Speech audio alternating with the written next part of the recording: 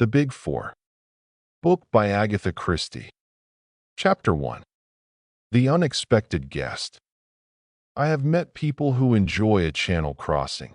Men who can sit calmly in their deck chairs and, on arrival, wait until the boat is moored, then gather their belongings together without fuss and disembark. Personally, I can never manage this. From the moment I get on board, I feel that the time is too short to settle down to anything. I move my suitcases from one spot to another, and if I go down to the saloon for a meal, I bolt my food with an uneasy feeling that the boat may arrive unexpectedly whilst I am below. Perhaps all this is merely a legacy from one's short leaves in the war, when it seemed a matter of such importance to secure a place near the gangway, and to be amongst the first to disembark lest one should waste precious minutes of one's 3 or 5 days' leave. On this particular July morning, as I stood by the rail and watched the white cliffs of Dover drawing nearer, I marveled at the passengers who could sit calmly in their chairs and never even raise their eyes for the first sight of their native land. Yet perhaps their case was different from mine. Doubtless many of them had only crossed to Paris for the weekend, whereas I had spent the last year and a half on a ranch in the Argentine. I had prospered there, and my wife and I had both enjoyed the free and easy life of the South American continent. Nevertheless, it was with a lump in my throat that I watched the familiar shore draw nearer and nearer. I had landed in France 2 days before, transacted some necessary business, and was now en route for London. I should be there some months, time enough to look up old friends, and one old friend in particular. A little man with an egg-shaped head and green eyes, Hercule Poirot. I proposed to take him completely by surprise. My last letter from the Argentine had given no hint of my intended voyage. Indeed, that had been decided upon hurriedly as a result of certain business complications, and I spent many amused moments picturing to myself his delight and stupefaction on beholding me. He, I knew, was not likely to be far from his headquarters. The time when his cases had drawn him from one end of England to the other was past. His fame had spread, and no longer would he allow one case to absorb all his time. He aimed more and more, as time went on, at being considered a consulting detective, as much a specialist as a Harley Street physician. He had always scoffed at the popular idea of the human bloodhound who assumed wonderful disguises to track criminals, and who paused at every footprint to measure it. "No, my friend Hastings," he would say, "we leave that to Giroux and his friends. Hercule Poirot's methods are his own. Order and method, and the little gray cells. Sitting at ease in our own armchairs, we see the things that these others overlook, and we do not jump to the conclusion like the worthy Jap." No, there was little fear of finding Hercule Poirot far afield. On arrival in London, I deposited my luggage at a hotel and drove straight on to the old address. What poignant memories it brought back to me! I hardly waited to greet my old landlady, but hurried up the stairs 2 at a time and rapped on Poirot's door. "Enter, then," cried a familiar voice from within. I strode in. Poirot stood facing me. In his arms he carried a small valise, which he dropped with a crash on beholding me. "Mon ami Hastings," he cried. "Mon ami Hastings." And, rushing forward, he enveloped me in a capacious embrace. Our conversation was incoherent and inconsequent. Ejaculations, eager questions, incomplete answers, messages from my wife, explanations as to my journey, were all jumbled up together. "I suppose there's someone in my old rooms?" I asked at last, when we had calmed down somewhat. "I'd love to put up here again with you." Poirot's face changed with startling suddenness. "Mon Dieu, but what a chance épouvantable! Regard around you, my friend." For the first time I took note of my surroundings. Against the wall stood a vast ark of a trunk of prehistoric design. Near to it were placed a number of suitcases, ranged neatly in order of size from large to small. The inference was unmistakable. You are going away? Yes. Where to? South America. What? Yes, it is a droll farce, is it not? It is to Rio I go, and every day I say to myself, I will write nothing in my letters. But oh, the surprise of the good Hastings when he beholds me. But when are you going? Poirot looked at his watch. In an hour's time. I thought you always said nothing would induce you to make a long sea voyage? Poirot closed his eyes and shuddered. Speak not of it to me, my friend. My doctor, he assures me that one dies not of it, and it is for the one time only. You understand, that never, never shall I return. He pushed me into a chair. Come, I will tell you how it all came about. Do you know who is the richest man in the world? Richer even than Rockefeller? Abe Ryland. The American soap king? Precisely. One of his secretaries approached me. There is some very considerable, as you would call it, hocus-pocus going on in connection with a big company in Rio. He wished me to investigate matters on the spot. I refused. I told him that if the facts were laid before me, I would give him my expert opinion, but that he professed himself unable to do. I was to be put in possession of the facts only on my arrival out there. Normally, that would have closed the matter. To dictate to Hercule Poirot is sheer impertinence. But the sum offered was so stupendous that for the first time in my life I was tempted by mere money. It was a competence, a fortune, and there was a second attraction, you, my friend.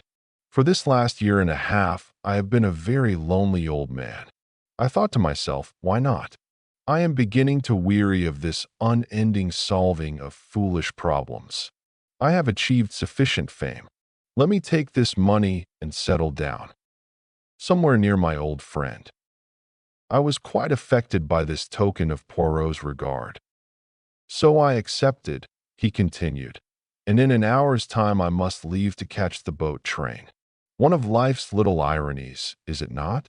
But I will admit to you, Hastings, that had not the money offered been so big, I might have hesitated, for just lately I have begun a little investigation of my own. Tell me, what is commonly meant by the phrase, the Big Four? I suppose it had its origin at the Versailles Conference, and then there's the famous Big Four in the film world, and the term is used by hosts of smaller fry. I see, said Poirot thoughtfully. I have come across the phrase, you understand, under certain circumstances where none of those explanations would apply. It seems to refer to a gang of international criminals or something of that kind. Only what? I asked as he hesitated. Only that I fancy that it is something on a large scale. Just a little idea of mine, nothing more. Ah, but I must complete my packing. The time advances. Don't go, I urged. Cancel your package and come out on the same boat with me. Poirot drew himself up and glanced at me reproachfully. Ah, is it that you don't understand? I have passed my word. You comprehend. The word of Hercule Poirot. Nothing but a matter of life or death could detain me now. And that's not likely to occur, I murmured ruefully. Unless at the 11th hour, the door opens and the unexpected guest comes in. I quoted the old saw with a slight laugh, and then, in the pause that succeeded it, we both started as a sound came from the inner room. What's that? I cried. Ma foi, retorted Poirot. It sounds very like your unexpected guest in my bedroom. But how can anyone be in there? There's no door except into this room. Your memory is excellent, Hastings. Now for the deductions. The window. But it's a burglar, then? He must have had a stiff climb of it. I should say it was almost impossible. I had risen to my feet and was striding in the direction of the door when the sound of fumbling at the handle from the other side arrested me. The door swung slowly open. Framed in the doorway stood a man. He was coated from head to foot with dust and mud. His face was thin and emaciated. He stared at us for a moment, and then swayed and fell. Poirot hurried to his side. Then he looked up and spoke to me. "Brandy, quickly." I dashed some brandy into a glass and brought it. Poirot managed to administer a little, and together we raised him and carried him to the couch. In a few minutes he opened his eyes and looked round him with an almost vacant stare. "What is it you want, monsieur?" asked Poirot. The man opened his lips and spoke in a queer mechanical voice. Hercule Poirot, 14, Faraway Street." "Yes, yes, I am he." The man did not seem to understand, and merely repeated in exactly the same tone. "Hercule Poirot, 14, Faraway Street." Poirot tried him with several questions. Sometimes the man did not answer at all. Sometimes he repeated the same phrase. Poirot made a sign to me to ring up on the telephone. "Get Dr. Ridgway to come round." The doctor was in, luckily, and as his house was only just round the corner, few minutes elapsed before he came bustling in. "What's all this, eh?" Poirot gave him a brief explanation, and the doctor started examining our strange visitor, who seemed quite unconscious of his presence or ours. Said Dr. Ridgway, when he had finished. "Curious case. Brain fever," I suggested. The doctor immediately snorted with contempt. "Brain fever. Brain fever. No such thing as brain fever. An invention of novelists. No, the man's had a shock of some kind. He's come here under the force of a persistent idea to find him, Hercule Poirot, 14, Faraway Street, and he repeats those words mechanically without in the least knowing what they mean." "Aphasia," I said eagerly. This suggestion did not cause the doctor to snort quite as violently as my last one had done. He made no answer, but handed the man a sheet of paper and a pencil. "Let's see what he'll do with that," he remarked. The man did nothing with it for some moments. Then he suddenly began to write feverishly. With equal suddenness, he stopped and let both paper and pencil fall to the ground. The doctor picked it up and shook his head. "Nothing here. Only the figure 4 scrawled a dozen times, each one bigger than the last. Wants to write 14, Faraway Street, I expect. It's an interesting case, very interesting. Can you possibly keep him here until this afternoon? I'm due at the hospital now, but I'll come back this afternoon and make all arrangements about him. It's too interesting a case to be lost sight of."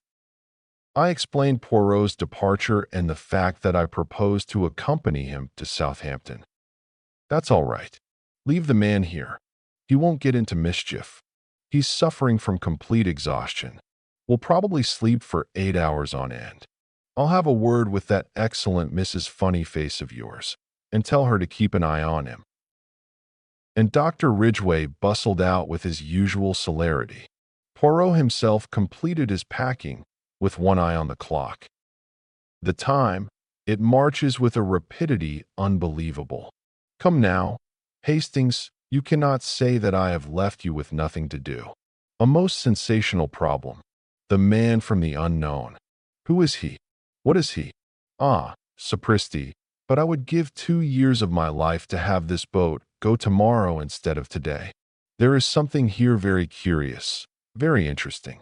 But one must have time. It may be days, or even months, before he will be able to tell us what he came to tell." "I'll do my best, Poirot," I assured him. "I'll try to be an efficient substitute." "Yes." His rejoinder struck me as being a shade doubtful. I picked up the sheet of paper. "If I were writing a story," I said lightly, "I should weave this in with your latest idiosyncrasy and call it the mystery of the Big Four."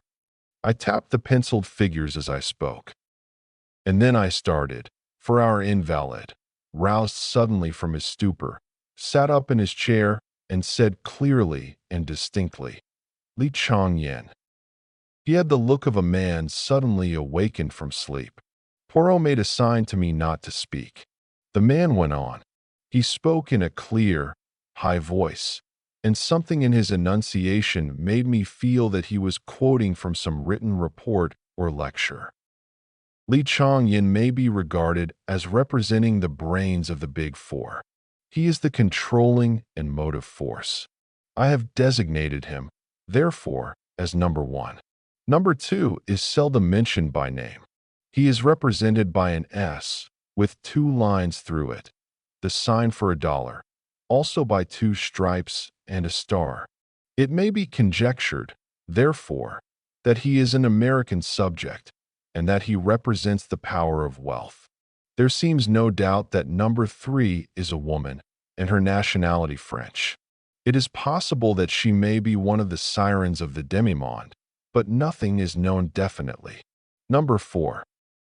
His voice faltered and broke. Poirot leant forward. "Yes," he prompted eagerly. "Number 4?" His eyes were fastened on the man's face. Some overmastering terror seemed to be gaining the day. The features were distorted and twisted. "The destroyer," gasped the man. Then, with a final convulsed movement, he fell back in a dead faint. "Mon Dieu," whispered Poirot. "I was right then. I was right." "You think?" He interrupted me. "Carry him on to the bed in my room. I have not a minute to lose if I would catch my train. Not that I want to catch it. Oh, that I could miss it with a clear conscience. But I gave my word.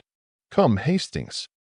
Leaving our mysterious visitor in the charge of Mrs. Pearson, we drove away and duly caught the train by the skin of our teeth. Poirot was alternately silent and loquacious.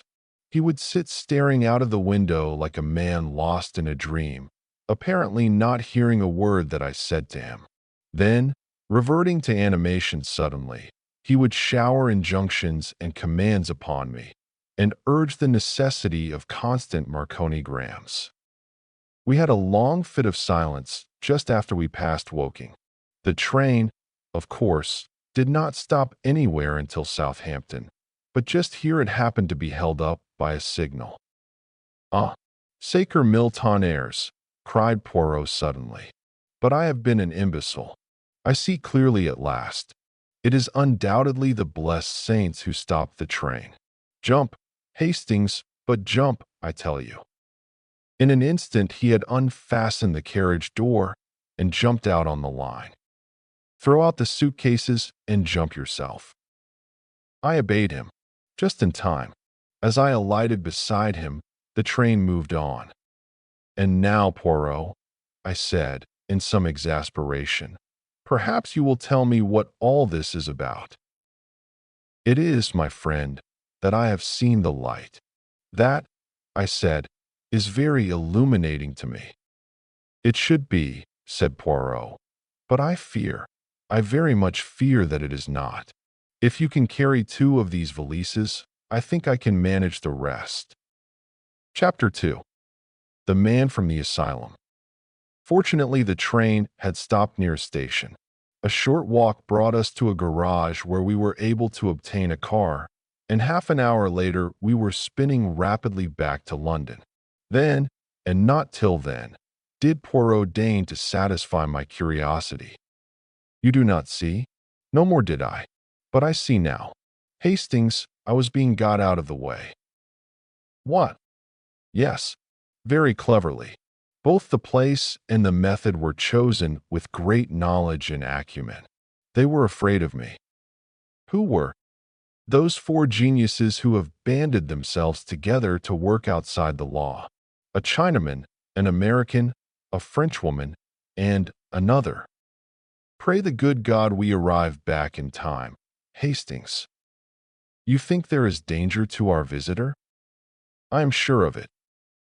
Mrs. Pearson greeted us on arrival. Brushing aside her ecstasies of astonishment on beholding Poirot, we asked for information. It was reassuring. No one had called, and our guest had not made any sign. With a sigh of relief, we went up to the rooms. Poirot crossed the outer one and went through to the inner one.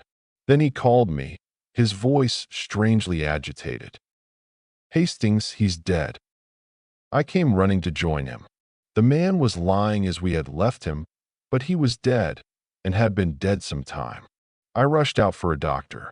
Ridgway, I knew, would not have returned yet. I found one almost immediately and brought him back with me. "He's dead, right enough. Poor chap tramp you've been befriending, eh?" "Something of the kind," said Poirot evasively. "What was the cause of death, doctor?" "Hard to say. Might have been some kind of fit. There are signs of asphyxiation. No gas laid on, is there?" "No, electric light, nothing else. And both windows wide open, too. Been dead about 2 hours, I should say. You'll notify the proper people, won't you?" He took his departure. Poirot did some necessary telephoning. Finally, somewhat to my surprise, he rang up our old friend Inspector Japp and asked him if he could possibly come round.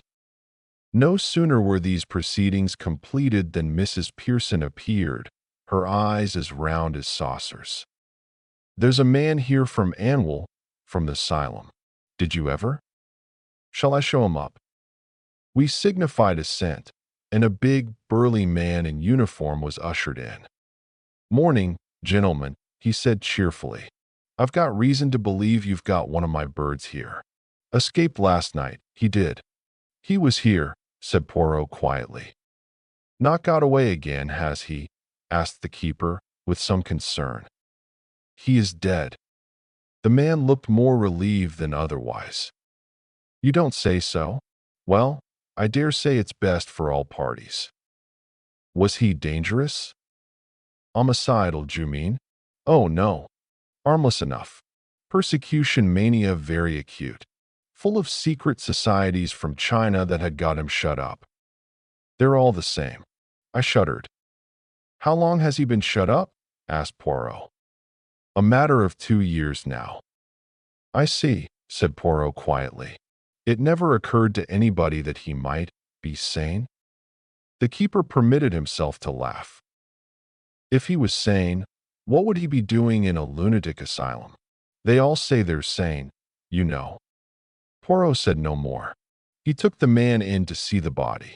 The identification came immediately. "That's him, right enough," said the keeper callously. "Funny sort of bloke, ain't he? Well, gentlemen, I had best go off now and make arrangements under the circumstances. We won't trouble you with the corpse much longer. If there's a inquest, you will have to appear at it, I dare say. Good morning, sir." With a rather uncouth bow he shambled out of the room. A few minutes later Japp arrived. The Scotland Yard inspector was jaunty and dapper as usual. "Here I am, Monsieur Poirot. What can I do for you? Thought you were off to the coral strands of somewhere or other today." "My good Japp, I want to know if you have ever seen this man before." He led Japp into the bedroom. The inspector stared down at the figure on the bed with a puzzled face. "Let me see now. He seems sort of familiar, and I pride myself on my memory, too. Why, God bless my soul, it's Mayerling. Secret Service chap, not one of our people. Went to Russia 5 years ago. Never heard of again. Always thought the Bolsheviks had done him in." "It all fits in," said Poirot, when Japp had taken his leave, "except for the fact that he seems to have died a natural death." He stood looking down on the motionless figure with a dissatisfied frown. A puff of wind set the window curtains flying out, and he looked up sharply. "I suppose you opened the windows when you laid him down on the bed, Hastings?" "No, I didn't," I replied. "As far as I remember, they were shut." Poirot lifted his head suddenly. "Shut, and now they are open. What can that mean?" "Somebody came in that way," I suggested. "Possibly," agreed Poirot, but he spoke absently and without conviction. After a minute or two he said, That is not exactly the point I had in mind, Hastings. If only one window was open, it would not intrigue me so much.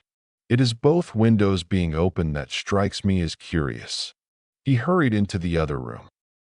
The sitting room window is open, too. That also we left shut. Ah. He bent over the dead man, examining the corners of the mouth minutely. Then he looked up suddenly. He has been gagged, Hastings. Gagged and then poisoned. Good heavens! I exclaimed, shocked. I suppose we shall find out all about it from the post-mortem. We shall find out nothing. He was killed by inhaling strong prussic acid. It was jammed right under his nose. Then the murderer went away again, first opening all the windows. Hydrocyanic acid is exceedingly volatile, but it has a pronounced smell of bitter almonds. With no trace of the smell to guide them, and no suspicion of foul play, death would be put down to some natural cause by the doctors. So this man was in the secret service, Hastings, and 5 years ago he disappeared in Russia. The last 2 years he's been in the asylum, I said. But what of the 3 years before that? Poirot shook his head and then caught my arm. The clock, Hastings, look at the clock. I followed his gaze to the mantelpiece. The clock had stopped at 4 o'clock. Mon ami, someone has tampered with it. It had still 3 days to run. It is an 8-day clock, you comprehend? But what should they want to do that for? Some idea of a false scent by making the crime appear to have taken place at 4 o'clock. No, no. Rearrange your ideas, mon ami. Exercise your little gray cells. You are Mayerling. You hear something perhaps, and you know well enough that your doom is sealed. You have just time to leave a sign. 4 o'clock, Hastings. Number 4, the destroyer. Ah, an idea. He rushed into the other room and seized the telephone. He asked for Hanwell. You are the asylum, yes? I understand there has been an escape today. What is that you say? A little moment, if you please. Will you repeat that? Ah, parfaitement. He hung up the receiver and turned to me. You heard, Hastings? There has been no escape. But the man who came, the keeper? I said. I wonder, I very much wonder. You mean? Number 4, the destroyer. I gazed at Poirot dumbfounded. A minute or two after, on recovering my voice, I said, we shall know him again, anywhere, that's one thing. He was a man of very pronounced personality. Was he, mon ami? I think not. He was burly and bluff and red-faced, with a thick mustache and a hoarse voice. He will be none of those things by this time. And for the rest, he has nondescript eyes, nondescript ears, and a perfect set of false teeth. Identification is not such an easy matter as you seem to think. Next time. You think there will be a next time? I interrupted. Poirot's face grew very grave. It is a duel to the death, mon ami. You and I on the one side, the big 4 on the other.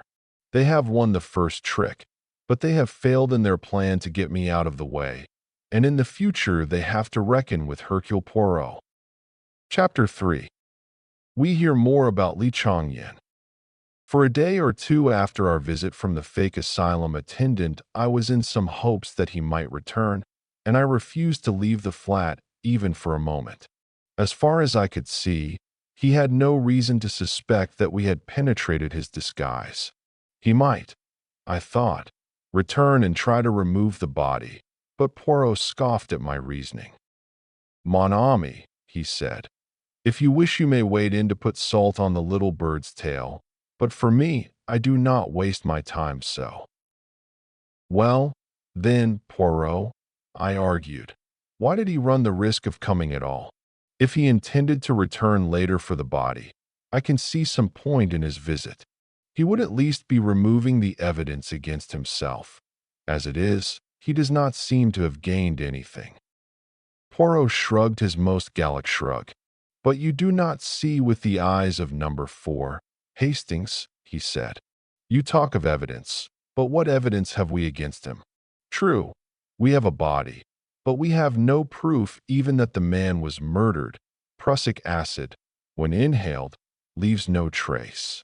Again, we can find no one who saw anyone enter the flat during our absence, and we have found out nothing about the movements of our late friend, Mayerling.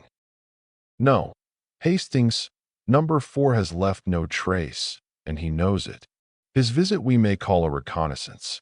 Perhaps he wanted to make quite sure that Mayerling was dead, but more likely, I think, he came to see Hercule Poirot and to have speech with the adversary whom alone he must fear. Poirot's reasoning appeared to be typically egotistical, but I forbore to argue. And what about the inquest? I asked. I suppose you will explain things clearly there, and let the police have a full description of number 4. And to what end? Can we produce anything to impress a coroner's jury of your solid Britishers? Is our description of number 4 of any value? No. We shall allow them to call it accidental death, and maybe, although I have not much hope, our clever murderer will pat himself on the back that he deceived Hercule Poirot in the first round. Poirot was right as usual. We saw no more of the man from the asylum, and the inquest, at which I gave evidence, but which Poirot did not even attend, aroused no public interest. As, in view of his intended trip to South America, Poirot had wound up his affairs before my arrival, he had at this time no cases in hand, but although he spent most of his time in the flat, I could get little out of him. He remained buried in an armchair and discouraged my attempts at conversation. And then one morning, about a week after the murder, he asked me if I would care to accompany him on a visit he wished to make. I was pleased, for I felt he was making a mistake in trying to work things out so entirely on his own, and I wished to discuss the case with him. But I found he was not communicative. Even when I asked where we were going, he would not answer. Poirot loves being mysterious. He will never part with a piece of information until the last possible moment. In this instance, having taken successively a bus and 2 trains, and arrived in the neighborhood of one of London's most depressing southern suburbs, he consented at last to explain matters. We go, Hastings, to see the one man in England who knows most of the underground life of China. Indeed, who is he? A man you have never heard of, a Mr. John Ingalls. To all intents and purposes, he is a retired civil servant of mediocre intellect, with a house full of Chinese curios with which he bores his friends and acquaintances. Nevertheless, I am assured by those who should know that the only man capable of giving me the information I seek is this same John Ingalls. A few moments more saw us ascending the steps of the Laurels, as Mr. Ingles's residence was called.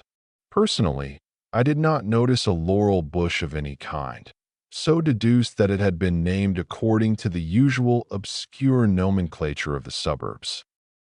We were admitted by an impassive-faced Chinese servant and ushered into the presence of his master. Mr. Ingalls was a squarely built man, somewhat yellow of countenance, with deep-set eyes that were oddly reflective in character. He rose to greet us, setting aside an open letter which he had held in his hand.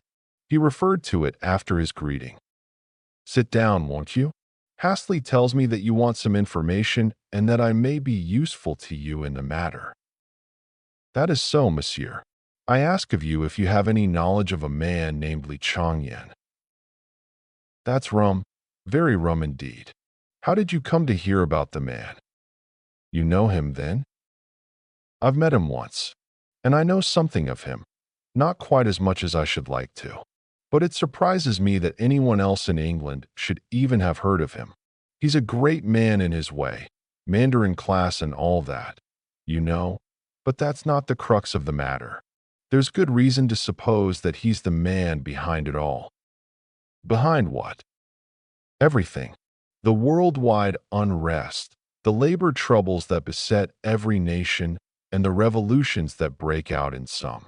There are people, not scaremongers, who know what they are talking about, and they say that there is a force behind the scenes which aims at nothing less than the disintegration of civilization.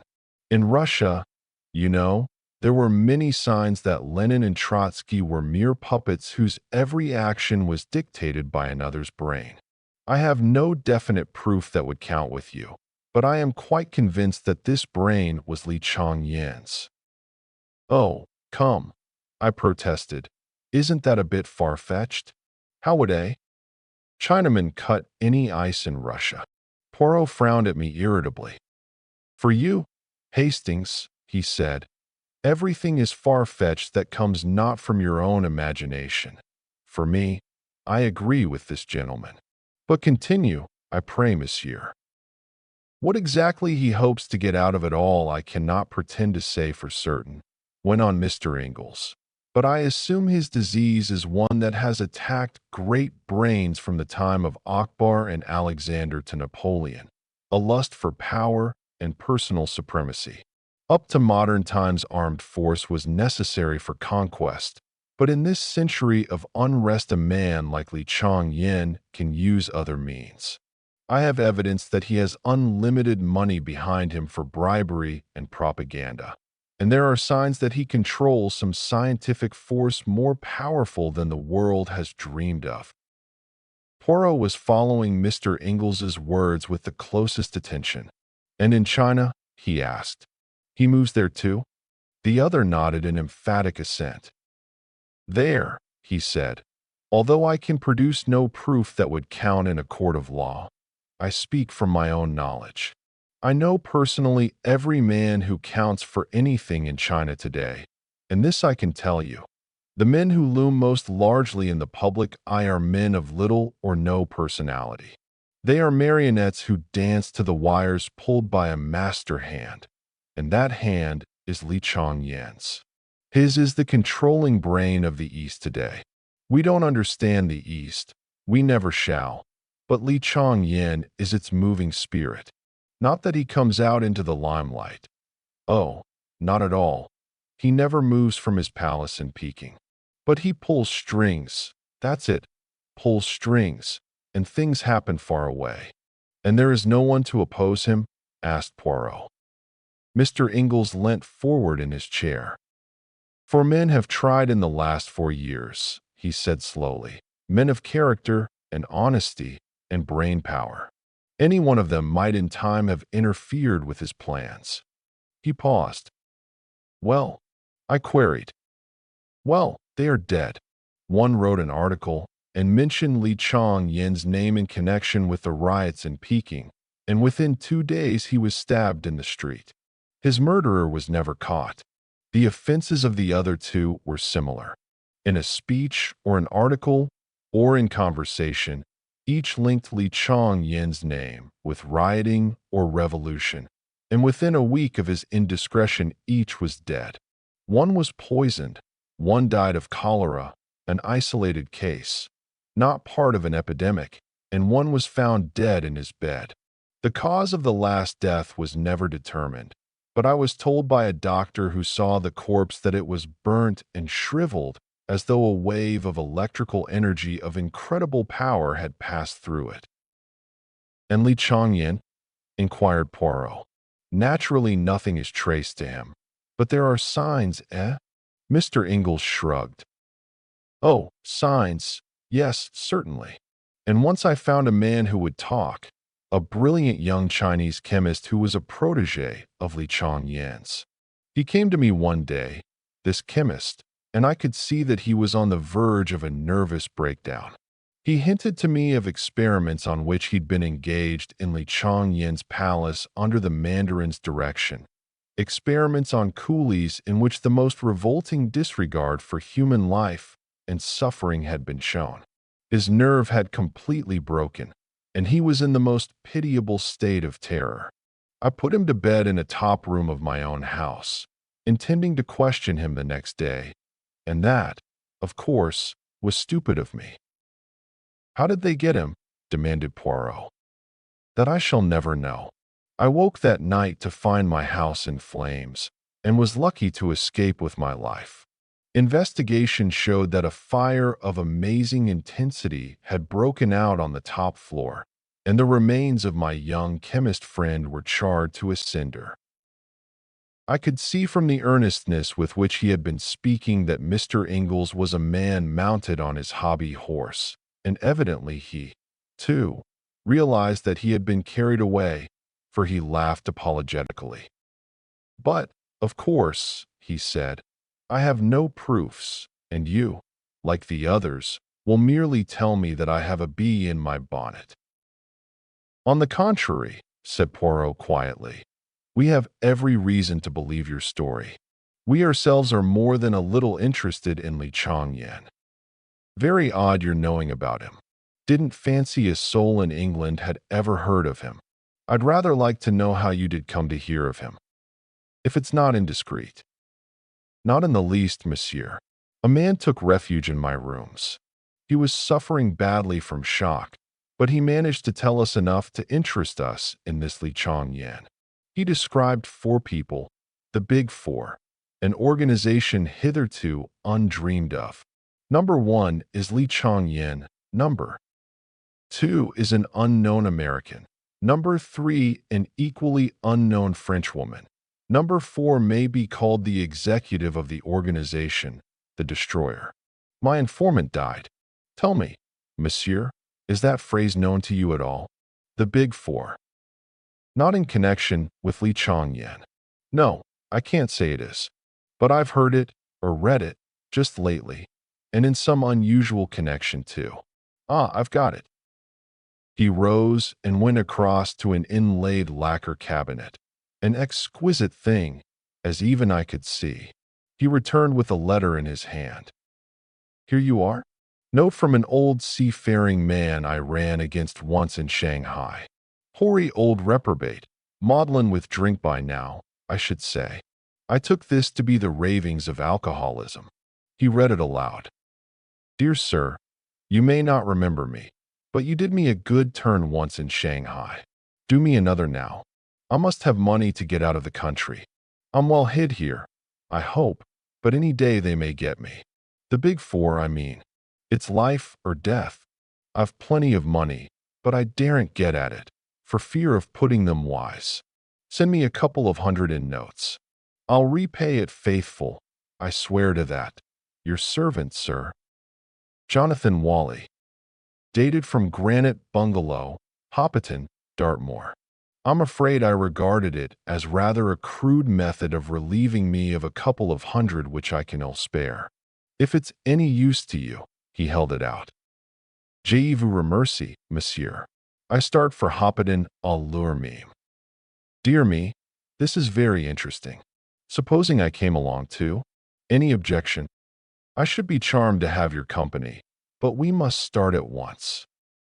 We shall not reach Dartmoor until close on nightfall, as it is." John Ingalls did not delay us more than a couple of minutes, and soon we were in the train moving out of Paddington bound for the West Country. Hoppiton was a small village clustering in a hollow right on the fringe of the moorland. It was reached by a 9-mile drive from Morton Hampstead. It was about 8 o'clock when we arrived, but as the month was July, the daylight was still abundant. We drove into the narrow street of the village and then stopped to ask our way of an old rustic. "Granite Bungalow," said the old man reflectively. "It be granite. Bungalow you do want? Eh?" We assured him that this was what we did want. The old man pointed to a small gray cottage at the end of the street. "There be tea bungalow. Do you want a CT inspector?" "What inspector?" asked Poirot sharply. "What do you mean? Haven't ye heard about tea murder, then? A shocking business tea was seemingly. Pools of blood, they do say." "Mon Dieu," murmured Poirot. "This inspector of yours, I must see him at once." 5 minutes later we were closeted with Inspector Meadows. The inspector was inclined to be stiff at first, but at the magic name of Inspector Japp of Scotland Yard he unbent. "Yes, sir," Murdered this morning. A shocking business. They phoned to Moraton, and I came out at once. Looked a mysterious thing to begin with. The old man. He was about 70, you know, and fond of his glass, from all I hear, was lying on the floor of the living room. There was a bruise on his head, and his throat was cut from ear to ear. Blood all over the place, as you can understand. The woman who cooks for him, Betsy Andrews, she told us that her master had several little Chinese jade figures that he'd told her were very valuable, and these had disappeared. That, of course, looked like assault and robbery, but there were all sorts of difficulties in the way of that solution. The old fellow had 2 people in the house, Betsy Andrews, who was a Hoppiton woman, and a rough kind of manservant, Robert Grant. Grant had gone to the farm to fetch the milk, which he does every day, and Betsy had stepped out to have a chat with a neighbor. She was only away 20 minutes, between 10 and half past, and the crime must have been done then. Grant returned to the house first. He went in by the back door, which was open. No one locks up doors round here, not in broad daylight, at all events. Put the milk in the larder, and went into his own room to read the paper and have a smoke.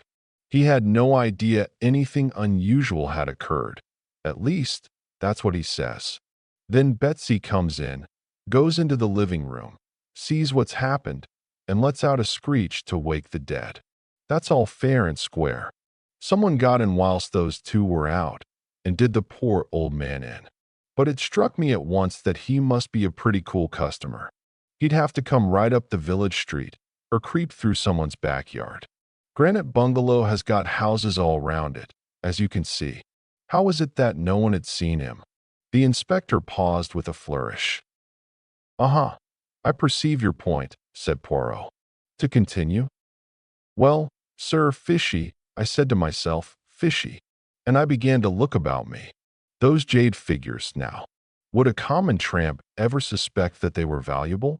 Anyway, it was madness to try such a thing in broad daylight. Suppose the old man had yelled for help.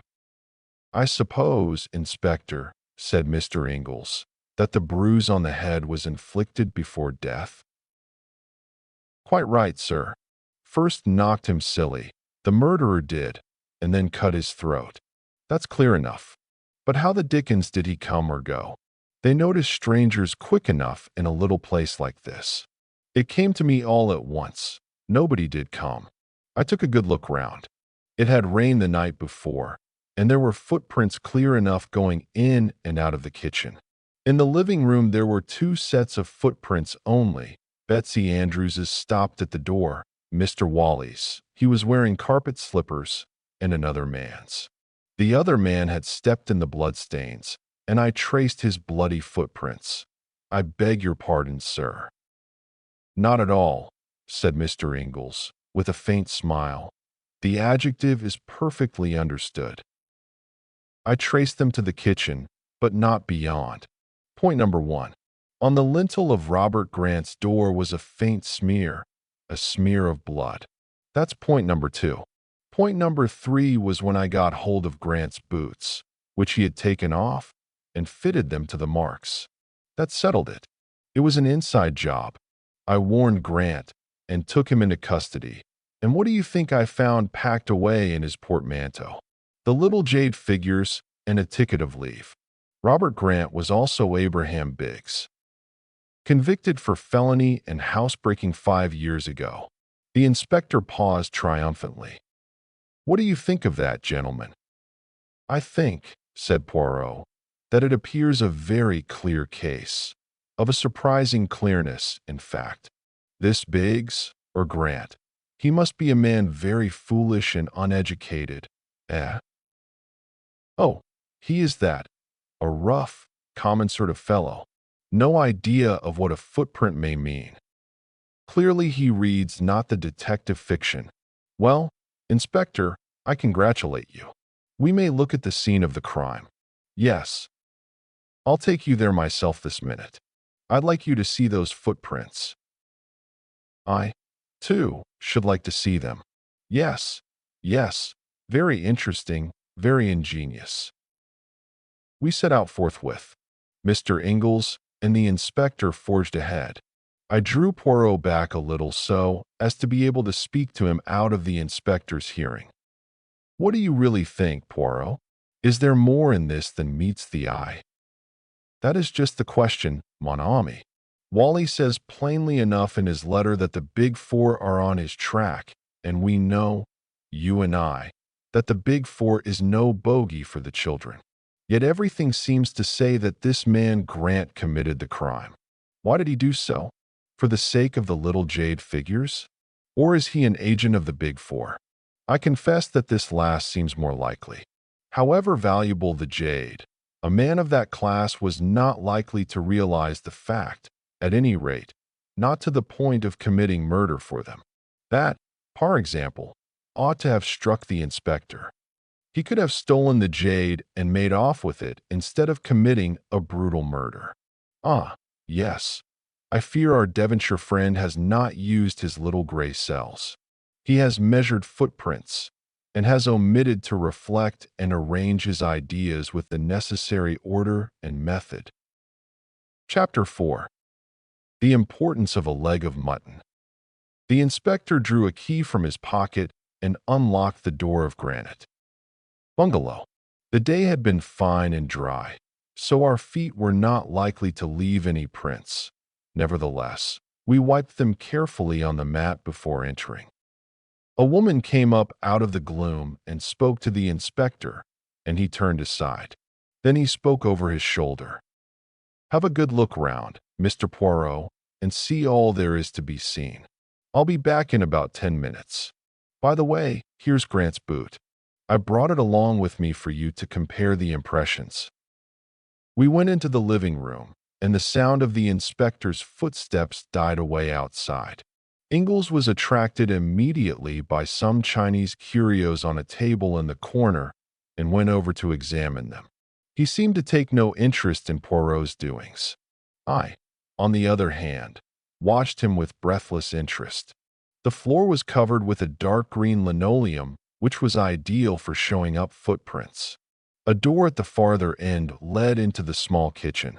From there another door led into the scullery, where the back door was situated, and another into the bedroom which had been occupied by Robert Grant. Having explored the ground, Poirot commented upon it in a low-running monologue. Here is where the body lay. That big dark stain and the splashes all around mark the spot. Traces of carpet slippers and number 9 boots, you observe, but all very confused. Then 2 sets of tracks leading to and from the kitchen. Whoever the murderer was, he came in that way. You have the boot, Hastings? Give it to me. He compared it carefully with the prints. Yes, both made by the same man, Robert Grant. He came in that way, killed the old man, and went back to the kitchen. He had stepped in the blood. See the stains he left as he went out? Nothing to be seen in the kitchen. All the village has been walking about in it. He went into his own room. No. First he went back again to the scene of the crime. Was that to get the little jade figures? Or had he forgotten something that might incriminate him? Perhaps he killed the old man the second time he went in. I suggested. Mais non, you do not observe. On one of the outgoing footmarks stained with blood, there is superimposed an ingoing one. I wonder what he went back for. The little jade figures as an afterthought? It is all ridiculous. Stupid. Well, he's given himself away pretty hopelessly. N'est-ce pas? I tell you, Hastings, it goes against reason. It offends my little gray cells. Let us go into his bedroom. Ah, yes. There is the smear of blood on the lintel and just a trace of footmarks, blood-stained. Robert Grant's footmarks, and his only, near the body. Robert Grant, the only man who went near the house. Yes, it must be so. What about the old woman? I said suddenly. She was in the house alone after Grant had gone for the milk.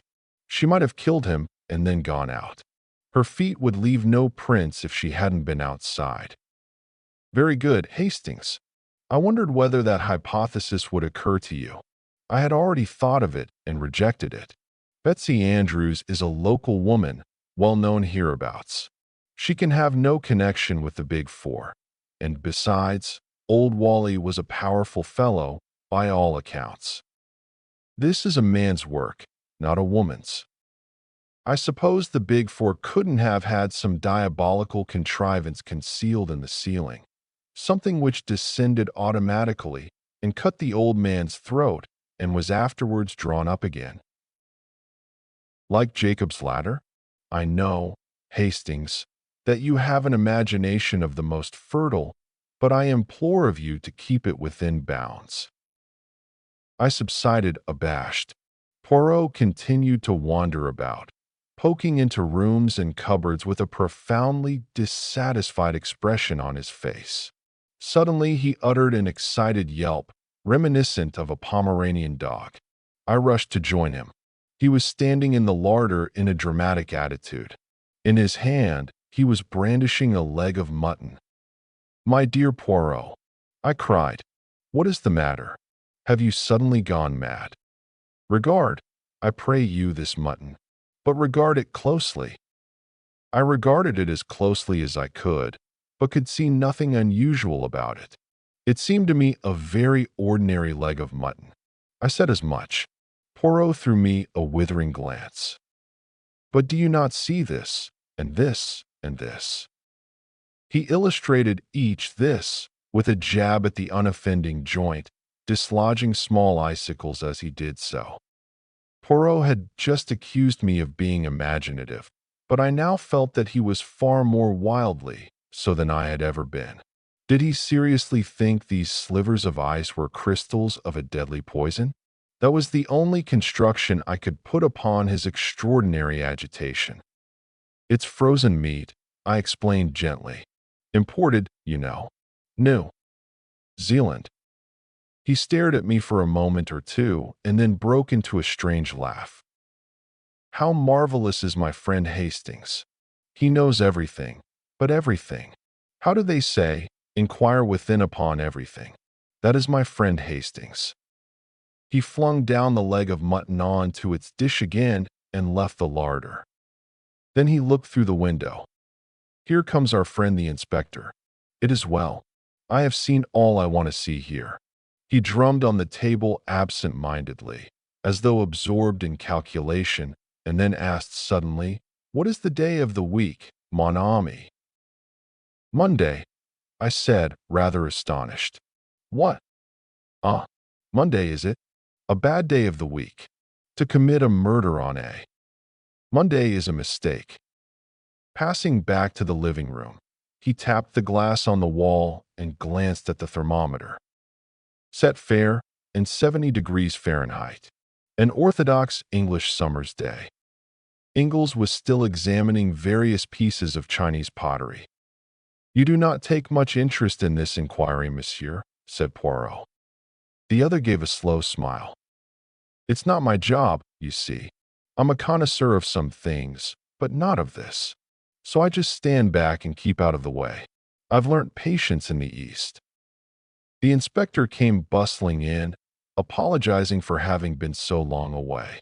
He insisted on taking us over most of the ground again, but finally we got away. "I must appreciate your 1,000 politenesses, Inspector," said Poirot, as we were walking down the village street again. "There is just one more request I should like to put to you. You want to see the body, perhaps, sir?" "Oh, dear me, no. I have not the least interest in the body. I want to see Robert Grant."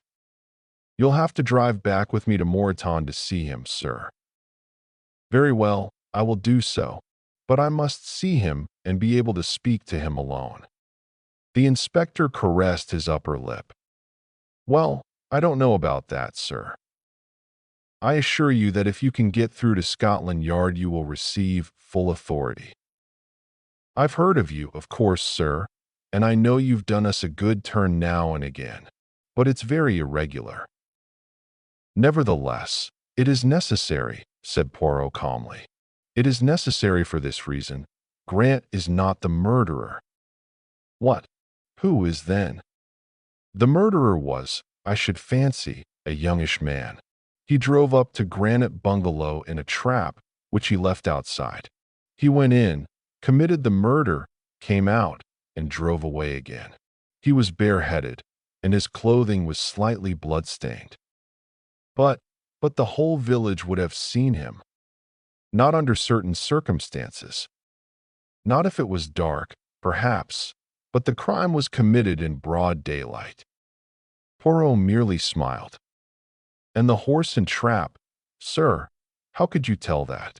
Any amount of wheeled vehicles have passed along outside. There's no mark of one in particular to be seen. Not with the eyes of the body, perhaps, but with the eyes of the mind, yes. The inspector touched his forehead significantly with a grin at me. I was utterly bewildered, but I had faith in Poirot. Further discussion ended in our all driving back to Moreton with the inspector. Poirot and I were taken to Grant, but a constable was to be present during the interview. Poirot went straight to the point. Grant, I know you to be innocent of this crime. Relate to me in your own words exactly what happened. The prisoner was a man of medium height, with a somewhat unpleasing cast of features. He looked a jailbird, if ever a man did. Honest to God, I never did it, he whined. Someone put those little glass figures amongst my traps. It was a frame-up, that's what it was. I went straight to my rooms when I came in, like I said. I never knew a thing till. Betsy screeched out. Swelp me, God, I didn't. Poirot rose. If you can't tell me the truth, that is the end of it. But, Governor, you did go into the room. You did know your master was dead, and you were just preparing to make a bolt of it when the good Betsy made her terrible discovery. The man stared at Poirot with a dropped jaw. Come now, is it not so? I tell you solemnly, on my word of honor, that to be frank now is your only chance. I'll risk it, said the man suddenly. It was just as you say. I came in and went straight to the master, and there he was, dead on the floor and blood all round. Then I got the wind-up proper. They'd ferret out my record, and for a certainty they'd say it was me as had done him in. My only thought was to get away, at once, before he was found, and the jade figures. The man hesitated. You see, you took them by a kind of reversion to instinct, as it were. You had heard your master say that they were valuable, and you felt you might as well go the whole hog. That, I understand. Now, answer me this. Was it the second time that you went into the room that you took the figures? I didn't go in a second time. Once was enough for me. You are sure of that? Absolutely certain. Good. Now, when did you come out of prison? 2 months ago. How did you obtain this job? Through one of them prisoners' help societies. Bloke met me when I came out. What was he like? Not exactly a parson, but looked like one. Soft black hat and mincing way of walking. Got a broken front tooth. Spectacled chap, Saunders his name was. Said he hoped I was repentant and that he'd find me a good post. I went to old Wally on his recommendation. Poirot rose once more. I thank you. I know all now. Have patience. He paused in the doorway and added, Saunders gave you a pair of boots, didn't he? Grant looked very astonished. Why, yes, he did. But how did you know? It is my business to know things, said Poirot gravely. After a word or two to the inspector, the three of us went to the White Hart and discussed eggs and bacon and Devonshire cider. Any elucidations yet? Asked Ingalls, with a smile. Yes, the case is clear enough now. But, see you, I shall have a good deal of difficulty in proving it. Wally was killed by order of the Big Four, but not by Grant. A very clever man got Grant the post and deliberately planned to make him the scapegoat, an easy matter with Grant's prison record. He gave him a pair of boots, one of 2 duplicate pairs. The other he kept himself. It was all so simple. When Grant is out of the house, and Betsy is chatting in the village, which she probably did every day of her life. He drives up wearing the duplicate boots, enters the kitchen, goes through into the living room, fells the old man with a blow, and then cuts his throat. Then he returns to the kitchen, removes the boots, puts on another pair, and, carrying the first pair, goes out to his trap and drives off again. Ingalls looks steadily at Poirot. There's a catch in it still. Why did nobody see him? That is where the cleverness of number 4, I am convinced, comes in. Everybody saw him, and yet nobody saw him.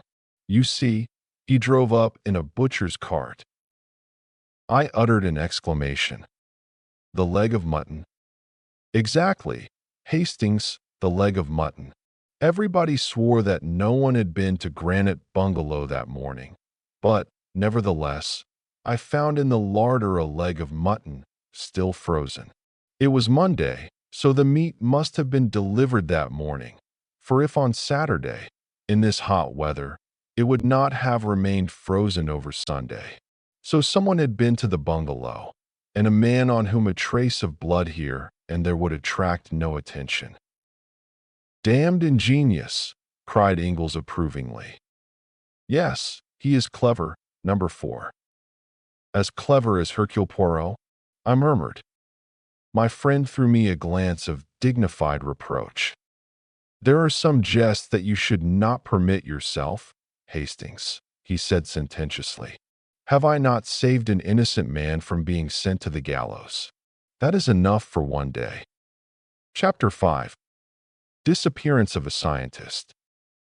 Personally, I don't think that, even when a jury had acquitted Robert Grant, alias Biggs, of the murder of Jonathan Whalley, Inspector Meadows was entirely convinced of his innocence.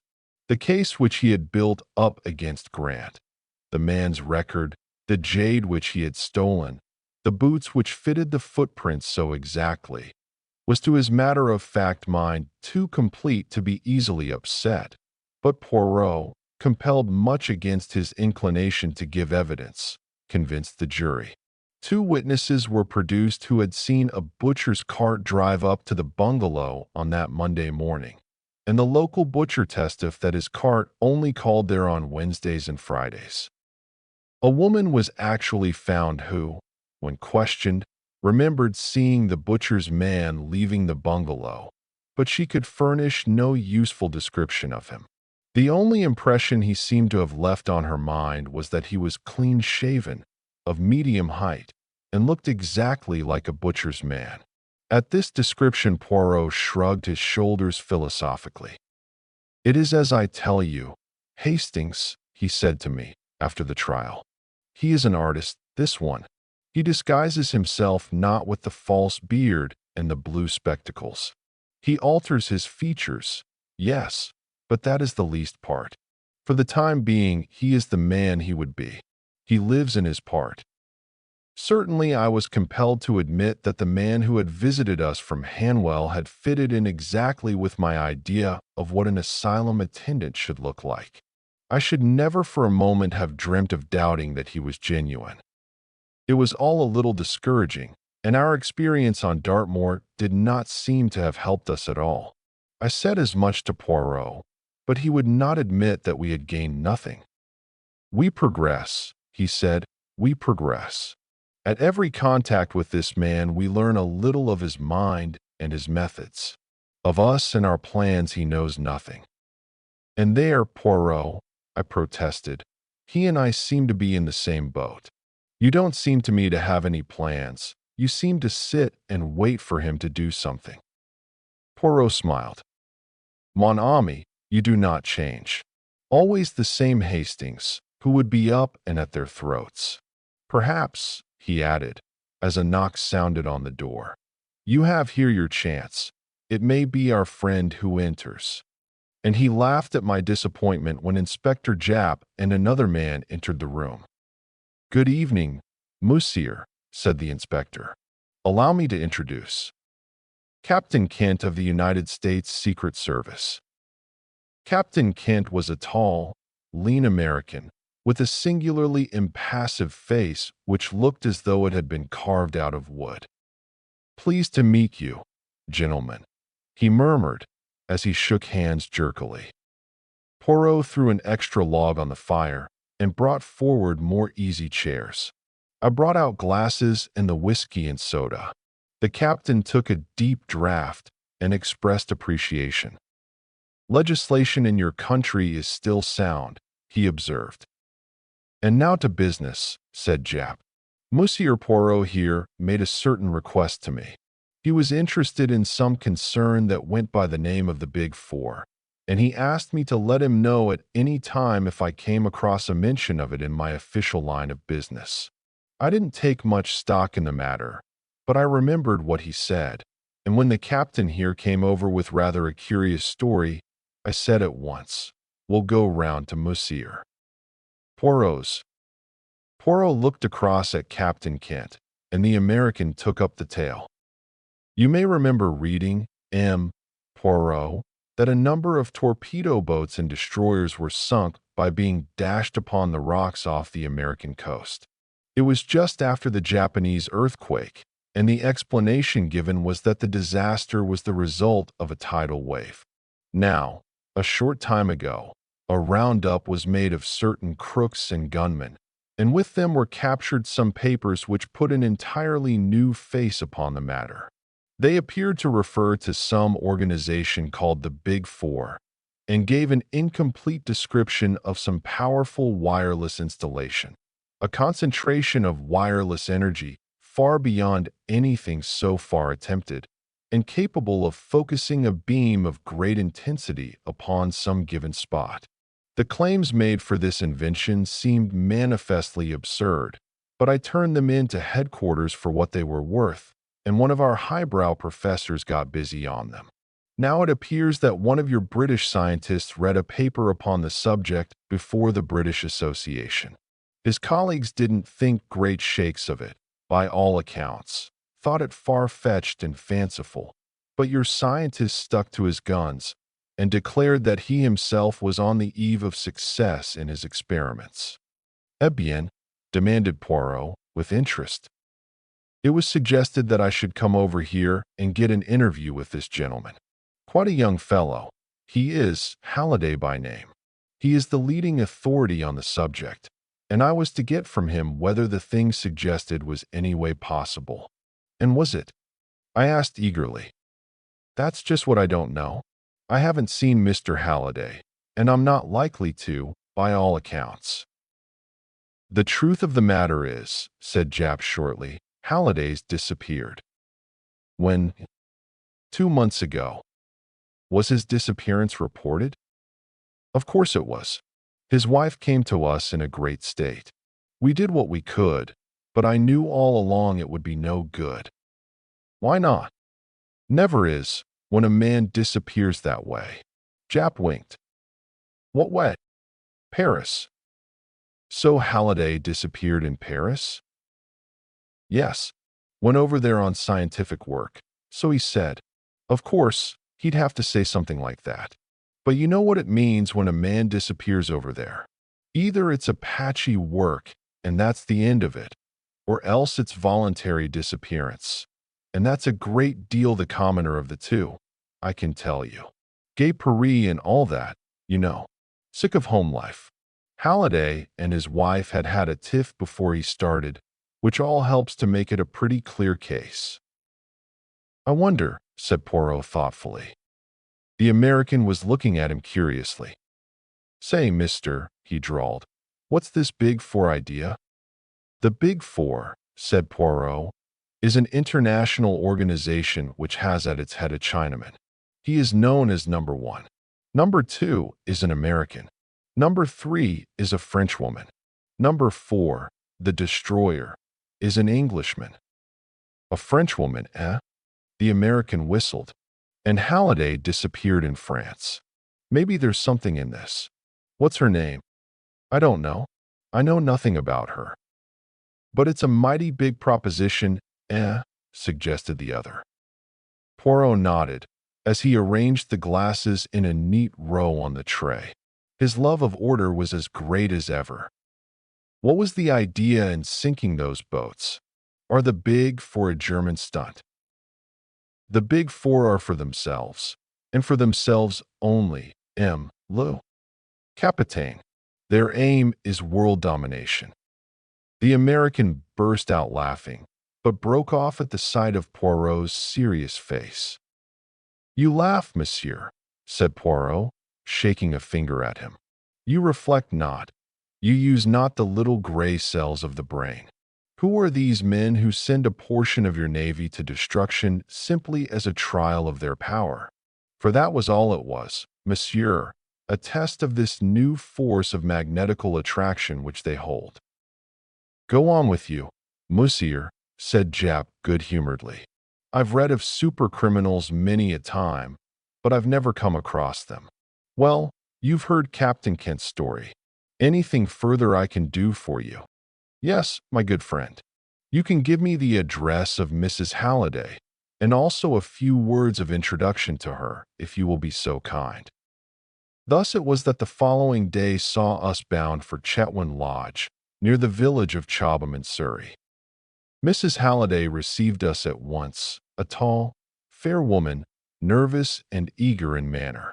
With her was her little girl, a beautiful child of 5. Poirot explained the purpose of our visit. "Oh, Poirot, I am so glad, so thankful. I have heard of you, of course. You will not be like these Scotland Yard people, who will not listen or try to understand. And the French police are just as bad. Worse, I think. They are all convinced that my husband has gone off with some other woman. But he wasn't like that. All he thought of in life was his work. Half our quarrels came from that. He cared for it more than he did for me." "Englishmen, they are like that," said Poirot soothingly. "And if it is not work, it is the games, the sport. All those things they take au grand sérieux. Now, madame, recount to me exactly, in detail, and as methodically as you can, the exact circumstances of your husband's disappearance." "My husband went to Paris on Thursday, the 20th of July. He was to meet and visit various people there connected with his work, amongst them Madame Olivier." Poirot nodded at the mention of the famous French woman chemist, who had eclipsed even Madame Curie in the brilliance of her achievements. She had been decorated by the French government and was one of the most prominent personalities of the day. He arrived there in the evening and went at once to the Hotel Castiglione in the Rue de Castiglione. On the following morning, he had an appointment with Professor Bourguignon, which he kept. His manner was normal and pleasant. The two men had a most interesting conversation, and it was arranged that he should witness some experiments in the professor's laboratory on the following day. He lunched alone at the Café Royal, went for a walk in the Bois, and then visited Madame Olivier at her house at Passy. There, also, his manner was perfectly normal. He left about 6. Where he dined is not known, probably alone at some restaurant. He returned to the hotel about 11 o'clock and went straight up to his room, after inquiring if any letters had come for him. On the following morning, he walked out of the hotel and has not been seen again. At what time did he leave the hotel? At the hour when he would normally leave it to keep his appointment at Professor Bourguignon's laboratory. We do not know. He was not remarked leaving the hotel, but no petit déjeuner was served to him, which seems to indicate that he went out early. Or he might, in fact, have gone out again after he came in the night before. I do not think so. His bed had been slept in, and the night porter would have remembered anyone going out at that hour. A very just observation, madam. We may take it, then, that he left early on the following morning, and that is reassuring from one point of view. He is not likely to have fallen a victim to any Apache assault at that hour. His baggage, now, was it all left behind? Mrs. Halliday seemed rather reluctant to answer, but at last she said, "No, he must have taken one small suitcase with him." Said Poirot thoughtfully. "I wonder where he was that evening. If we knew that, we should know a great deal. Whom did he meet? There lies the mystery. Madam, myself, I do not of necessity accept the view of the police. With them is it always cherchez la femme. Yet it is clear that something occurred that night to alter your husband's plans. You say he asked for letters on returning to the hotel. Did he receive any? One only, and that must have been the one I wrote him on the day he left England. Poirot remained sunk in thought for a full minute. Then he rose briskly to his feet. Well, madam, the solution of the mystery lies in Paris, and to find it I myself journey to Paris on the instant. It is all a long time ago, monsieur. Yes, yes. Nevertheless, it is there that we must seek. He turned to leave the room, but paused with his hand on the door. Tell me, madam, do you ever remember your husband mentioning the phrase, the Big Four? The Big Four, she repeated thoughtfully. No, I can't say Edo. Chapter 6. The Woman on the Stairs. That was all that could be elicited from Mrs. Halliday. We hurried back to London, and the following day saw us en route for the continent. With rather a rueful smile, Poirot observed, This Big Four, they make me to bestir myself, mon ami. I run up and down, all over the ground, like our old friend the human foxhound. Perhaps you'll meet him in Paris, I said, knowing that he referred to a certain Giroux, one of the most trusted detectives of the Charite, whom he had met on a previous occasion. Poirot made a grimace. I devoutly hope not. He loved me not, that one. Won't it be a very difficult task? I asked, to find out what an unknown Englishman did on an evening 2 months ago. Very difficult, mon ami. But as you know well, difficulties rejoice the heart of Hercule Poirot. You think the Big Four kidnapped him? Poirot nodded. Our inquiries necessarily went over old ground, and we learnt little to add to what Mrs. Halliday had already told us.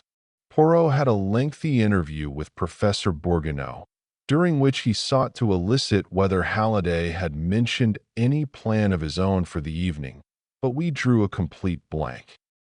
Our next source of information was the famous Madame Olivier. I was quite excited as we mounted the steps of her villa at Passy. It has always seemed to me extraordinary that a woman should go so far in the scientific world.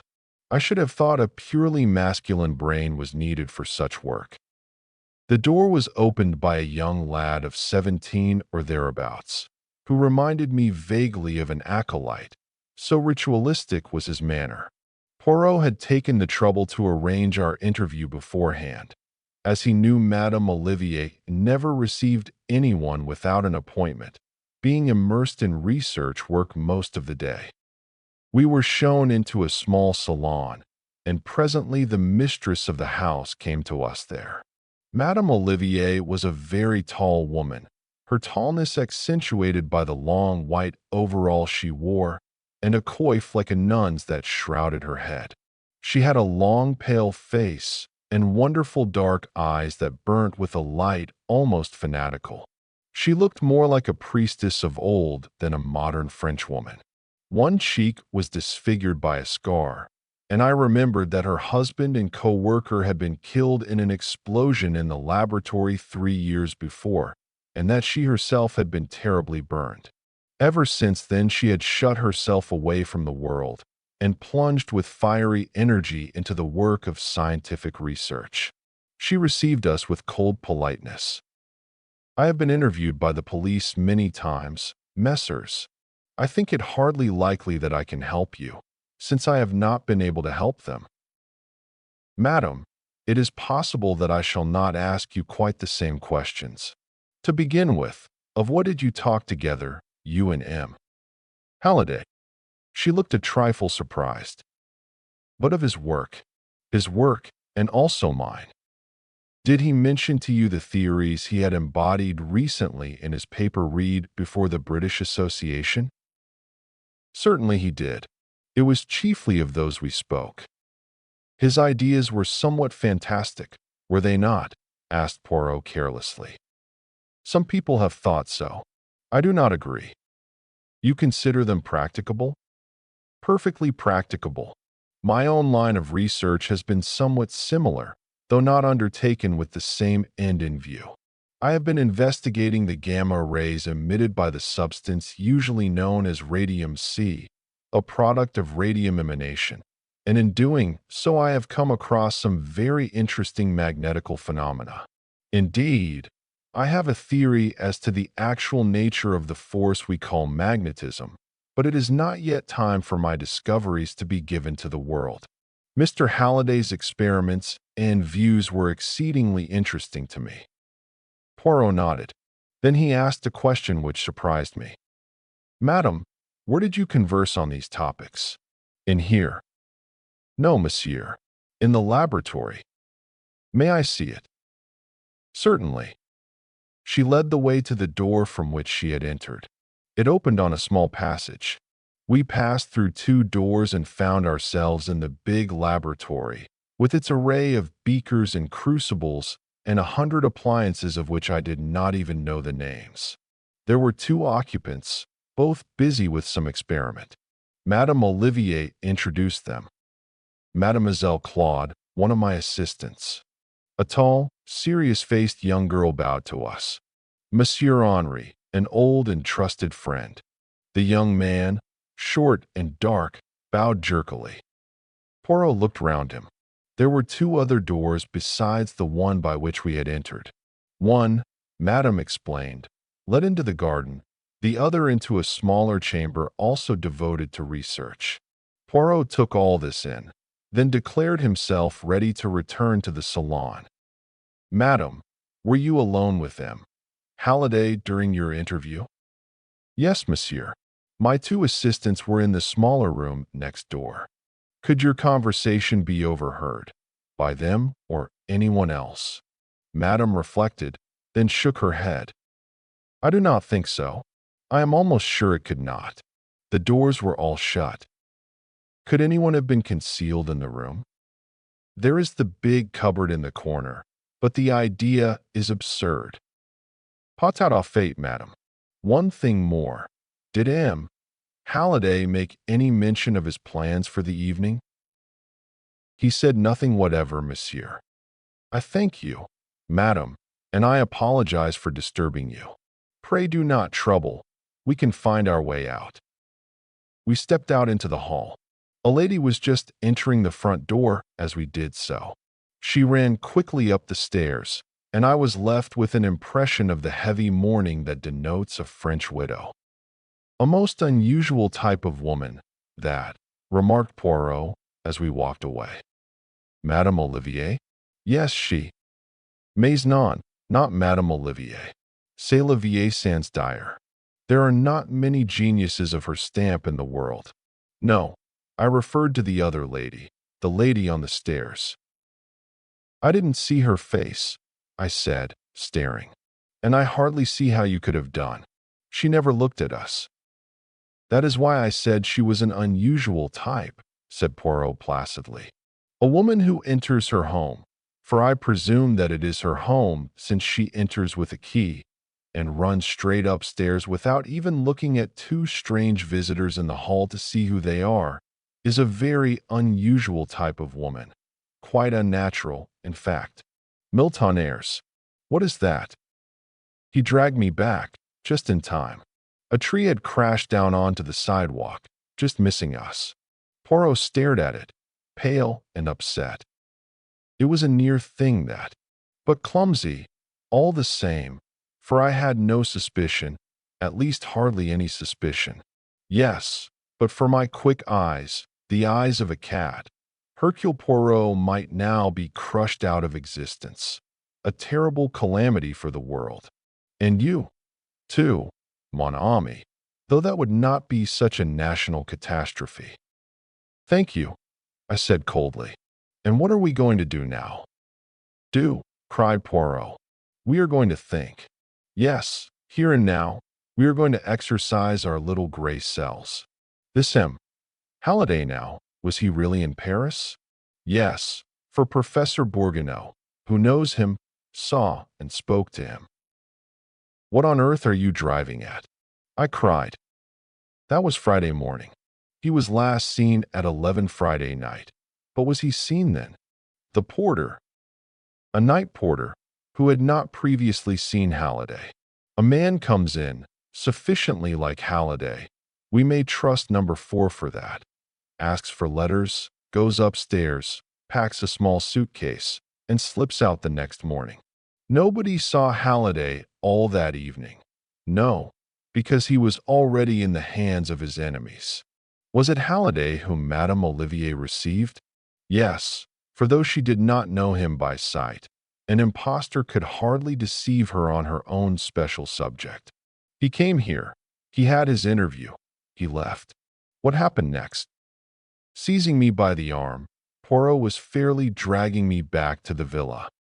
Now, mon ami, imagine that it is the day after the disappearance, and that we are tracking footprints. You love footprints, do you not? See, here they go, a man's Halliday's. He turns to the right as we did. He walks briskly.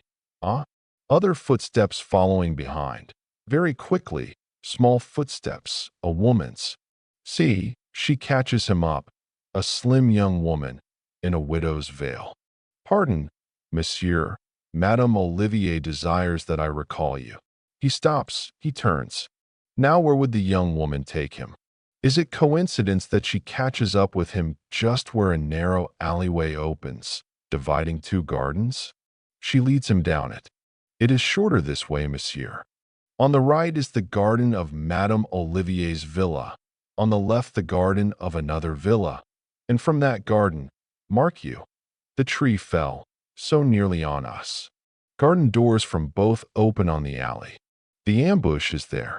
Men pour out, overpower him, and carry him into the strange villa.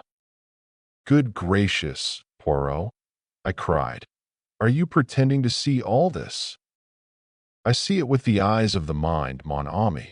So, and only so, could it have happened. Come, let us go back to the house. You want to see Madame Olivier again? Poirot gave a curious smile. No, Hastings, I want to see the face of the lady on the stairs. Who do you think she is, a relation of Madame Olivier's? More probably a secretary, and a secretary engaged not very long ago.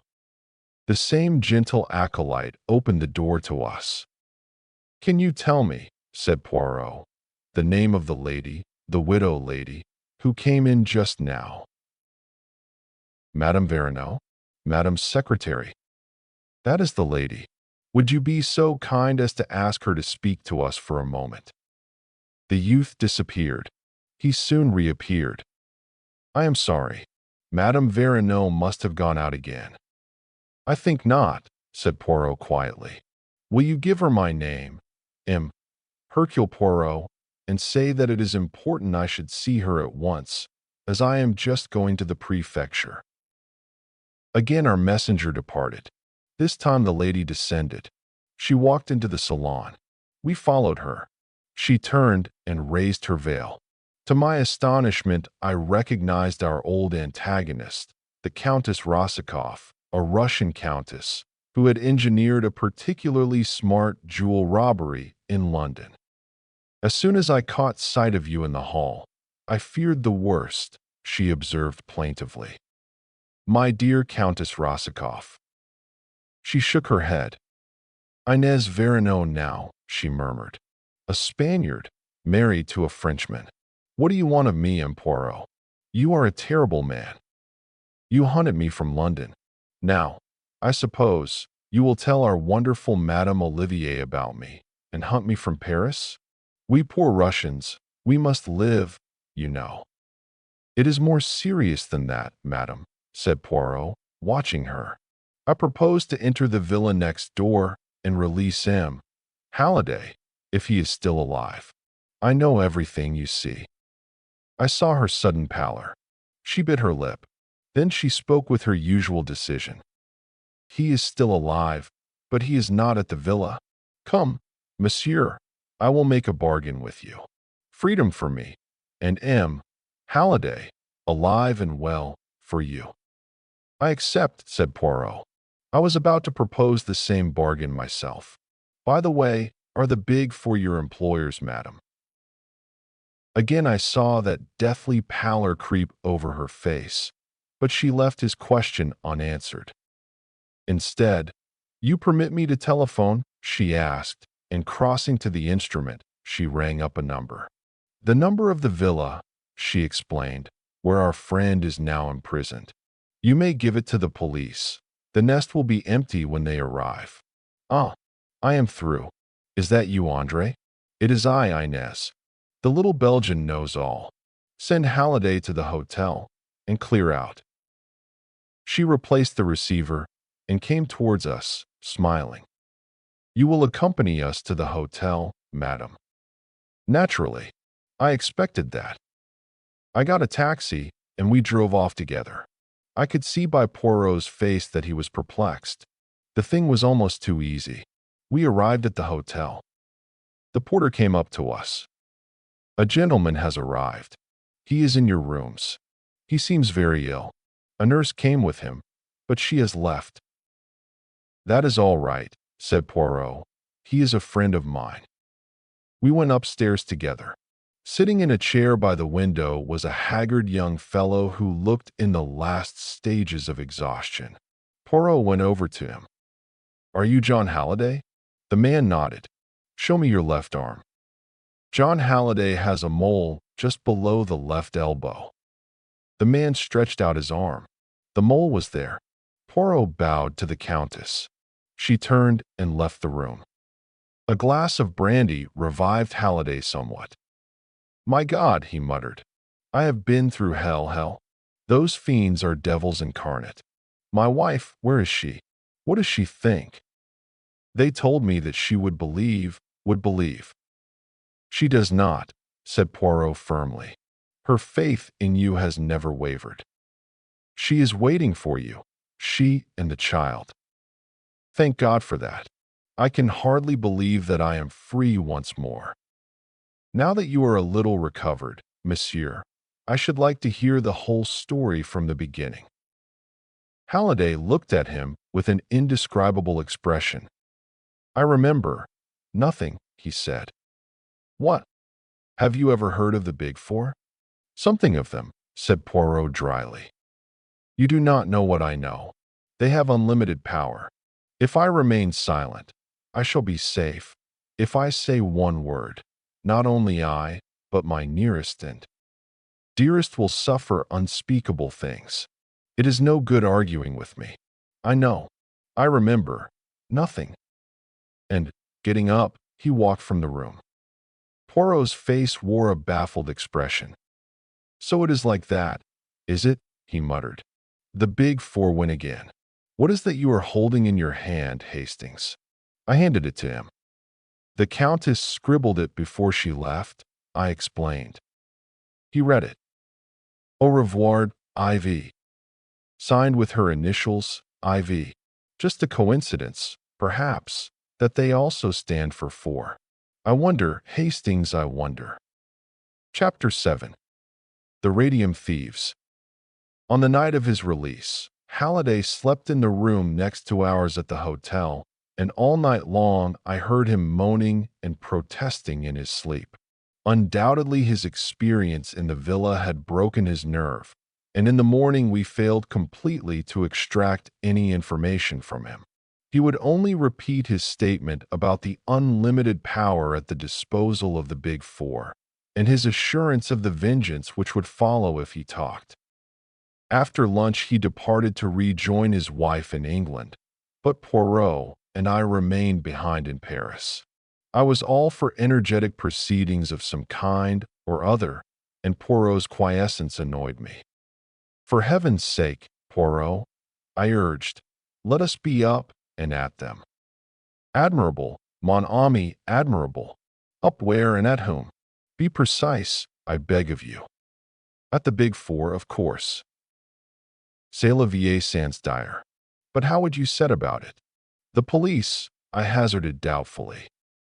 Poirot smiled. They would accuse us of romancing. We have nothing to go upon, nothing whatever. We must wait. Wait for what? Wait for them to make a move. See now, in England you all comprehend and adore la boxe. If one man does not make a move, the other must. And by permitting the adversary to make the attack, one learns something about him. That is our part, to let the other side make the attack. You think they will? I said doubtfully. I have no doubt whatever of it. To begin with, see, they try to get me out of England. That fails. Then, in the Dartmoor affair, we step in and save their victim from the gallows. And yesterday, once again, we interfere with their plans. Assuredly, they will not leave the matter there. As I reflected on this, there was a knock on the door. Without waiting for a reply, a man stepped into the room and closed the door behind him. He was a tall, thin man with a slightly hooked nose and a sallow complexion.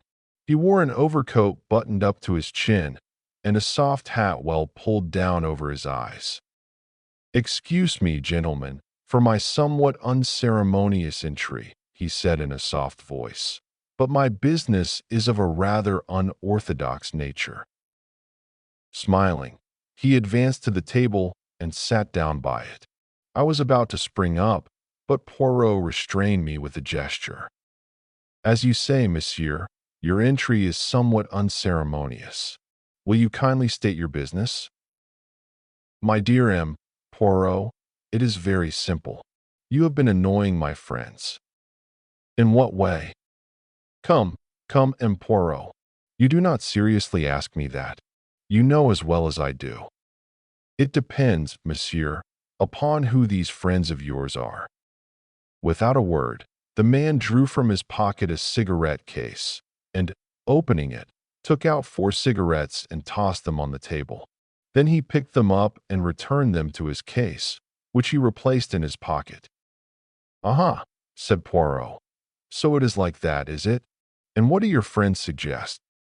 "They suggest, monsieur, that you should employ your talents, your very considerable talents, in the detection of legitimate crime, return to your former avocations, and solve the problems of London society ladies." "A peaceful program," said Poirot. "And supposing I do not agree?" The man made an eloquent gesture.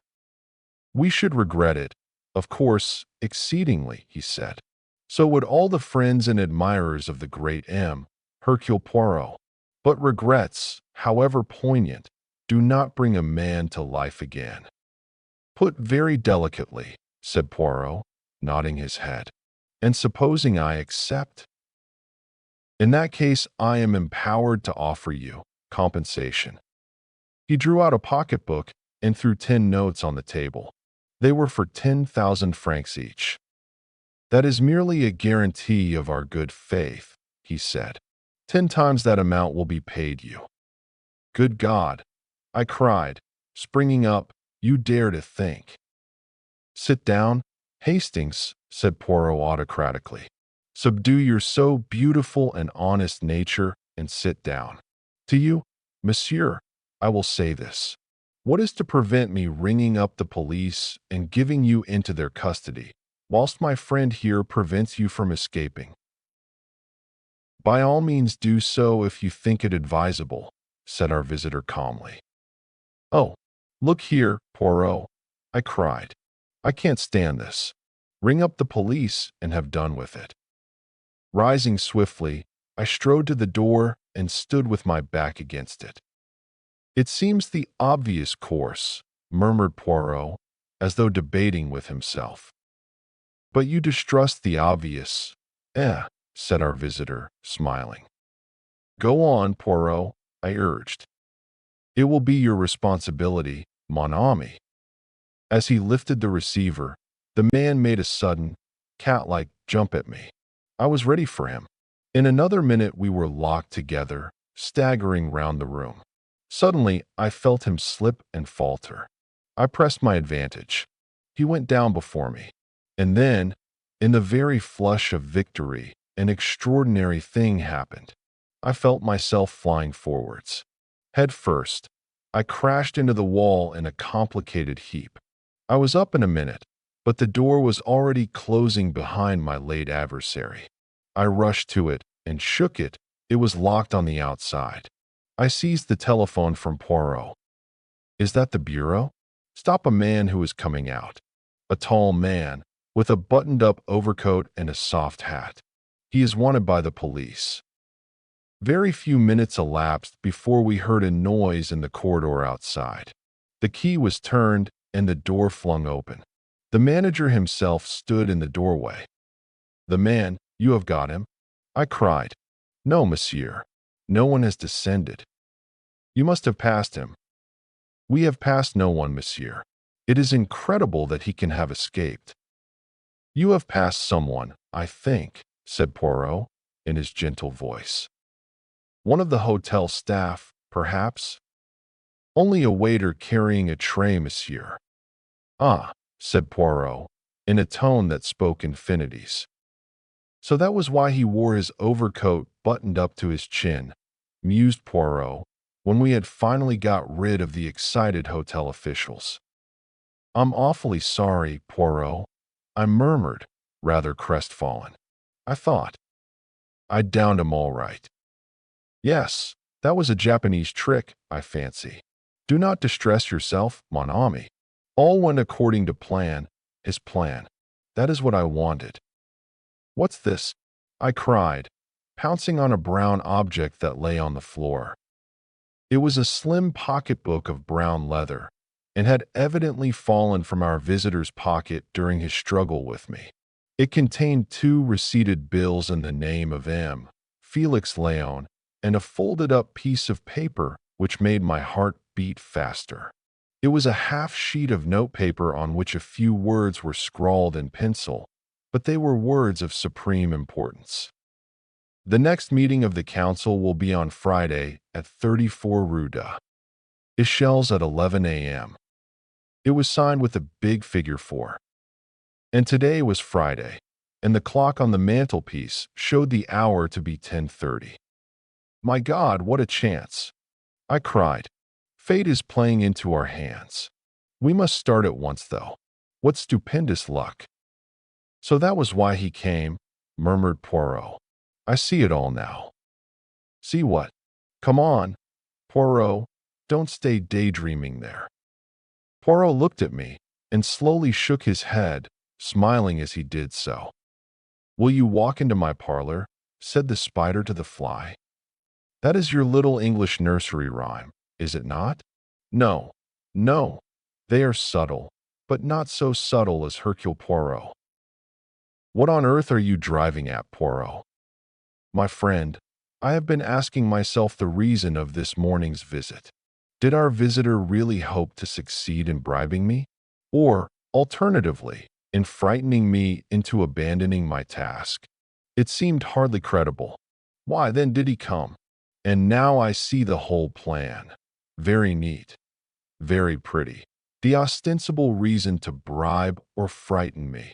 The necessary struggle which he took no pains to avoid, and which should make the dropped pocketbook natural and reasonable. And finally, the pitfall. Rue de Echelles, 11 a.m.? I think not, mon ami. One does not catch Hercule Poirot as easily as that. Good heavens, I gasped. Poirot was frowning to himself. There is still one thing I do not understand. What is that? The time, Hastings, the time.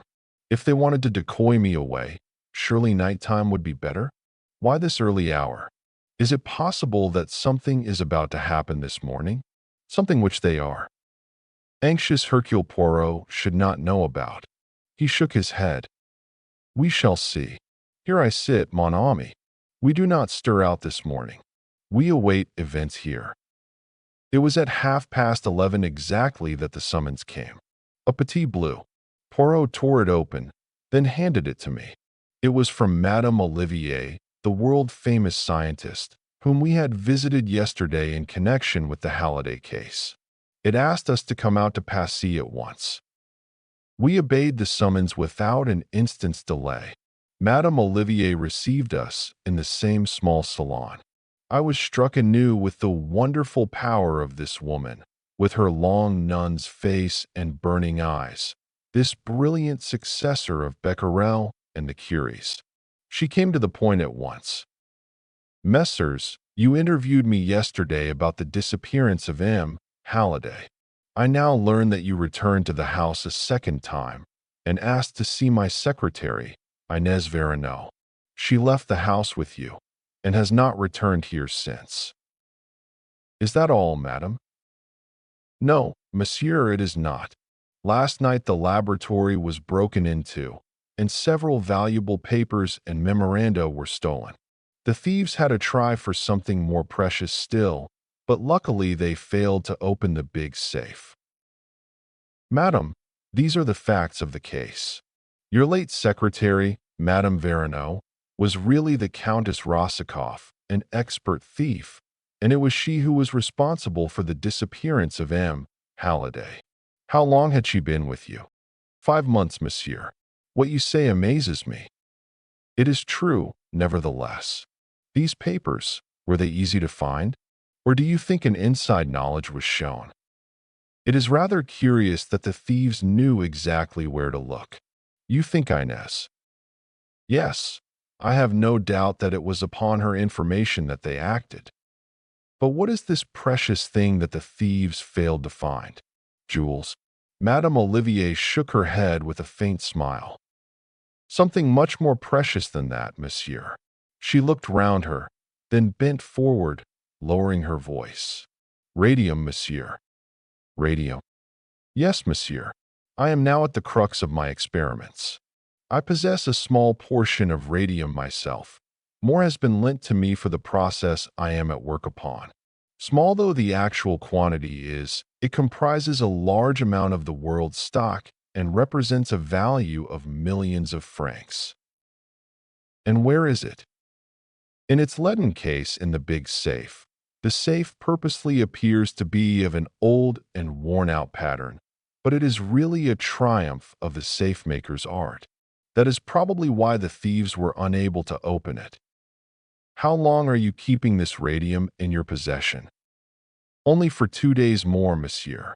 Then my experiments will be concluded. Poirot's eyes brightened. And Inez Verneau is aware of the fact? Good. Then our friends will come back. Not a word of me to anyone, madam. But rest assured, I will save your radium for you. You have a key of the door leading from the laboratory to the garden. Yes, monsieur. Here it is. I have a duplicate for myself. And here is the key of the garden door leading out into the alleyway between this villa and the next one. I thank you, madam. Tonight, go to bed as usual, have no fears, and leave all to me.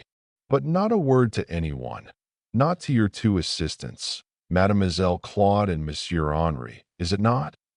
Particularly not a word to them. Poirot left the villa rubbing his hands in great satisfaction. What are we going to do now? I asked. Now, Hastings, we are about to leave Paris for England. What? We will pack our effects, have lunch, and drive to the Gare du Nord. But the radium? I said we were going to leave for England. I did not say we were going to arrive there. Reflect a moment, Hastings. It is quite certain that we are being watched and followed. Our enemies must believe that we are going back to England, and they certainly will not believe that unless they see us get on board the train and start. Do you mean we are to slip off again at the last minute? No, Hastings. Our enemies will be satisfied with nothing less than a bona fide departure. But the train doesn't stop until Calais. It will stop if it is paid to do so. Oh, come now, Poirot. Surely you can't pay an express to stop. They'd refuse. My dear friend, have you never remarked the little handle, the signal d'arrêt, penalty for improper use, 100 francs, I think? Oh, you are going to pull that. Or rather a friend of mine, Pierre Combeau, will do so. Then, while he is arguing with the guard, and making a big scene, and all the train is agog with interest, you and I will fade quietly away. We duly carried out Poirot's plan. Pierre Combo, an old crony of Poirot's, and who evidently knew my little friend's methods pretty well, fell in with the arrangements. The communication cord was pulled just as we got to the outskirts of Paris. Combo made a scene, in the most approved French fashion, and Poirot and I were able to leave the train without anyone being interested in our departure. Our first proceeding was to make a considerable change in our appearance. Poirot had brought the materials for this with him in a small case. 2 loafers in dirty blue blouses were the result. We had dinner in an obscure hostelry and started back to Paris afterwards. It was close on 11 o'clock when we found ourselves once more in the neighborhood of Madame Olivier's villa. We looked up and down the road before slipping into the alleyway. The whole place appeared to be perfectly deserted. One thing we could be quite certain of, no one was following us. "I do not expect them to be here yet," whispered Poirot to me. "Possibly they may not come until tomorrow night. But they know perfectly well that there are only 2 nights on which the radium will be there." Very cautiously, we turned the key in the garden door. It opened noiselessly, and we stepped into the garden. And then, with complete unexpectedness, the blow fell. In a minute, we were surrounded, gagged, and bound. At least 10 men must have been waiting for us. Resistance was useless. Like 2 helpless bundles, we were lifted up and carried along. To my intense astonishment, they took us towards the house and not away from it. With a key, they opened the door into the laboratory and carried us into it. One of the men stooped down before a big safe. The door of it swung open. I felt an unpleasant sensation down my spine. Were they going to bundle us into it and leave us there to asphyxiate slowly? However, to my amazement, I saw that from the inside of the safe steps led down beneath the floor. We were thrust down this narrow way and eventually came out into a big subterranean chamber. A woman stood there, tall and imposing, with a black velvet mask covering her face. She was clearly in command of the situation by her gestures of authority. The men slung us down on the floor and left us, alone with the mysterious creature in the mask. I had no doubt who she was. This was the unknown Frenchwoman, number 3 of the Big Four.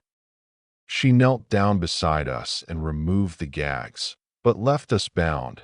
Then, rising and facing us, with a sudden swift gesture, she removed her mask. It was Madame Olivier. "M. Poirot," she said, in a low mocking tone. "The great, the wonderful, the unique M. Poirot. I sent a warning to you yesterday morning. You chose to disregard it. You thought you could pit your wits against us. And now you are here." There was a cold malignity about her that froze me to the marrow. It was so at variance with the burning fire of her eyes. She was mad, mad, with the madness of genius. Poirot said nothing. His jaw had dropped, and he was staring at her. "Well," she said softly, "this is the end. We cannot permit our plans to be interfered with. Have you any last request to make?" Never before, or since, have I felt so near death. Poirot was magnificent. He neither flinched nor paled, just stared at her with unabated interest. "Your psychology interests me enormously, madam," he said quietly. "It is a pity that I have so short a time to devote to studying it. Yes, I have a request to make. A condemned man is always allowed a last smoke, I believe. I have my cigarette case on me. If you would permit—" He looked down at his bonds. "Oh yes," she laughed. "You would like me to untie your hands, would you not? You are clever, Hercule Poirot, I know that. I shall not untie your hands, but I will find you a cigarette." She knelt down by him, extracted his cigarette case, took out a cigarette, and placed it between his lips. "And now a match," she said, rising. It is not necessary, madam. Something in his voice startled me. She, too, was arrested. Do not move, I pray of you, madam. You will regret it if you do. Are you acquainted at all with the properties of curare? The South American Indians use it as an arrow poison. A scratch with it means death. Some tribes use a little blowpipe. I, too, have a little blowpipe constructed so as to look exactly like a cigarette. I have only to blow. Ah, you start. Do not move, madam. The mechanism of this cigarette is most ingenious. One blows, and a tiny dart resembling a fishbone flies through the air to find its mark. You do not wish to die, madam.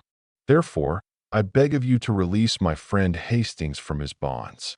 I cannot use my hands, but I can turn my head. So, you are still covered, madam. Make no mistake, I beg of you. Slowly, with shaking hands, and rage and hate convulsing her face, she bent down and did his bidding. I was free. Poirot's voice gave me instructions. Your bonds will now do for the lady, Hastings. That is right.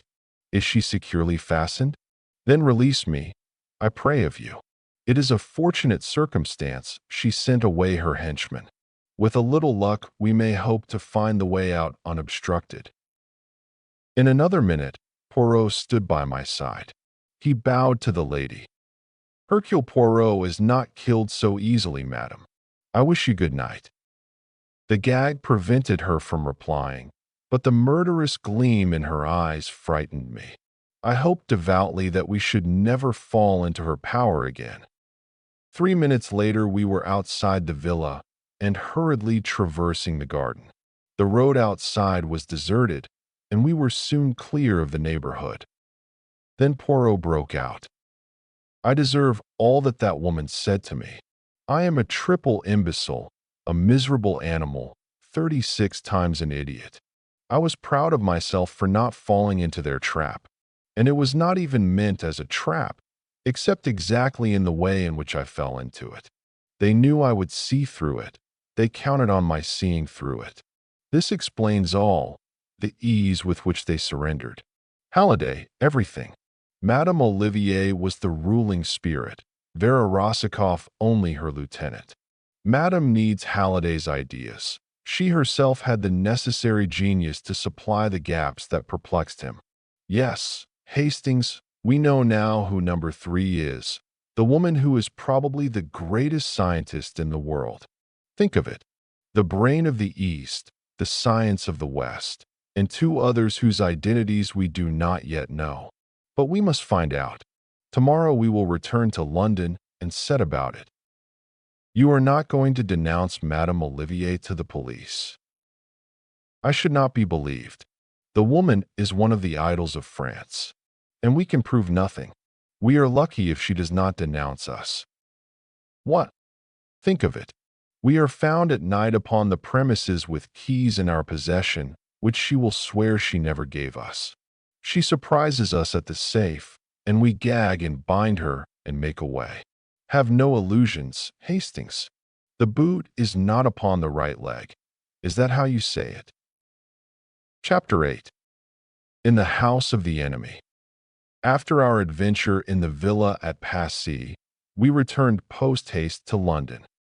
Several letters were awaiting Poirot. He read one of them with a curious smile, and then handed it to me. Read this, mon ami. I turned first to the signature, Abe Ryland, and recalled Poirot's words, the richest man in the world. Mr. Ryland's letter was curt and incisive. He expressed himself as profoundly dissatisfied with the reason Poirot had given for withdrawing from the South American proposition at the last moment. This gives one furiously to think, does it not? Said Poirot. I suppose it's only natural he should be a bit ratty. No, you comprehend not. Remember the words of Mayerling, the man who took refuge here, only to die by the hands of his enemies. Number 2 is represented by an S with 2 lines through it, the sign of $1. also by two stripes and a star. It may be conjectured, therefore, that he is an American subject, and that he represents the power of wealth. Add to those words the fact that Ryland offered me a huge sum to tempt me out of England. And what about it, Hastings? You mean, I said, staring, that you suspect Abe Ryland, the multimillionaire, of being number two of the Big Four. Your bright intellect has grasped the idea, Hastings. Yes, I do. The tone in which you said multimillionaire was eloquent, but let me impress upon you one fact. This thing is being run by men at the top, and Mr. Ryland has the reputation of being no beauty in his business dealings. An able and scrupulous man, a man who has all the wealth that he needs, and is out for unlimited power. There was undoubtedly something to be said for Poirot's view. I asked him when he had made up his mind definitely upon the point. That is just it. I am not sure. I cannot be sure. Mon ami, I would give anything to know. Let me but place number two definitely as Abe Ryland, and we draw nearer to our goal. He has just arrived in London. I see by this, I said, tapping the letter. Shall you call upon him and make your apologies in person? I might do so. 2 days later, Poirot returned to our rooms in a state of boundless excitement. He grasped me by both hands in his most impulsive manner.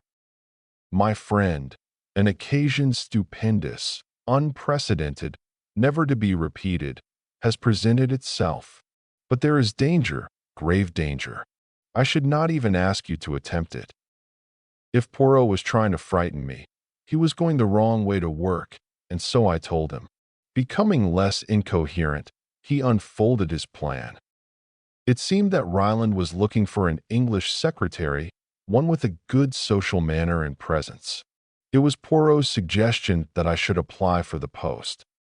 I would do it myself, mon ami, he explained apologetically. But, see you, it is almost impossible for me to disguise myself in the needful manner. I speak the English very well, except when I am excited, but hardly so as to deceive the ear, and even though I were to sacrifice my mustaches, I doubt not but that I should still be recognizable as Hercule Poirot. I doubted it also, and declared myself ready and willing to take up the part and penetrate into Ryland's household. 10 to 1 he won't engage me anyway, I remarked. Oh yes, he will. I will arrange for you such testimonials as shall make him lick his lips. The Home Secretary himself shall recommend you. This seemed to be carrying things a bit far, but Poirot waved aside my remonstrances. Oh, yes, he will do it. I investigated for him a little matter which might have caused a grave scandal. All was solved with discretion and delicacy, and now, as you would say, he perches upon my hand like the little bird and pecks the crumbs. Our first step was to engage the services of an artist in makeup. He was a little man, with a quaint bird-like turn of the head, not unlike Poirot's own.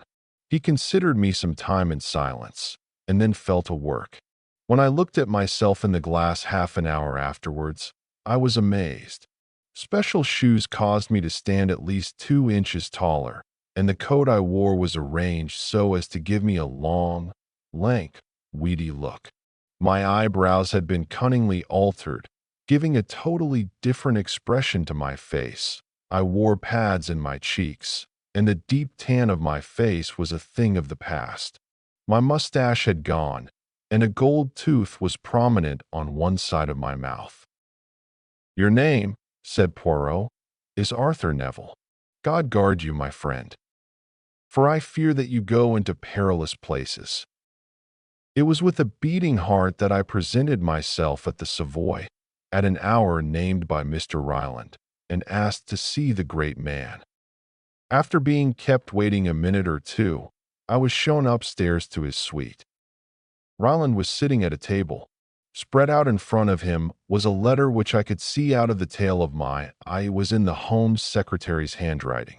It was my first sight of the American millionaire, and in spite of myself, I was impressed. He was tall and lean, with a jutting-out chin and slightly hooked nose. His eyes glittered cold and gray behind penthouse brows. He had thick, grizzled hair and a long black cigar, without which, I learned later, he was never seen, protruded rakishly from the corner of his mouth. "Sit down," he grunted. I sat. He tapped the letter in front of him. "According to this piece here, you're the goods all right, and I don't need to look further. Say, are you well up in the social matters?" I said that I thought I could satisfy him in that respect. "I mean to say, if I have a lot of dukes and earls and viscounts and such like down to the country place I've gotten, you'll be able to sort them out all right and put them where they should be round the dining table?" "Oh, quite easily," I replied, smiling. We exchanged a few more preliminaries, and then I found myself engaged. What Mr. Ryland wanted was a secretary conversant with English society, as he already had an American secretary and a stenographer with him. 2 days later, I went down to Hatton Chase, the seat of the Duke of Loamshire, which the American millionaire had rented for a period of 6 months. My duties gave me no difficulty whatever. At one period of my life, I had been private secretary to a busy member of Parliament, so I was not called upon to assume a role unfamiliar to me. Mr. Ryland usually entertained a large party over the weekend, but the middle of the week was comparatively quiet. I saw very little of Mr. Appleby, the American secretary, but he seemed a pleasant, normal young American, very efficient in his work. Of Miss Martin, the stenographer, I saw rather more. She was a pretty girl of about 23 or 4, with auburn hair and brown eyes that could look mischievous enough upon occasion, though they were usually cast demurely down. I had an idea that she both disliked and distrusted her employer, though, of course, she was careful never to hint at anything of the kind. But the time came when I was unexpectedly taken into her confidence. I had, of course, carefully scrutinized all the members of the household. 1 or 2 of the servants had been newly engaged, one of the footmen, I think, and some of the housemaids. The butler, the housekeeper, and the chef were the Duke's own staff, who had consented to remain on in the establishment. The housemaids I dismissed as unimportant. I scrutinized James, the second footman, very carefully, but it was clear that he was an underfootman and an underfootman only. He had, indeed, been engaged by the butler. A person of whom I was far more suspicious was Deeves, Ryland's valet, whom he had brought over from New York with him.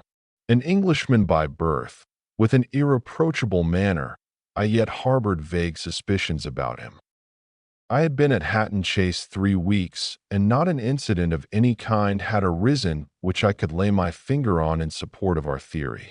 There was no trace of the activities of the Big Four.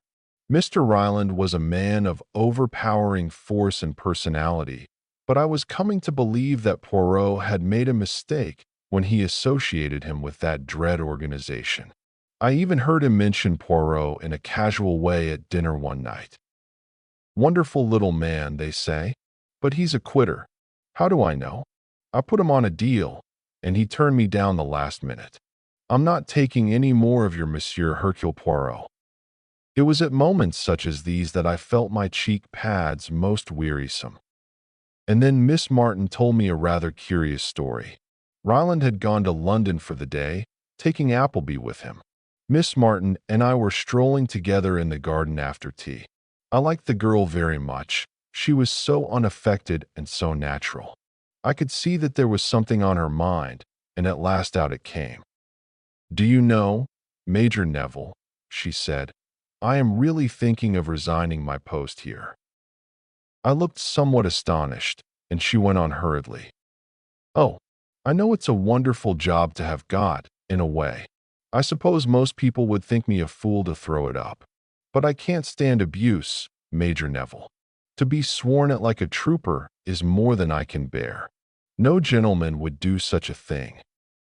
Has Ryland been swearing at you? She nodded. Of course, he's always rather irritable and short-tempered. That one expects. It's all in the day's work. But to fly into such an absolute fury over nothing at all. He really looked as though he could have murdered me. And, as I say, over nothing at all. Tell me about it, I said, keenly interested. As you know, I open all Mr. Ryland's letters. Some I hand on to Mr. Appleby, others I deal with myself, but I do all the preliminary sorting. Now there are certain letters that come, written on blue paper, and with a tiny 4 marked on the corner. I beg your pardon, did you speak? I had been unable to repress a stifled exclamation, but I hurriedly shook my head and begged her to continue. Well, as I was saying, these letters come, and there are strict orders that they are never to be opened, but to be handed over to Mr. Ryland intact. And of course, I always do so. But there was an unusually heavy mail yesterday morning, and I was opening these letters in a terrific hurry. By mistake, I opened one of these letters. As soon as I saw what I had done, I took it to Mr. Ryland and explained. To my utter amazement, he flew into the most awful rage. As I tell you, I was quite frightened. What was there in the letter, I wonder, to upset him so? Absolutely nothing. That's just the curious part of it. I had read it before I discovered my mistake. It was quite short. I can still remember it word for word, and there was nothing in it that could possibly upset anyone. You can repeat it, you say? I encouraged her. Yes. She paused a minute and then repeated slowly, whilst I noted down the words unobtrusively, the following. Dear sir, the essential thing now, I should say, is to see the property. If you insist on the quarry being included, then 17,000 seems reasonable. 11% commission too much, for percent is ample. Yours truly, Arthur Leversham. Miss Martin went on. Evidently about some property Mr. Ryland was thinking of buying. But really, I do feel that a man who can get into a rage over such a trifle is, well, dangerous. What do you think I ought to do, Major Neville?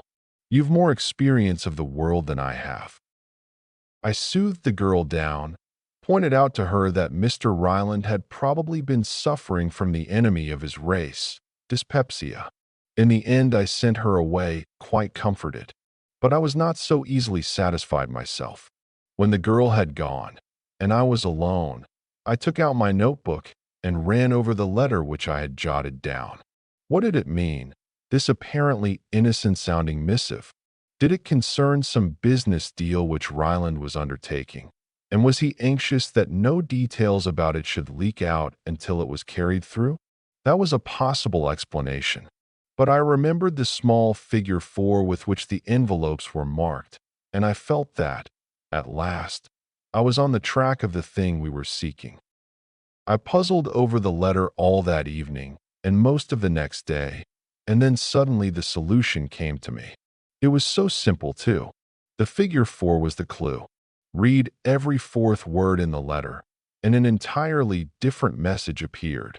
Essential should see you quarry 1711-4.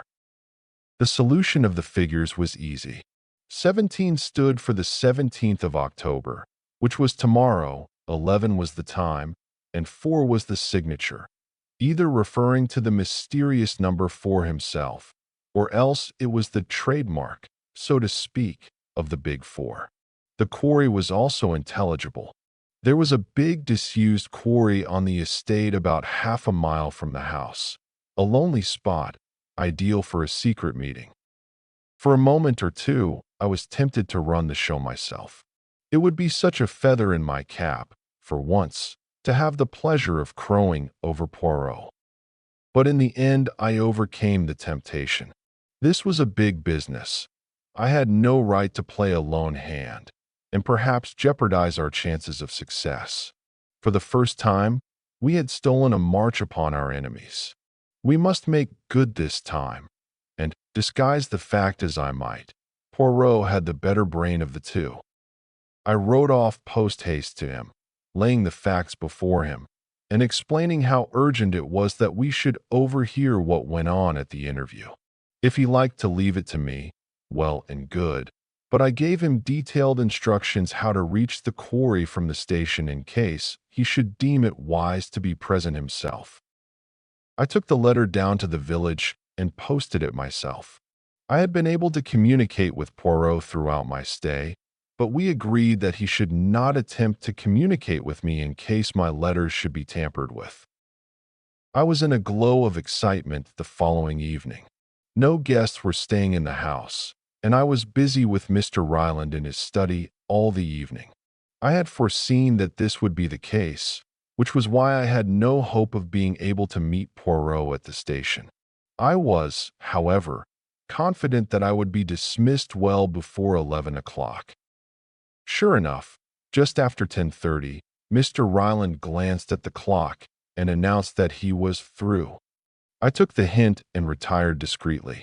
I went upstairs as though going to bed, but slipped quietly down a side staircase and let myself out into the garden, having taken the precaution to don a dark overcoat to hide my white shirt front. I had gone some way down the garden when I chanced to look over my shoulder. Mr. Ryland was just stepping out from his study window into the garden. He was starting to keep the appointment. I redoubled my pace, so as to get a clear start. I arrived at the quarry somewhat out of breath. There seemed no one about, and I crawled into a thick tangle of bushes and awaited developments. 10 minutes later, just on the stroke of 11, Ryland stalked up, his hat over his eyes, and the inevitable cigar in his mouth. He gave a quick look round, and then plunged into the hollows of the quarry below. Presently, I heard a low murmur of voices come up to me. Evidently the other man, or men, whoever they were, had arrived first at the rendezvous. I crawled cautiously out of the bushes, and inch by inch, using the utmost precaution against noise, I wormed myself down the steep path. Only a boulder now separated me from the talking men. Secure in the blackness, I peeped round the edge of it and found myself facing the muzzle of a black, murderous-looking automatic. "Hands up," said Mr. Ryland succinctly. "I've been waiting for you." He was seated in the shadow of the rock, so that I could not see his face, but the menace in his voice was unpleasant. Then I felt a ring of cold steel on the back of my neck, and Ryland lowered his own automatic. "That's right, George," he drawled. "March him around here." Raging inwardly, I was conducted to a spot in the shadows, where the unseen George, whom I suspected of being the impeccable Deves, gagged and bound me securely. Ryland spoke again in a tone which I had difficulty in recognizing. So cold and menacing was it. "This is going to be the end of you two. You've got in the way of the big four once too often. Ever heard of landslides? There was one about here 2 years ago. There's going to be another tonight. I've fixed that good and square. Say, that friend of yours doesn't keep his dates very punctually." A wave of horror swept over me. Poirot.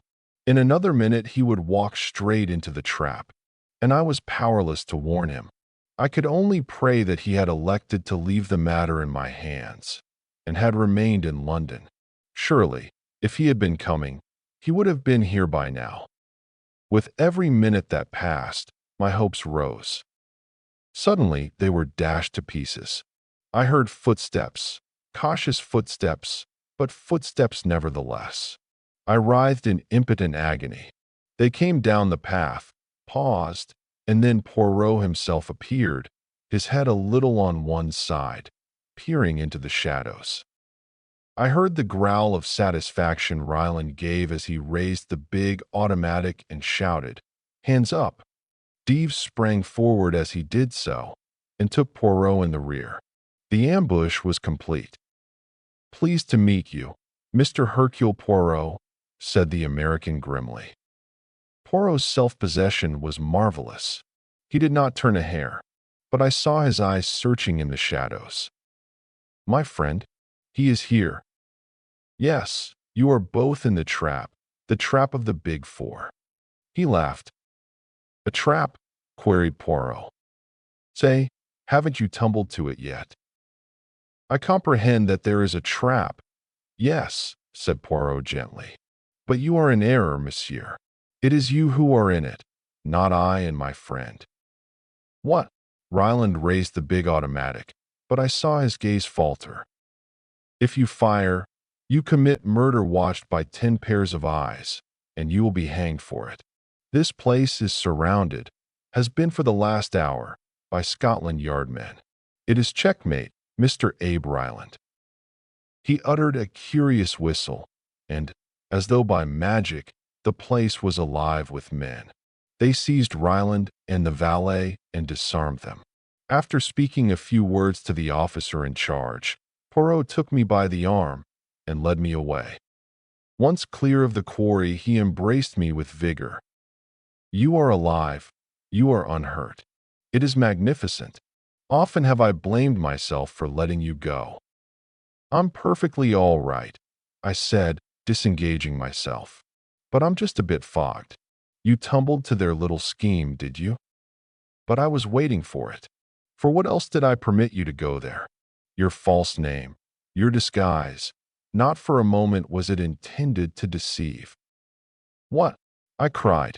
You never told me. As I have frequently told you, Hastings, you have a nature so beautiful and so honest that unless you are yourself deceived, it is impossible for you to deceive others. Good. Then, you are spotted from the first, and they do what I had counted on their doing. A mathematical certainty to anyone who uses his gray cells properly. Use you as a decoy. They set the girl on. By the way, mon ami, as an interesting fact psychologically, had she got red hair? If you mean Miss Martin, I said coldly. Her hair is a delicate shade of auburn, but they are epidants, these people. They have even studied your psychology. Oh, yes, my friend, Miss Martin was in the plot, very much so. She repeats the letter to you. Together with her tale of Mr. Ryland's wrath, you write it down. You puzzle your brains. The cipher is nicely arranged, difficult, but not too difficult. You solve it, and you send for me. But what they do not know is that I am waiting for just this very thing to happen. I go post-haste to Jap and arrange things. And so, as you see, all is triumph. I was not particularly pleased with Poirot, and I told him so. We went back to London on a milk train in the early hours of the morning, and a most uncomfortable journey it was. I was just out of my bath and indulging in pleasurable thoughts of breakfast when I heard Jap's voice in the sitting room. I threw on a bathrobe and hurried in. A pretty mare's nest you've got us into this time, Jap was saying. It's too bad of you, and Poirot. First time I've ever known you take a toss. Poirot's face was a study. Jap went on.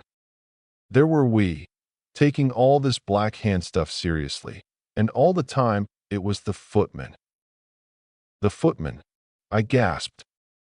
Yes, James, or whatever his name is. Seems he laid him a wager in the servants' hall that he could get taken for the old man by his nibs. That's you, Captain Hastings, and would hand him out a lot of spy stuff about a Big Four gang. Impossible, I cried. Don't you believe it? I marched our gentlemen straight to Hatton Chase, and there was the real Ryland in bed and asleep, and the butler and the cook and God knows how many of them to swear to the wager. Just a silly hoax, that's all it was, and the valet is with him. So that was why he kept in the shadow, murmured Poirot. After Jap had gone, we looked at each other. We know, Hastings, said Poirot at last. Number 2 of the Big Four is Abe Ryland. The masquerading on the part of the footman was to ensure a way of retreat in case of emergencies. And the footman, yes, I breathed. Number 4, said Poirot gravely. Chapter 9. The Yellow Jasmine Mystery. It was all very well for Poirot to say that we were acquiring information all the time and gaining an insight into our adversaries' minds. I felt myself that I required some more tangible success than this. Since we had come into contact with the Big Four, they had committed 2 murders, abducted Halliday, and had been within an ace of killing Poirot and myself, whereas so far we had hardly scored a point in the game. Poirot treated my complaints lightly. "So far, Hastings," he said. They laugh. "That is true, but you have a proverb, have you not? He laughs best who laughs at the end. And at the end, mon ami, you shall see. You must remember, too," he added, "that we deal with no ordinary criminal, but with the second greatest brain in the world." I forbore to pander to his conceit by asking the obvious question. I knew the answer. At least I knew what Poirot's answer would be. And instead I tried without success to elicit some information as to what steps he was taking to track down the enemy. As usual, he had kept me completely in the dark as to his movements. But I gathered that he was in touch with Secret Service agents in India, China, and Russia, and, from his occasional bursts of self-glorification, that he was at least progressing in his favorite game of gauging his enemy's mind. He had abandoned his private practice almost entirely, and I know that at this time he refused some remarkably handsome fees. True, he would sometimes investigate cases which intrigued him, but he usually dropped them the moment he was convinced that they had no connection with the activities of the Big Four. This attitude of his was remarkably profitable to our friend, Inspector Japp. Undeniably, he gained much kudos for solving several problems in which his success was really due to a half-contemptuous hint from Poirot. In return for such service, Japp supplied full details of any case which he thought might interest the little Belgian, and when he was put in charge of what the newspapers called the Yellow Jasmine Mystery, he wired Poirot, asking him whether he would care to come down and look into the case. It was in response to this wire that, about a month after my adventure in Abe Ryland's house, we found ourselves alone in a railway compartment whirling away from the smoke and dust of London, bound for the little town of Market Handford in Worcestershire, the seat of the mystery. Poirot leant back in his corner. "And what exactly is your opinion of the affair, Hastings?" I did not at once reply to his question. I felt the need of going warily. "It all seems so complicated," I said cautiously. "Does it not?" said Poirot delightedly. "I suppose our rushing off like this is a pretty clear signal that you consider Mr. Painter's death to be murder, not suicide or the result of an accident." No, you misunderstand me, Hastings. Granting that Mr. Painter died as a result of a particularly terrible accident, there are still a number of mysterious circumstances to be explained. That was what I meant when I said it was all so complicated. Let us go over all the main facts quietly and methodically. Recount them to me, Hastings, in an orderly and lucid fashion. I started forthwith, endeavoring to be as orderly and lucid as I could. "We start," I said, "with Mr. Painter, a man of 55, rich, cultured, and somewhat of a globetrotter. For the last 12 years he has been little in England, but, suddenly tiring of incessant traveling, he bought a small place in Worcestershire, near Market Handford, and prepared to settle down. His first action was to write to his only relative, a nephew, Gerald Painter, the son of his youngest brother, and to suggest to him that he should come and make his home at Croflands, as the place is called, with his uncle. Gerald Painter, who is an impecunious young artist, was glad enough to fall in with the arrangement, and had been living with his uncle for about 7 months when the tragedy occurred. "Your narrative style is masterly," murmured Poirot. "I say to myself, it is a book that talks, not my friend Hastings. Paying no attention to Poirot, I went on, warming to the story. Mr. Painter kept up a fair staff at Crofland's, 6 servants as well as his own Chinese body servant, Ah Ling. His Chinese servant, Ah Ling, murmured Poirot. On Tuesday last, Mr. Painter complained of feeling unwell after dinner, and one of the servants was dispatched to fetch the doctor.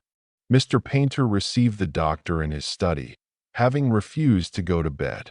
What passed between them was not then known, but before Dr. Quinton left, he asked to see the housekeeper and mentioned that he had given Mr. Painter a hypodermic injection as his heart was in a very weak state, recommended that he should not be disturbed, and then proceeded to ask some rather curious questions about the servants, how long they had been there, from whom they had come, etc.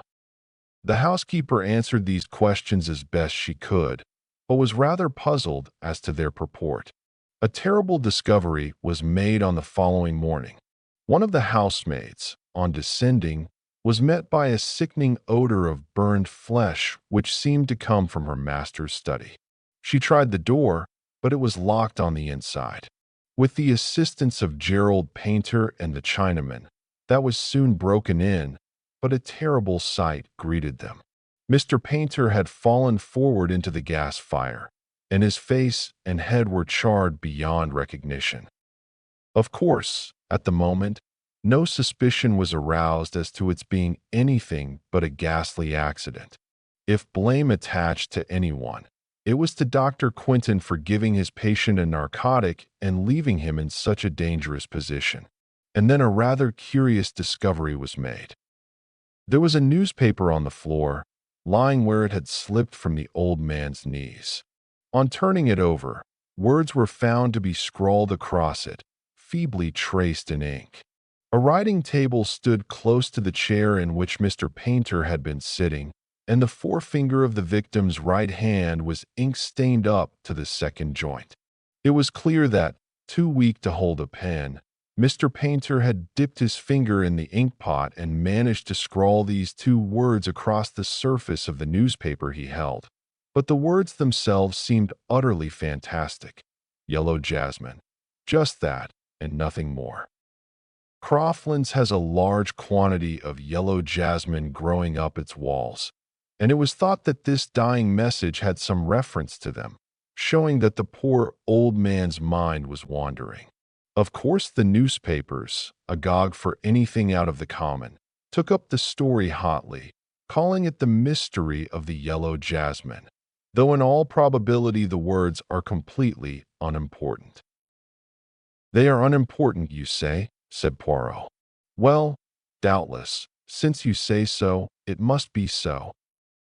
I regarded him dubiously, but I could detect no mockery in his eye. "And then," I continued, "there came the excitements of the inquest." "This is where you lick your lips, I perceive." There was a certain amount of feeling evidenced against Dr. Quinton. To begin with, he was not the regular doctor, only a locum, putting in a month's work, whilst Dr. Belitha was away on a well-earned holiday. Then it was felt that his carelessness was the direct cause of the accident. But his evidence was little short of sensational. Mr. Painter had been ailing in health since his arrival at Crofland's. Dr. Belitha had attended him for some time, but when Dr. Quinton first saw his patient, he was mystified by some of the symptoms. He had only attended him once before the night, when he was sent for after dinner. As soon as he was alone with Mr. Painter, the latter had unfolded a surprising tale. To begin with, he was not feeling ill at all, he explained, but the taste of some curry that he had been eating at dinner had struck him as peculiar. Making an excuse to get rid of Ah Ling for a few minutes, he had turned the contents of his plate into a bowl, and he now handed it over to the doctor with injunctions to find out if there were really anything wrong with it. In spite of his statement that he was not feeling ill, the doctor noted that the shock of his suspicions had evidently affected him, and that his heart was feeling it. Accordingly, he administered an injection, not of a narcotic, but of strychnine. That, I think, completes the case, except for the crux of the whole thing, the fact that the uneaten curry, duly analyzed, was found to contain enough powdered opium to have killed 2 men. I paused. "And your conclusions, Hastings?" asked Poirot quietly. "It's difficult to say. It might be an accident. The fact that someone attempted to poison him the same night might be merely a coincidence. But you don't think so? You prefer to believe it murder, don't you? Mon ami, you and I do not reason in the same way. I am not trying to make up my mind between two opposite solutions, murder or accident. That will come when we have solved the other problem, the mystery of the yellow jasmine. By the way, you have left out something there. You mean the 2 lines at right angles to each other faintly indicated under the words? I did not think they could be of any possible importance. What you think is always so important to yourself, Hastings. But let us pass from the mystery of the yellow jasmine to the mystery of the curry. I know. Who poisoned it? Why? There are 100 questions one can ask. Ah Ling, of course, prepared it. But why should he wish to kill his master? Is he a member of a tong, or something like that? One reads of such things. The tong of the yellow jasmine, perhaps. Then there is Gerald. Painter. I came to an abrupt pause. Yes, said Poirot, nodding his head. There is Gerald Painter, as you say. He is his uncle's heir. He was dining out that night, though. He might have got at some of the ingredients of the curry, I suggested, and he would take care to be out, so as not to have to partake of the dish. I think my reasoning rather impressed Poirot. He looked at me with a more respectful attention than he had given me so far. He returns late, I mused, pursuing a hypothetical case. Sees the light in his uncle's study, enters, and, finding his plan has failed, thrusts the old man down into the fire. Mr. Painter, who was a fairly hardy man of 55, would not permit himself to be burnt to death without a struggle, Hastings. Such a reconstruction is not feasible. Well, Poirot, I cried, we're nearly there, I fancy. Let us hear what you think. Poirot threw me a smile, swelled out his chest, and began in a pompous manner. Assuming murder, the question at once arises, why choose that particular method? I can think of only one reason: to confuse identity, the face being charred beyond recognition. What? I cried. You think? A moment's patience, Hastings. I was going on to say that I examined that theory. Is there any ground for believing that the body is not that of Mr. Painter? Is there anyone else whose body it possibly could be? I examine these 2 questions and finally I answer them both in the negative. Oh, I said, rather disappointed. And then, Poirot's eyes twinkled a little. And then I say to myself, since there is here something that I do not understand, it would be well that I should investigate the matter. I must not permit myself to be wholly engrossed by the big 4. Ah, we are just arriving. My little clothes brush, where does it hide itself? Here it is. Brush me down, I pray you, my friend, and then I will perform the same service for you. Yes, said Poirot thoughtfully, as he put away the brush. One must not permit oneself to be obsessed by one idea. I have been in danger of that. Figure to yourself, my friend, that even here, in this case, I am in danger of it.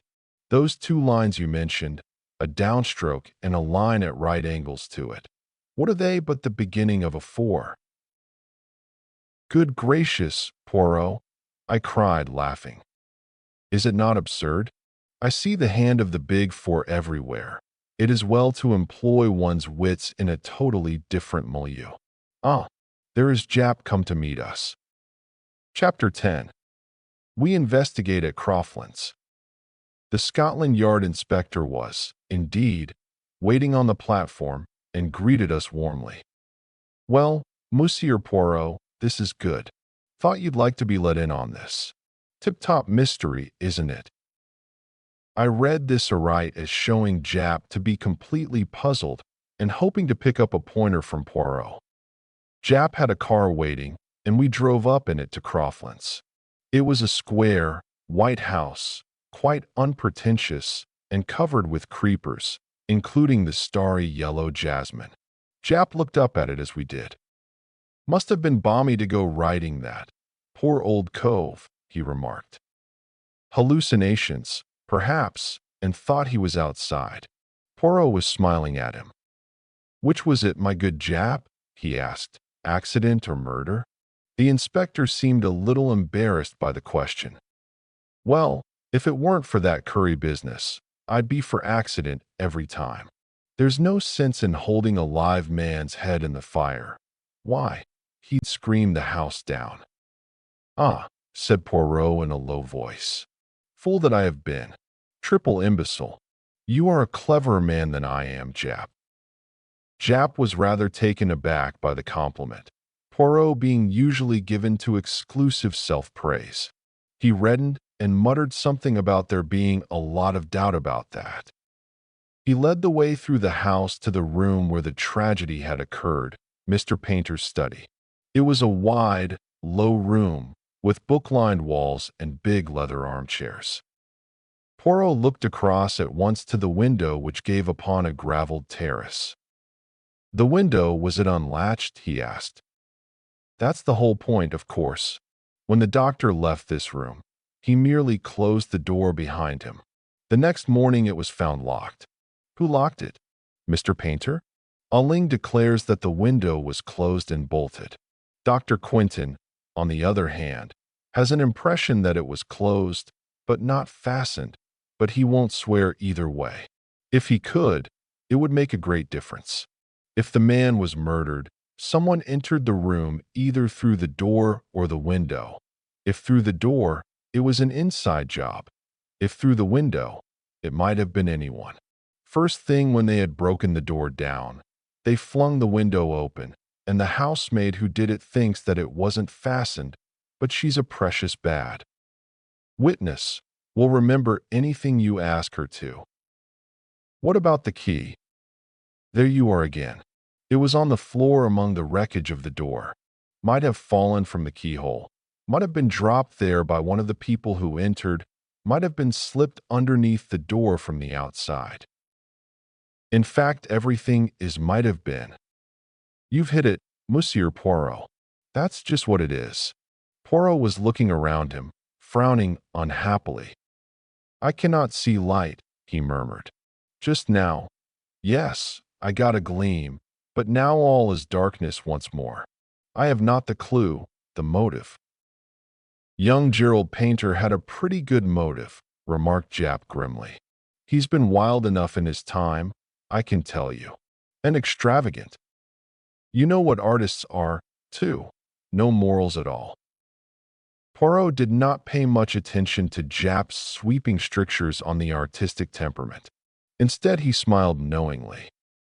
"My good Jap, is it possible that you throw me the mud in my eyes? I know well enough that it is the Chinaman you suspect. But you are so artful. You want me to help you, and yet you drag the red kipper across the trail." Jap burst out laughing. "That's you all over, Mr. Poirot. Yes, I'd bet on the chink. I'll admit it now. It stands to reason that it was he who doctored the curry, and if he'd try once in an evening to get his master out of the way, he'd try twice." "I wonder if he would," said Poirot softly. "But it's the motive that beats me. Some heathen revenge or other, I suppose." "I wonder," said Poirot again. "There has been no robbery? Nothing has disappeared? No jewelry, or money, or papers?"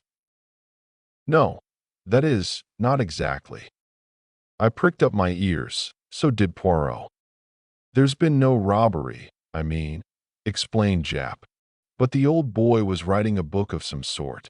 We only knew about it this morning when there was a letter from the publishers asking about the manuscript. It was just completed, it seems. Young painter and I have searched high and low, but can't find a trace of it. He must have hidden it away somewhere."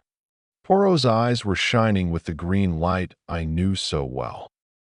"How is it called, this book?" he asked. "The Hidden Hand in China, I think it was called." "Aha," said Poirot, with almost a gasp. Then he said quickly, "Let me see the Chinaman, Ah Ling." The Chinaman was sent for and appeared, shuffling along, with his eyes cast down and his pigtail swinging. His impassive face showed no trace of any kind of emotion. "Ah Ling," said Poirot, "are you sorry your master is dead?" "I welly sorry. He good master." "You know who kill him?" "I not know. I tell policeman if I know." The questions and answers went on. With the same impassive face, Ah Ling described how he had made the curry. The cook had had nothing to do with it. He declared no hand had touched it but his own. I wondered if he saw where his admission was leading him. He stuck to it too, that the window to the garden was bolted that evening. If it was open in the morning, his master must have opened it himself. At last Poirot dismissed him. "That will do, Ah Ling," just as the Chinaman had got to the door. Poirot recalled him. "And you know nothing, you say, of the yellow jasmine?" "No, what should I know?" "Nor yet of the sign that was written underneath it?" Poirot leaned forward as he spoke and quickly traced something on the dust of a little table. I was near enough to see it before he rubbed it out. A downstroke, a line at right angles, and then a second line down which completed a big 4. The effect on the Chinaman was electrical. For one moment his face was a mask of terror. Then, as suddenly, it was impassive again, and repeating his grave disclaimer, he withdrew. Jap departed in search of young painter, and Poirot and I were left alone together.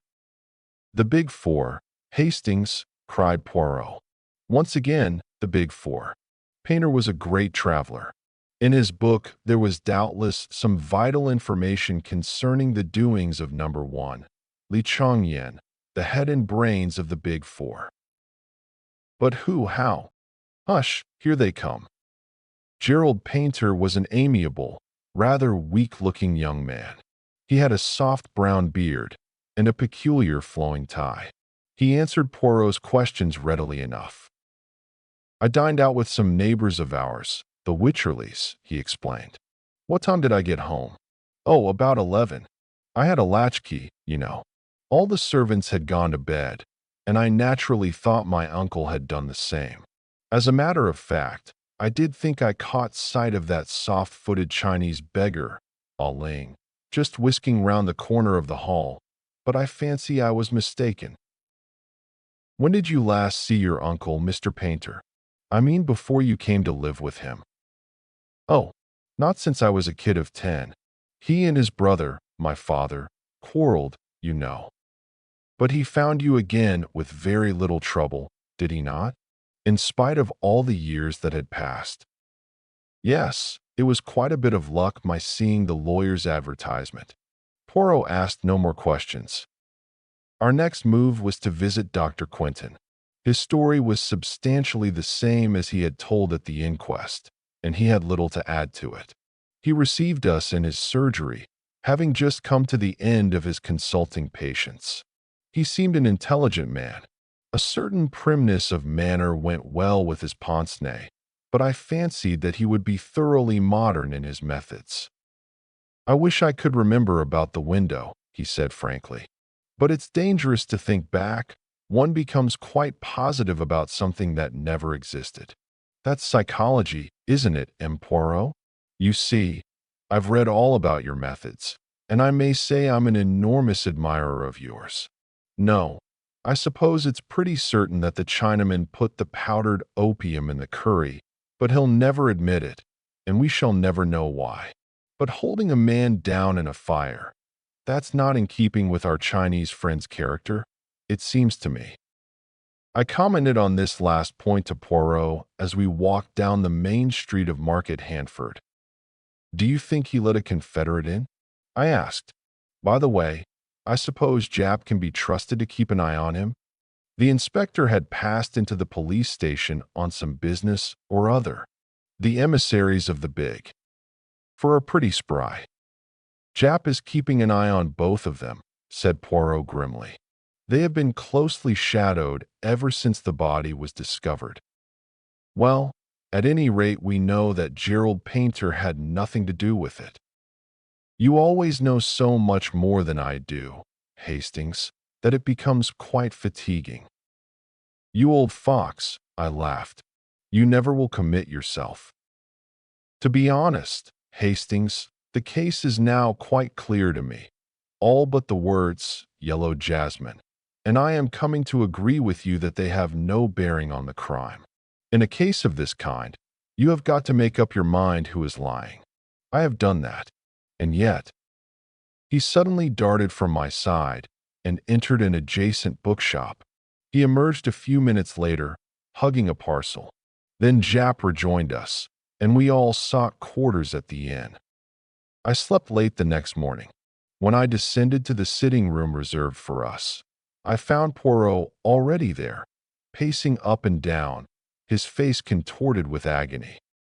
"Do not converse with me," he cried, waving an agitated hand.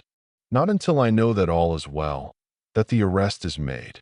Ah, but my psychology has been weak. Hastings, if a man writes a dying message, it is because it is important. Everyone has said, Yellow Jasmine? There is yellow jasmine growing up the house. It means nothing. Well, what does it mean? Just what it says. Listen." He held up a little book he was holding. "My friend, it struck me that it would be well to inquire into the subject. What exactly is yellow jasmine? This little book has told me. Listen," he read. "Gelseminis radix. Yellow jasmine. Composition: alkaloids gelseminin C2H26NO3, a potent poison acting like conein. Gelsemine C12H14NO2, acting like strychnine, gelsemic acid, etc. Gelsemium is a powerful depressant to the central nervous system. At a late stage in its action, it paralyzes the motor nerve endings, and in large doses causes giddiness and loss of muscular power. Death is due to paralysis of the respiratory center. You see, Hastings? At the beginning I had an inkling of the truth when Jap made his remark about a live man being forced into the fire. I realized then that it was a dead man who was burned. But why? What was the point? My friend, if you were to shoot a man, or stab a man after he were dead, or even knock him on the head, it would be apparent that the injuries were inflicted after death. But with his head charred to a cinder, no one is going to hunt about for obscure causes of death, and a man who has apparently just escaped being poisoned at dinner is not likely to be poisoned just afterwards. Who is lying? That is always the question. I decided to believe Ah Ling. What? I exclaimed. You were surprised, Hastings? Ah Ling knew of the existence of the Big Four. That was evident, so evident that it was clear he knew nothing of their association with the crime until that moment. Had he been the murderer, he would have been able to retain his impassive face perfectly. So, I decided, then, to believe Ah Ling, and I fixed my suspicions on Gerald Painter. It seemed to me that number 4 would have found an impersonation of a long-lost nephew very easy. What? I cried. Number 4. No, Hastings, not number 4. As soon as I had read up the subject of yellow jasmine, I saw the truth. In fact, it leapt to the eye. As always, I said coldly, it doesn't leap to mine. Because you will not use your little gray cells. Who had a chance to tamper with the curry? Ah Ling. No one else. No one else. What about the doctor? But that was afterwards. Of course it was afterwards. There was no trace of powdered opium in the curry served to Mr. Painter, but acting in obedience to the suspicions Dr. Quinton had aroused, the old man eats none of it, and preserves it to give to his medical attendant, whom he summons according to plan. Dr. Quentin arrives, takes charge of the curry, and gives Mr. Painter an injection of strychnine, he says, but really of yellow jasmine, a poisonous dose. When the drug begins to take effect, he departs, after unlatching the window. Then, in the night, he returns by the window, finds the manuscript, and shoves Mr. Painter into the fire. He does not heed the newspaper that drops to the floor and is covered by the old man's body. Painter knew what drug he had been given, and strove to accuse the Big Four of his murder. It is easy for Quentin to mix powdered opium with the curry before handing it over to be analyzed. He gives his version of the conversation with the old man, and mentions the strychnine injection casually, in case the mark of the hypodermic needle is noticed. Suspicion at once is divided between accident and the guilt of Ah Ling owing to the poison of the curry. But Dr. Quentin cannot be number 4? I fancy he can. There is undoubtedly a real Dr. Quentin who is probably abroad somewhere. Number 4 has simply masqueraded as him for a short time. The arrangements with Dr. Bolitho were all carried out by correspondence, the man who was to do locum originally having been taken ill at the last minute. At that minute, Jap burst in, very red in the face. "Have you got him?" cried Poirot anxiously. Jap shook his head, very out of breath. "Bolitho came back from his holiday this morning, recalled by telegram. No one knows who sent it. The other man left last night. We'll catch him yet, though." Poirot shook his head quietly. "I think not," he said, and absent-mindedly he drew a Big Four on the table with a fork. Chapter 11. A Chess Problem. Poirot and I often dined at a small restaurant in Soho. We were there one evening, when we observed a friend at an adjacent table. It was Inspector Jap, and as there was room at our table, he came and joined us. It was some time since either of us had seen him. "Never do you drop in to see us nowadays," declared Poirot reproachfully. "Not since the affair of the yellow jasmine have we met, and that is nearly a month ago. I've been up north, that's why. How are things with you? Big Four still going strong?" Poirot shook a finger at him reproachfully. You mock yourself at me, but the Big Four, they exist." "Oh, I don't doubt that, but they're not the hub of the universe, as you make out." "My friend, you are very much mistaken. The greatest power for evil in the world today is this Big Four. To what end they are tending, no one knows, but there has never been another such criminal organization.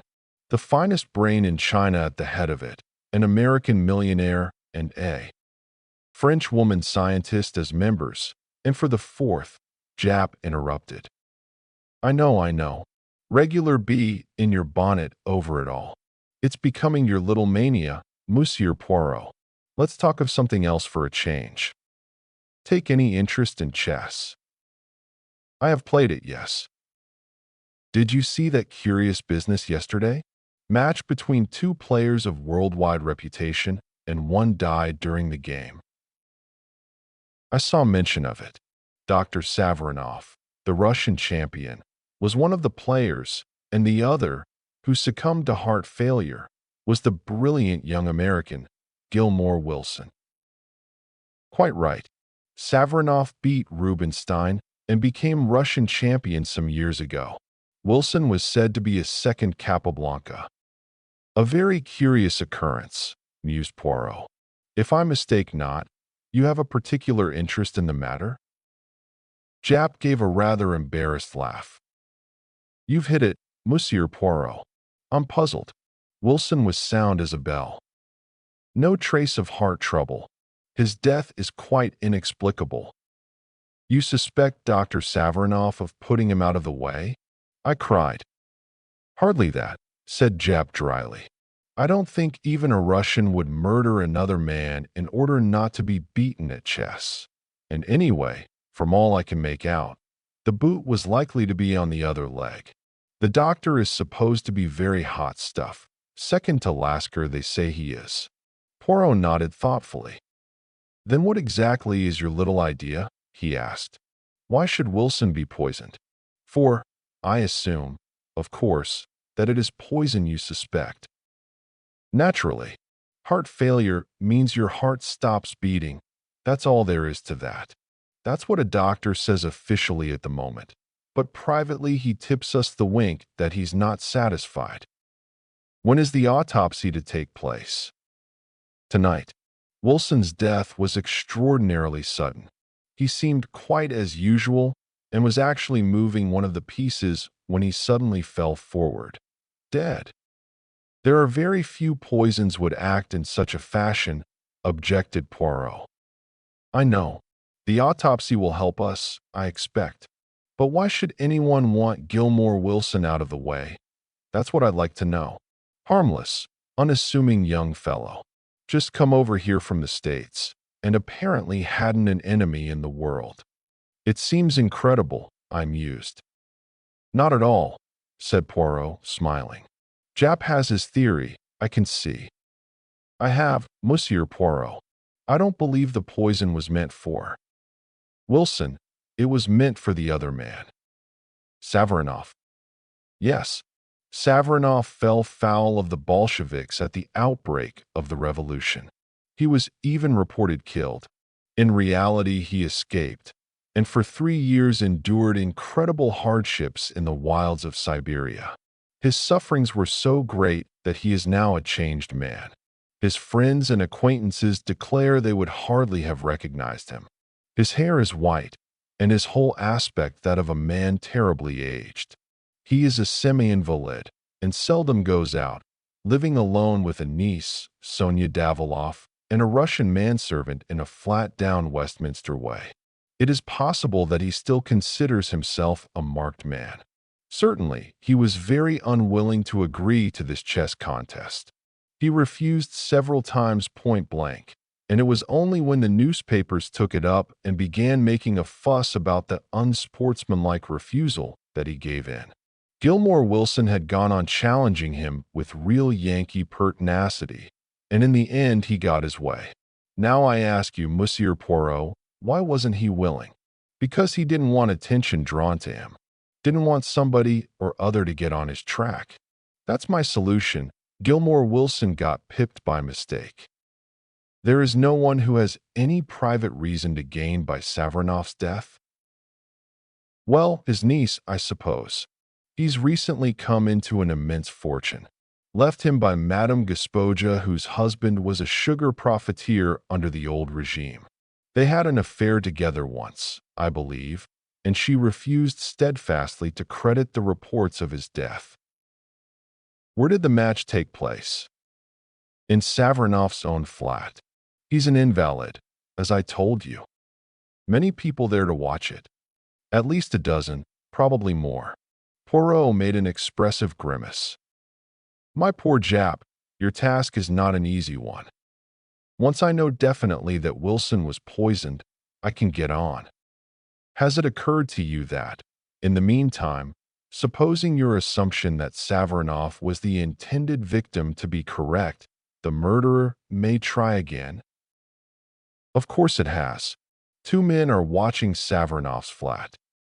That will be very useful if anyone should call with a bomb under his arm, said Poirot dryly. You're getting interested, Monsieur Poirot, said Jap, with a twinkle.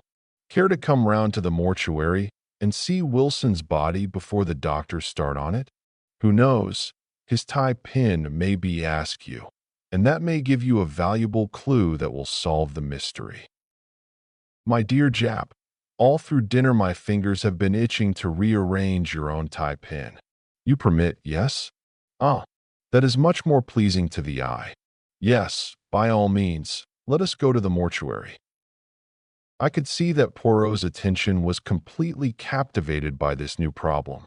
It was so long since he had shown any interest over any outside case that I was quite rejoiced to see him back in his old form. For my own part, I felt a deep pity as I looked down upon the motionless form and convulsed face of the hapless young American who had come by his death in such a strange way. Poirot examined the body attentively. There was no mark on it anywhere, except a small scar on the left hand. "And the doctor says that's a burn, not a cut," explained Jap. Poirot's attention shifted to the contents of the dead man's pockets, which a constable spread out for our inspection.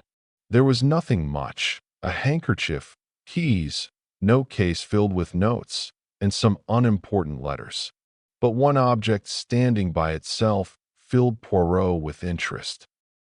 "A chessman," he exclaimed. "A white bishop. Was that in his pocket?" "No, clasped in his hand. We had quite a difficulty to get it out of his fingers. It must be returned to Dr. Savarinoff sometime. It's part of a very beautiful set of carved ivory chessmen. Permit me to return it to him. It will make an excuse for my going there." "Aha!" cried Jap. "So you want to come in on this case?" "I admit it. So skillfully have you aroused my interest." "That's fine. Got you away from your brooding. Captain Hastings is pleased, too, I can see." "Quite right," I said, laughing. Poirot turned back towards the body. "No other little detail you can tell me about him?" he asked. "I don't think so. Not even that he was left-handed?" "You're a wizard, Monsieur Poirot. How did you know that? He was left-handed. Not that it's anything to do with the case." "Nothing whatever," agreed Poirot hastily, seeing that Jap was slightly ruffled. "My little joke, that was all. I like to play you the trick, see you." We went out upon an amicable understanding. The following morning saw us wending our way to Dr. Savarinoff's flat in Westminster. "Sonia Daviloff," I mused. "It's a pretty name." Poirot stopped and threw me a look of despair. "Always looking for romance. You are incorrigible. It would serve you right if Sonia Daviloff turned out to be our friend and enemy, the Countess Vera Rosikoff." At the mention of the Countess, my face clouded over. "Surely, Poirot, you don't suspect." "But no. It was a joke.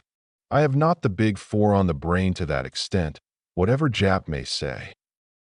The door of the flat was opened to us by a manservant with a peculiarly wooden face. It seemed impossible to believe that that impassive countenance could ever display emotion. Poirot presented a card on which Jap had scribbled a few words of introduction, and we were shown into a low, long room furnished with rich hangings and curios. One or two wonderful icons hung upon the walls, and exquisite Persian rugs lay upon the floor. A samovar stood upon a table.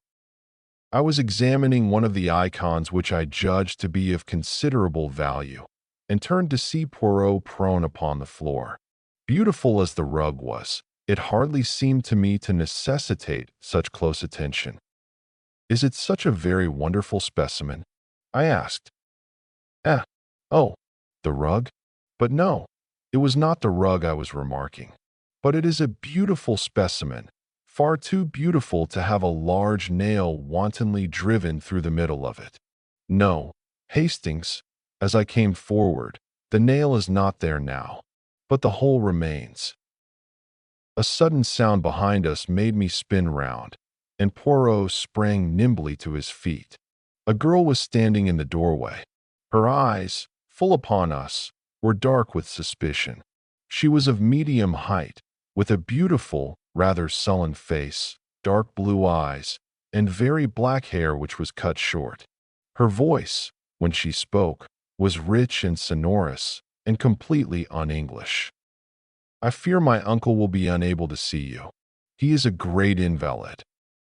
"That is a pity, but perhaps you will kindly help me instead. You are Mademoiselle Daviloff, are you not?"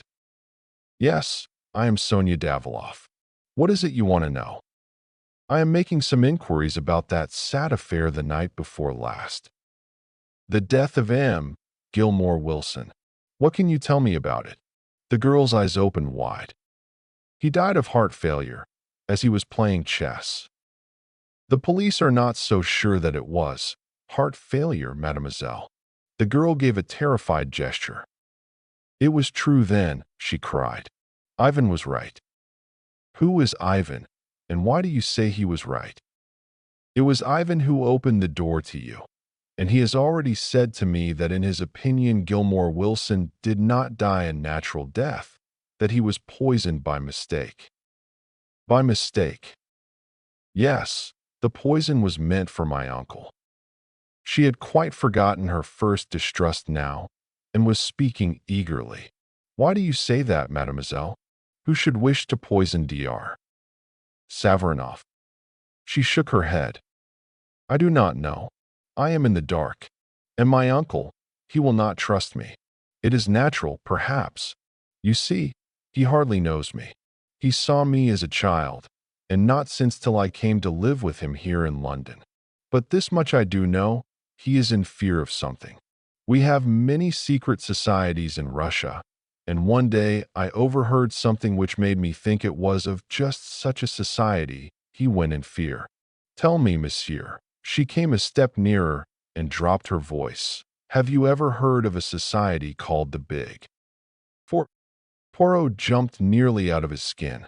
His eyes positively bulged with astonishment. What do you know of the Big Four, mademoiselle? There is such an association, then. I overheard a reference to them, and asked my uncle about it afterwards. Never have I seen a man so afraid. He turned all white and shaking. He was in fear of them, monsieur. In great fear, I am sure of it. And, by mistake, they killed the American, Wilson. The Big Four, murmured Poirot. Always the Big Four. An astonishing coincidence, mademoiselle. Your uncle is still in danger. I must save him. Now recount to me exactly the events of that fatal evening. Show me the chessboard, the table, how the two men sat, everything. She went to the side of the room and brought out a small table. The top of it was exquisite, inlaid with squares of silver and black to represent a chessboard. This was sent to my uncle a few weeks ago as a present, with the request that he would use it in the next match he played. It was in the middle of the room, so. Poirot examined the table with what seemed to me quite unnecessary attention. He was not conducting the inquiry at all as I would have done. Many of the questions seemed to me pointless, and upon really vital matters he seemed to have no questions to ask. I concluded that the unexpected mention of the Big Four had thrown him completely off his balance. After a minute examination of the table and the exact position it had occupied, he asked to see the chessmen. Sonia Daviloff brought them to him in a box. He examined one or two of them in a perfunctory manner. An exquisite set, he murmured absent-mindedly. Still not a question as to what refreshments there had been or what people had been present. I cleared my throat significantly. Don't you think, Poirot, that, he interrupted me peremptorily. Do not think, my friend. Leave all to me. Mademoiselle, is it quite impossible that I should see your uncle? A faint smile showed itself on her face. He will see you, yes. You understand. It is my part to interview all strangers first. She disappeared.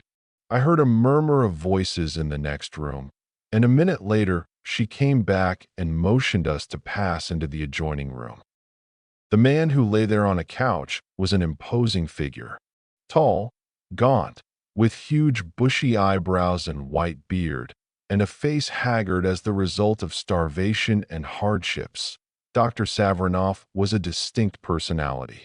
I noted the peculiar formation of his head, its unusual height. A great chess player must have a great brain, I knew. I could easily understand Dr. Savarinoff being the second greatest player in the world. Poirot bowed. Le docteur, may I speak to you alone? Savarinoff turned to his niece. Leave us, Sonia. She disappeared obediently. Now, sir, what is it? Dr. Savarinoff, You have recently come into an enormous fortune. If you should die unexpectedly, who inherits it? I have made a will leaving everything to my niece, Sonia Daviloff. You do not suggest. I suggest nothing, but you have not seen your niece since she was a child. It would have been easy for anyone to impersonate her. Savarinoff seemed thunderstruck by the suggestion. Poirot went on easily. Enough as to that. I give you the word of warning, that is all. What I want you to do now is to describe to me the game of chess the other evening. How do you mean, describe it? Well, I do not play the chess myself, but I understand that there are various regular ways of beginning. The gambit, do they not call it? Dr. Savarinoff smiled a little. Ah, I comprehend you now. Wilson opened Ruy Lopez, one of the soundest openings there is, and one frequently adopted in tournaments and matches. And how long had you been playing when the tragedy happened? It must have been about the third or fourth move when Wilson suddenly fell forward over the table, stone dead. Poirot rose to depart. He flung out his last question as though it was of absolutely no importance, but I knew better. Had he anything to eat or drink? A whiskey and soda, I think. Thank you, Dr. Savarinoff.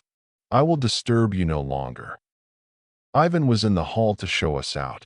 Poirot lingered on the threshold. The flat below this, do you know who lives there?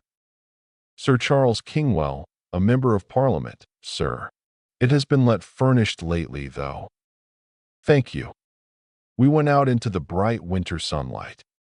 Well, really, Poirot, I burst out. I don't think you've distinguished yourself this time. Surely your questions were very inadequate. You think so, Hastings? Poirot looked at me appealingly. I was bull-averse, yes. What would you have asked? I considered the question carefully, and then outlined my scheme to Poirot. He listened with what seemed to be close interest. My monologue lasted until we had nearly reached home. Very excellent, very searching, Hastings, said Poirot, as he inserted his key in the door and preceded me up the stairs. But quite unnecessary. Unnecessary, I cried, amazed. If the man was poisoned, aha, cried Poirot, pouncing upon a note which lay on the table. From Jap, just as I thought. He flung it over to me. It was brief and to the point. No traces of poison had been found, and there was nothing to show how the man came by his death. You see, said Poirot, our questions would have been quite unnecessary. You guessed this beforehand? Forecast the probable result of the deal, quoted Poirot from a recent bridge problem on which I had spent much time. Mon ami, when you do that successfully, you do not call it guessing. Don't let's split hairs, I said impatiently. You foresaw this. I did. Why? Poirot put his hand into his pocket and pulled out a white bishop. Why? I cried. You forgot to give it back to Dr. Savarinoff. You are in error, my friend. That bishop still reposes in my left-hand pocket. I took its fellow from the box of chessmen Mademoiselle Daviloff kindly permitted me to examine. The plural of one bishop is two bishops. He sounded the final S with a great hiss. I was completely mystified. But why did you take it? Parbleu, I wanted to see if they were exactly alike. Poirot looked at them with his head on one side. They seem so, I admit. But one should take no fact for granted until it is proved. Bring me, I pray you, my little scales. With infinite care he weighed the two chessmen, then turned to me with a face alight with triumph. I was right. See you, I was right. Impossible to deceive Hercule. Poirot. He rushed to the telephone, waited impatiently. Is that Jap? Ah, Jap, it is you. Hercule Poirot speaks. Watch the manservant. Ivan, on no account let him slip through your fingers. Yes, yes, it is as I say. He dashed down the receiver and turned to me. "You see it not, Hastings? I will explain. Wilson was not poisoned. He was electrocuted. A thin metal rod passes up the middle of one of those chessmen. The table was prepared beforehand and set upon a certain spot on the floor. When the bishop was placed upon one of the silver squares, the current passed through Wilson's body, killing him instantly. The only mark was the electric burn upon his hand, his left hand, because he was left-handed. The special table was an extremely cunning piece of mechanism. The table I examined was a duplicate, perfectly innocent. It was substituted for the other immediately after the murder. The thing was worked from the flat below, which, if you remember, was let furnished. But one accomplice at least was in Savarinoff's flat. The girl is an agent of the Big Four, working to inherit Savarinoff's money. And Ivan? I strongly suspect that Ivan is none other than the famous number 4. What? Yes, the man is a marvelous character actor. He can assume any part he pleases. I thought back over past adventures, the lunatic asylum keeper, the butcher's young man, the suave doctor, all the same man, and all totally unlike each other. "It's amazing," I said at last. "Everything fits in. Savarinoff had an inkling of the plot, and that's why he was so averse to playing the match." Poirot looked at me without speaking. Then he turned abruptly away and began pacing up and down. "Have you a book on chess by any chance, mon ami?" he asked suddenly. "I believe I have somewhere." It took me some time to ferret it out, but I found it at last and brought it to Poirot, who sank down in a chair and started reading it with the greatest attention. In about a quarter of an hour the telephone rang. I answered it. It was Jap. Ivan had left the flat, carrying a large bundle. He had sprung into a waiting taxi, and the chase had begun. He was evidently trying to lose his pursuers. In the end, he seemed to fancy that he had done so, and had then driven to a big empty house at Hampstead. The house was surrounded. I recounted all this to Poirot. He merely stared at me as though he scarcely took in what I was saying.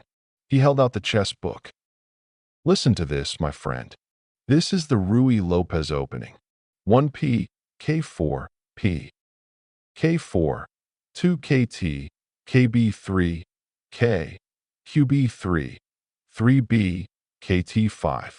Then there comes a question as to Black's best third move. He has the choice of various defenses. It was White's third move that killed Gilmore Wilson, 3b, kt5. Only the third move. Does that say nothing to you?" I hadn't the least idea what he meant, and told him so. "Suppose, Hastings, that, while you were sitting in this chair, you heard the front door being opened and shut, what would you think?" "I should think someone had gone out, I suppose." "Yes, but there are always two ways of looking at things. Someone gone out, someone come in. Two totally different things, Hastings. But if you assumed the wrong one, presently some little discrepancy would creep in and show you that you were on the wrong track." "What does all this mean, Poirot?" Poirot sprang to his feet with sudden energy. "It means that I have been a triple imbecile. Quick, quick, to the flat inn. Westminster. We may yet be in time." We tore off in a taxi. Poirot returned no answer to my excited questions. We raced up the stairs. Repeated rings and knocks brought no reply, but listening closely, I could distinguish a hollow groan coming from within. The hall porter proved to have a master key, and after a few difficulties he consented to use it. Poirot went straight to the inner room. A whiff of chloroform met us. On the floor was Sonia Daviloff, gagged and bound, with a great wad of saturated cotton wool over her nose and mouth. Poirot tore it off and began to take measures to restore her. Presently a doctor arrived, and Poirot handed her over to his charge and drew aside with me. There was no sign of Dr. Savarinoff. What does it all mean?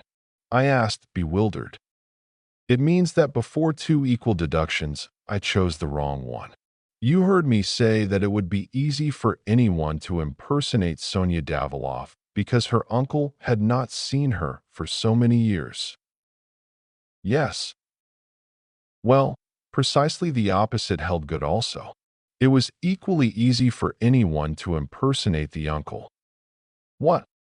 Savarinoff did die at the outbreak of the revolution. The man who pretended to have escaped with such terrible hardships. The man so changed that his own friends could hardly recognize him. The man who successfully laid claim to an enormous fortune. Yes. Who was he? Number 4. No wonder he was frightened when Sonia let him know she had overheard one of his private conversations about the Big Four. Again, he has slipped through my fingers. He guessed I should get on the right track in the end.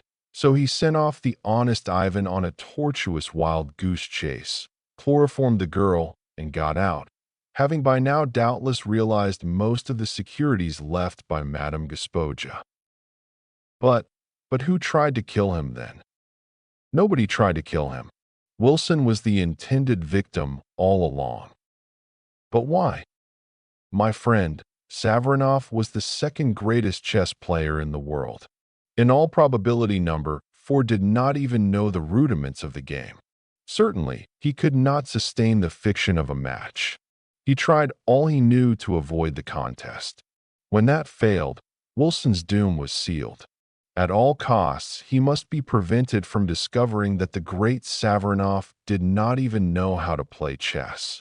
Wilson was fond of the Ruy Lopez opening and was certain to use it.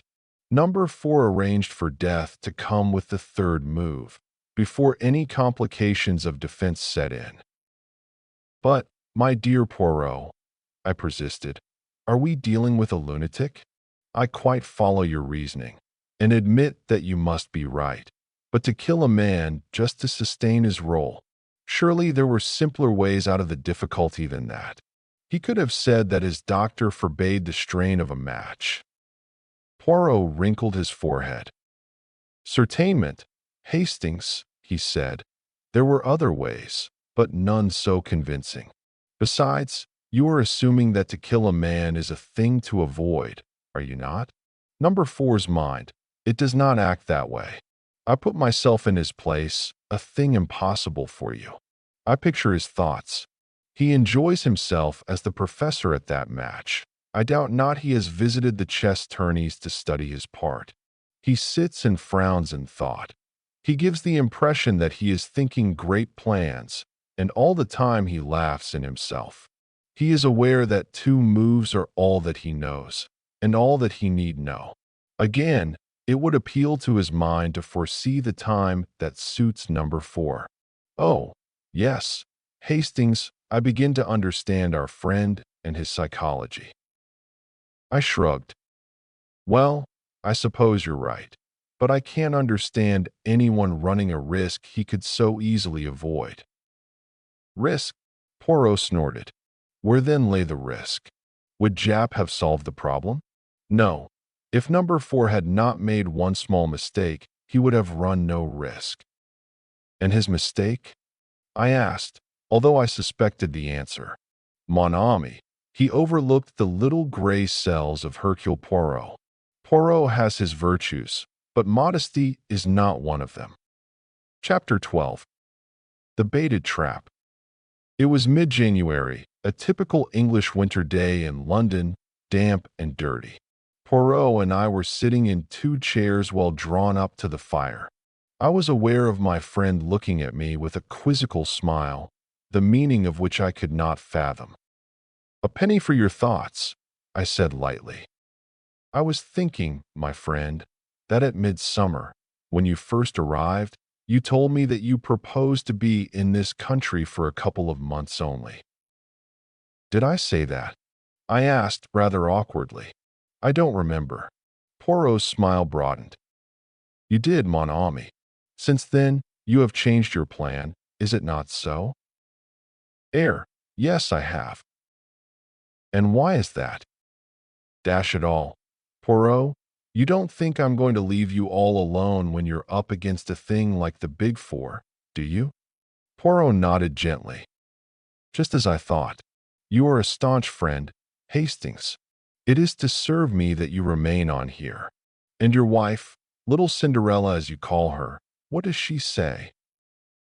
I haven't gone into details, of course, but she understands. She'd be the last one to wish me to turn my back on a pal. Yes, yes, she too is a loyal friend. But it is going to be a long business, perhaps. I nodded, rather discouraged. 6 months already, I mused. And where are we? You know, Poirot, I can't help thinking that we ought well, to do something. Always so energetic, Hastings. And what precisely would you have me do? This was somewhat of a poser, but I was not going to withdraw from my position. We ought to take the offensive, I urged. What have we done all this time? More than you think, my friend.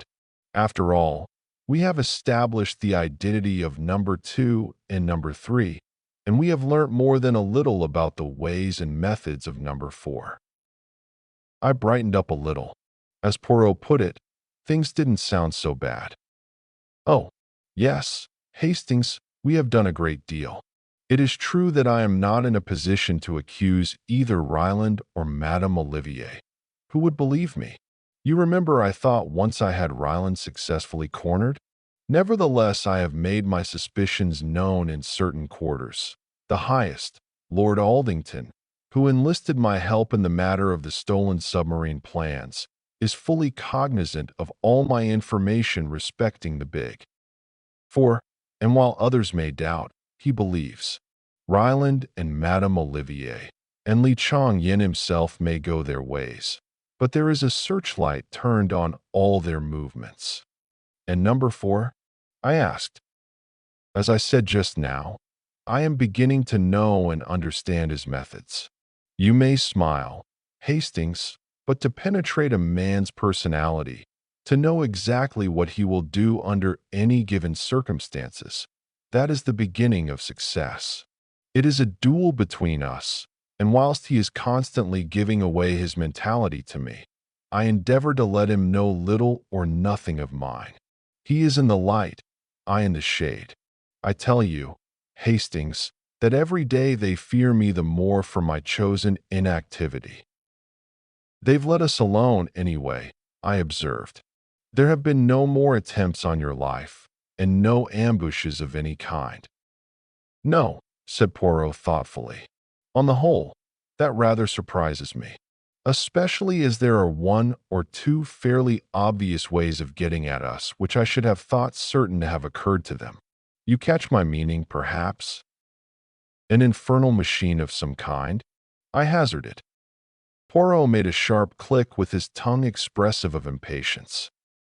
But no, I appeal to your imagination, and you can suggest nothing more subtle than bombs in the fireplace. Well, I have need of some matches. I will promenade myself despite the weather. Pardon, my friend, but it is possible that you read the future of the Argentine, mirror of society, cattle breeding, the clue of crimson, and sport in the Rockies at one and the same time. I laughed and admitted that the clue of crimson was at present engaging my sole attention. Poirot shook his head sadly. But replace then the others on the bookshelf. Never shall I see you embrace the order and the method. Mon Dieu, what then is a bookshelf for? I apologized humbly, and Poirot, after replacing the offending volumes, each in its appointed place, went out and left me to uninterrupted enjoyment of my selected book. I must admit, however, that I was half asleep when Mrs. Pearson's knock at the door aroused me. A telegram for you, Captain. I tore the orange envelope open without much interest. Then I sat as though turned to stone. It was a cable from Bronson, my manager out at the South American ranch, and it ran as follows. Mrs. Hastings disappeared yesterday, feared been kidnapped by some gang calling itself Big Four. Cable instructions have notified police, but no clue as yet. Bronson. I waved Mrs. Pearson out of the room and sat as though stunned, reading the words over and over again. Cinderella, kidnapped, in the hands of the infamous Big Four. God, what could I do? Poirot. I must have Poirot. He would advise me. He would checkmate them somehow. In a few minutes now, he would be back. I must wait patiently until then. But Cinderella, in the hands of the Big Four. Another knock. Mrs. Pearson put her head in once more. A note for you, Captain, brought by a heathen Chinaman. He's awaiting downstairs. I seized it from her. It was brief and to the point. If you ever wish to see your wife again, go with the bearer of this note immediately. Leave no message for your friend, or she will suffer. It was signed with the Big Four. What ought I to have done? What would you who read have done in my place? I had no time to think. I saw only one thing. Cinderella in the power of those devils. I must obey. I dare not risk a hair of her head. I must go with this Chinaman and follow whither he led. It was a trap, yes, and it meant certain capture and possible death, but it was baited with the person dearest to me in the whole world, and I dared not hesitate. What irked me most was to leave no word for Poirot. Once set him on my track, and all might yet be well. Dare I risk it? Apparently, I was under no supervision, but yet I hesitated. It would have been so easy for the Chinaman to come up and assure himself that I was keeping to the letter of the command. Why didn't he? His very abstention made me more suspicious. I had seen so much of the omnipotence of the Big Four that I credited them with almost superhuman powers. For all I know, even the little bedraggled servant girl might be one of their agents. No, I dared not risk it. But one thing I could do, leave the telegram. He would know then that Cinderella had disappeared, and who was responsible for her disappearance.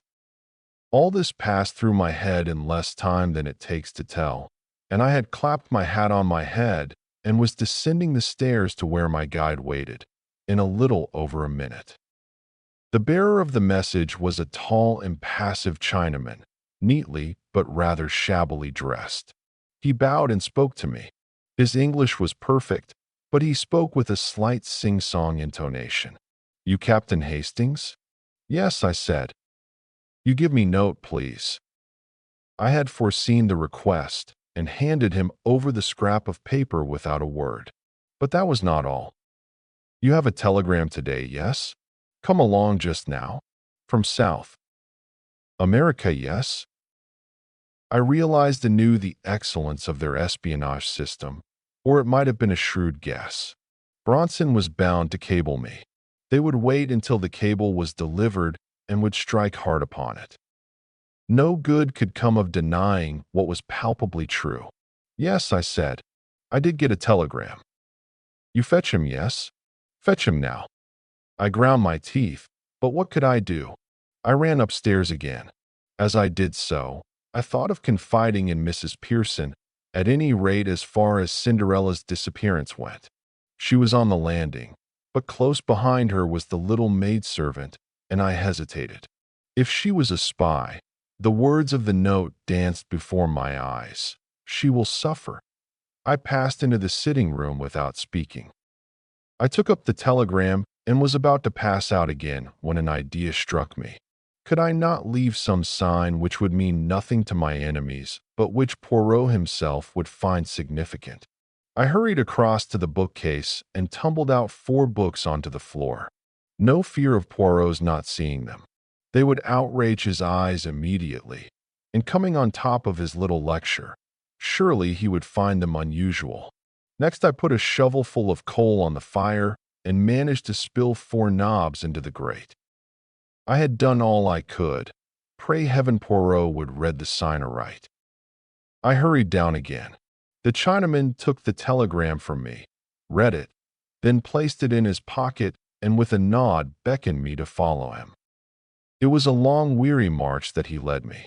Once we took a bus, and once we went for some considerable way in a tram, and always our route led us steadily eastward. We went through strange districts, whose existence I had never dreamed of. We were down by the docks now, I knew, and I realized that I was being taken into the heart of Chinatown. In spite of myself, I shivered. Still my guide plodded on, turning and twisting through mean streets and byways, until at last he stopped at a dilapidated house and rapped 4 times upon the door. It was opened immediately by another Chinaman who stood aside to let us pass in.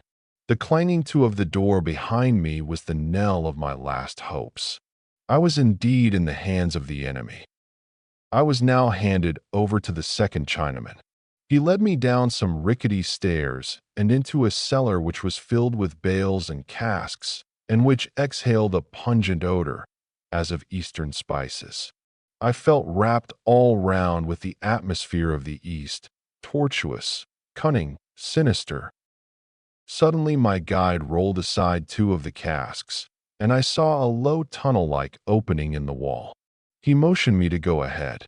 The tunnel was of some length, and it was too low for me to stand upright. At last, however, it broadened out into a passage, and a few minutes later we stood in another cellar.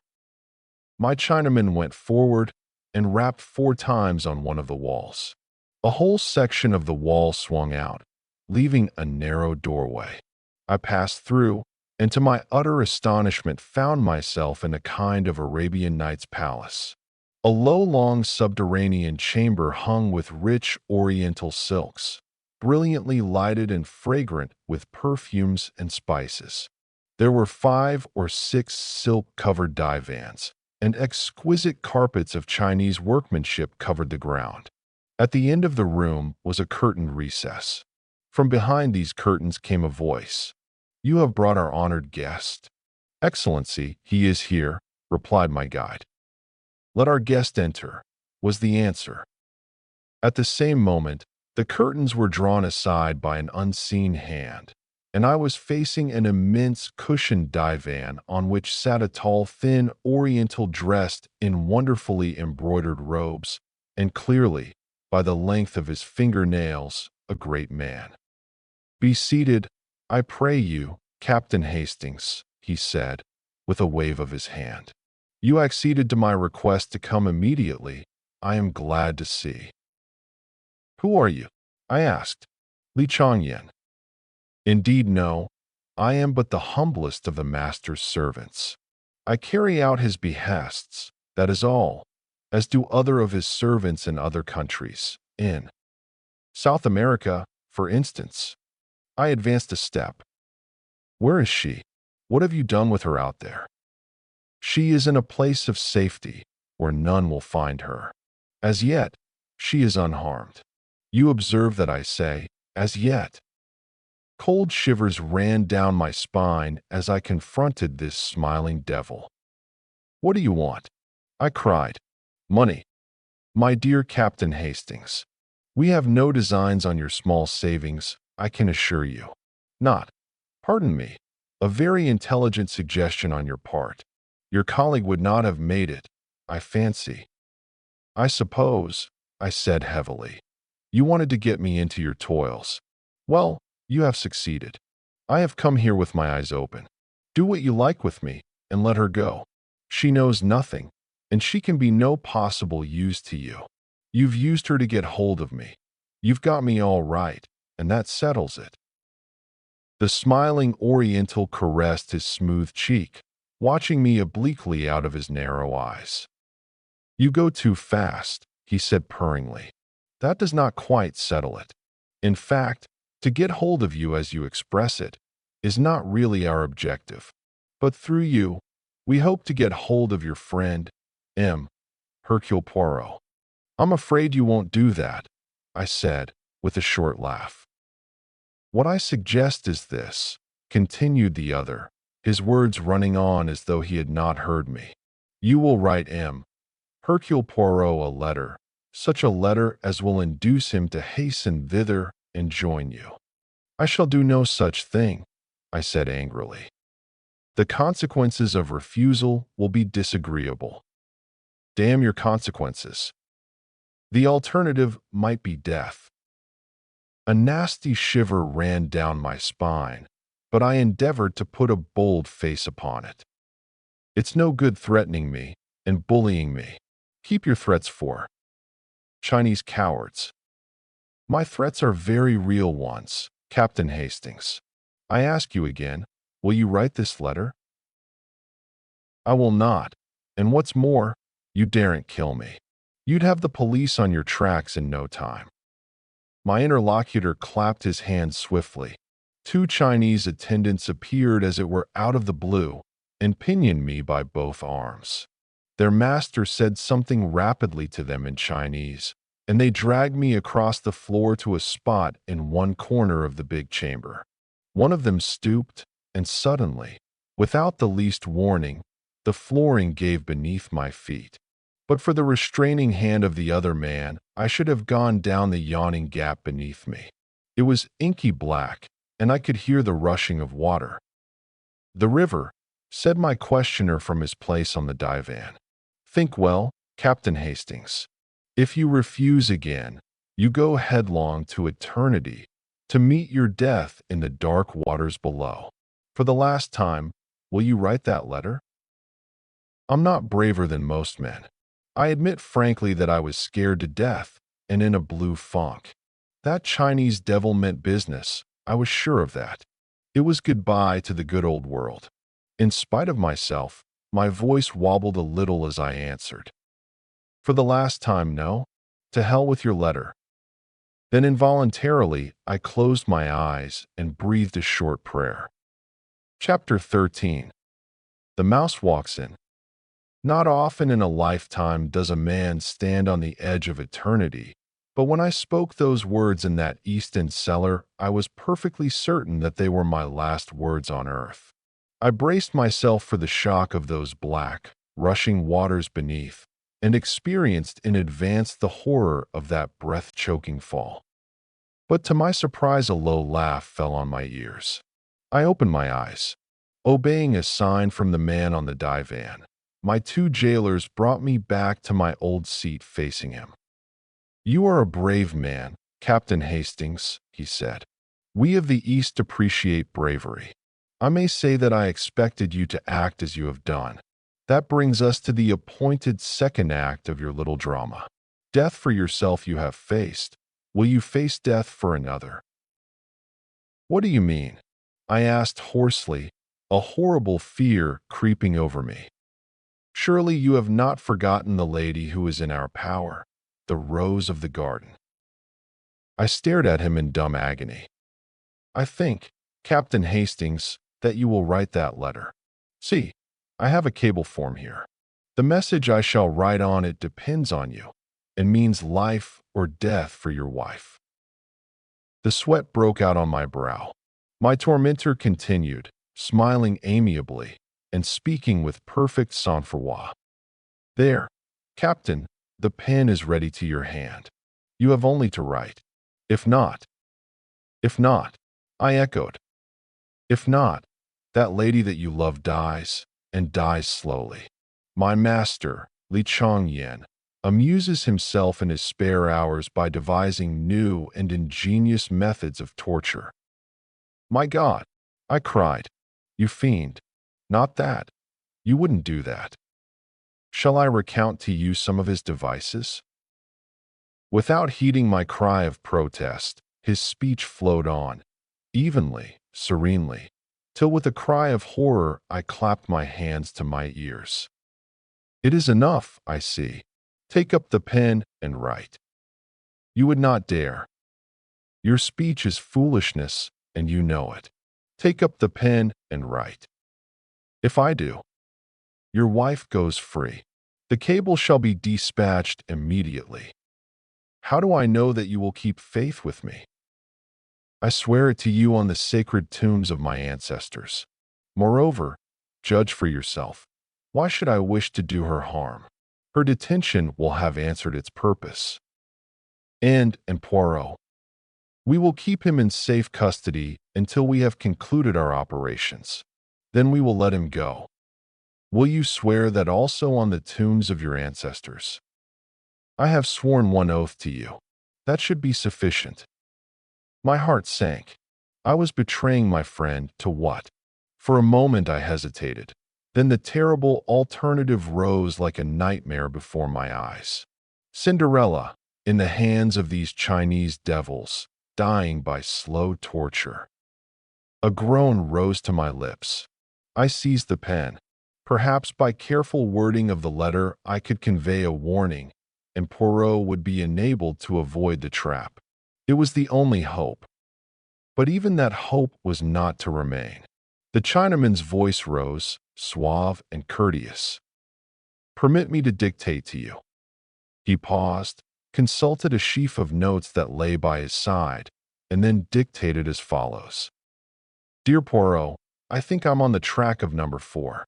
A Chinaman came this afternoon and lured me down here with a bogus message. Luckily, I saw through his little game in time and gave him the slip. Then I turned the tables on him and managed to do a bit of shadowing on my own account. Rather neatly, too, I flatter myself. I'm getting a bright young lad to carry this to you. Give him half a crown, will you? That's what I promised him if it was delivered safely. I'm watching the house and daren't leave. I shall wait for you until 6 o'clock, and if you haven't come then, I'll have a try at getting into the house on my own. It's too good a chance to miss. And, of course, the boy mightn't find you. But if he does, get him to bring you down here right away. And cover up those precious mustaches of yours in case anyone's watching out from the house and might recognize you. Yours in haste, H. Every word that I wrote plunged me deeper in despair. The thing was diabolically clever. I realized how closely every detail of our life must be known. It was just such an epistle as I might have penned myself. The acknowledgement that the Chinaman who had called that afternoon had endeavored to lure me away discounted any good I might have done by leaving my sign of 4 books. It had been a trap, and I had seen through it. That was what Poirot would think. The time, too, was cleverly planned.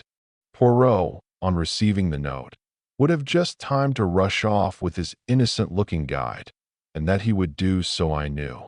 My determination to make my way into the house would bring him post-haste. He always displayed a ridiculous distrust of my capacities. He would be convinced that I was running into danger without being equal to the situation and would rush down to take command of the situation. But there was nothing to be done. I wrote as bidden. My captor took the note from me, read it, then nodded his head approvingly and handed it to one of the silent attendants who disappeared with it behind one of the silken hangings on the wall which masked the doorway. With a smile, the man opposite me picked up a cable form and wrote. He handed it to me. It read, "Release the white bird with all dispatch." I gave a sigh of relief. "You will send it at once?" I urged. He smiled and shook his head.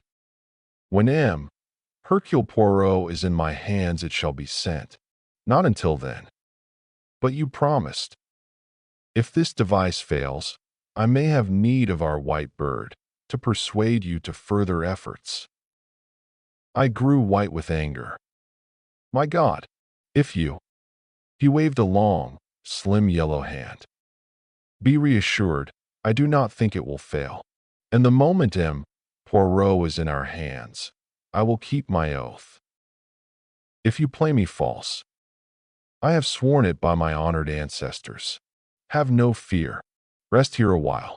My servants will see to your needs whilst I am absent." I was left alone in this strange underground nest of luxury. The second Chinese attendant had reappeared. One of them brought food and drink and offered it to me, but I waved them aside. I was sick at heart. And then suddenly the master reappeared, tall and stately in his silken robes. He directed operations. By his orders, I was hustled back through the cellar and tunnel into the original house I had entered. There they took me into a ground floor room. The windows were shuttered, but one could see through the cracks into the street. An old ragged man was shuffling along the opposite side of the road, and when I saw him make a sign to the window, I understood that he was one of the gang on watch. "It is well," said my Chinese friend. "Hercule Poirot has fallen into the trap. He approaches now, and alone except for the boy who guides him. Now, Captain Hastings, you have still one more part to play. Unless you show yourself, he will not enter the house. When he arrives opposite, you must go out on the step and beckon him in." "What?" I cried, revolted. "You play that part alone. Remember the price of failure. If Hercule Poirot suspects anything is amiss and does not enter the house, your wife dies by the 70 lingering deaths. Ah, here he is." With a beating heart and a feeling of deathly sickness, I looked through the crack in the shutters. In the figure walking along the opposite side of the street, I recognized my friend at once, though his coat collar was turned up and an immense yellow muffler hid the bottom part of his face. But there was no mistaking that walk and the pose of that egg-shaped head. It was Poirot coming to my aid in all good faith, suspecting nothing amiss. By his side ran a typical London urchin, grimy of face and ragged of apparel. Poirot paused, looking across at the house, whilst the boy spoke to him eagerly and pointed. It was the time for me to act. I went out into the hall. At a sign from the tall Chinaman, one of the servants unlatched the door. "Remember the price of failure," said my enemy in a low voice. I was outside on the steps. I beckoned to Poirot. He hastened across. "Aha, so all is well with you, my friend." I was beginning to be anxious. "You managed to get inside? Is the house empty, then?" "Yes," I said, in a low voice I strove to make natural. "There must be a secret way out of it somewhere. Come in and let us look for it." I stepped back across the threshold. In all innocence, Poirot prepared to follow me. And then something seemed to snap in my head. I saw only too clearly the part one was playing, the part of Judas. "Back, Poirot," I cried. "Back for your life. It's a trap. Never mind me.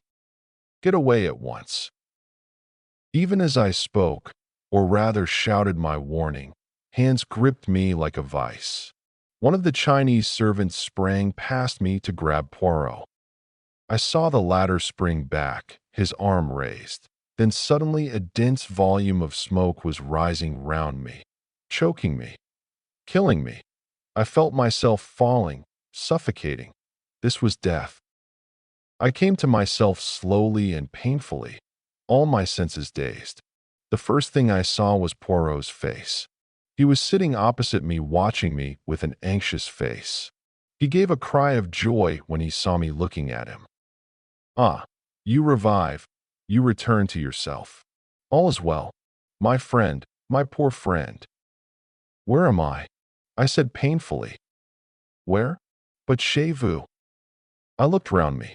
True enough, I was in the old familiar surroundings. And in the grate were the identical 4 knobs of coal I had carefully spilt there. Poirot had followed my glance. "But yes, that was a famous idea of yours, that and the books. See you, if they should say to me any time, 'That friend of yours, that Hastings, he is not the great brain, is it not so?' I shall reply to them, 'You are in error.' It was an idea magnificent and superb that occurred to you there. You understood their meaning then? Am I an imbecile? Of course I understood. It gave me just the warning I needed and the time to mature my plans. Somehow or other the Big Four had carried you off. With what object? Clearly not for your beaux yeux. Equally clearly not because they feared you and wanted to get you out of the way. No, their object was plain. You would be used as a decoy to get the great Hercule Poirot into their clutches. I have long been prepared for something of the kind. I make my little preparations, and presently, sure enough, the messenger arrives, such an innocent little street urchin. Me, I swallow everything, and hasten away with him. and, very fortunately, they permit you to come out on the doorstep. That was my one fear, that I should have to dispose of them before I had reached the place where you were concealed, and that I should have to search for you, perhaps in vain, afterwards. Dispose of them, did you say? I asked feebly. Single-handed. Oh, there is nothing very clever about that. If one is prepared in advance, all is simple. The motto of the Boy Scout, is it not? And a very fine one. I was prepared. Not so long ago, I rendered a service to a very famous chemist who did a lot of work in connection with poison gas during the war. He devised for me a little bomb, simple and easy to carry about. One has but to throw it, and poof, the smoke, and then the unconsciousness.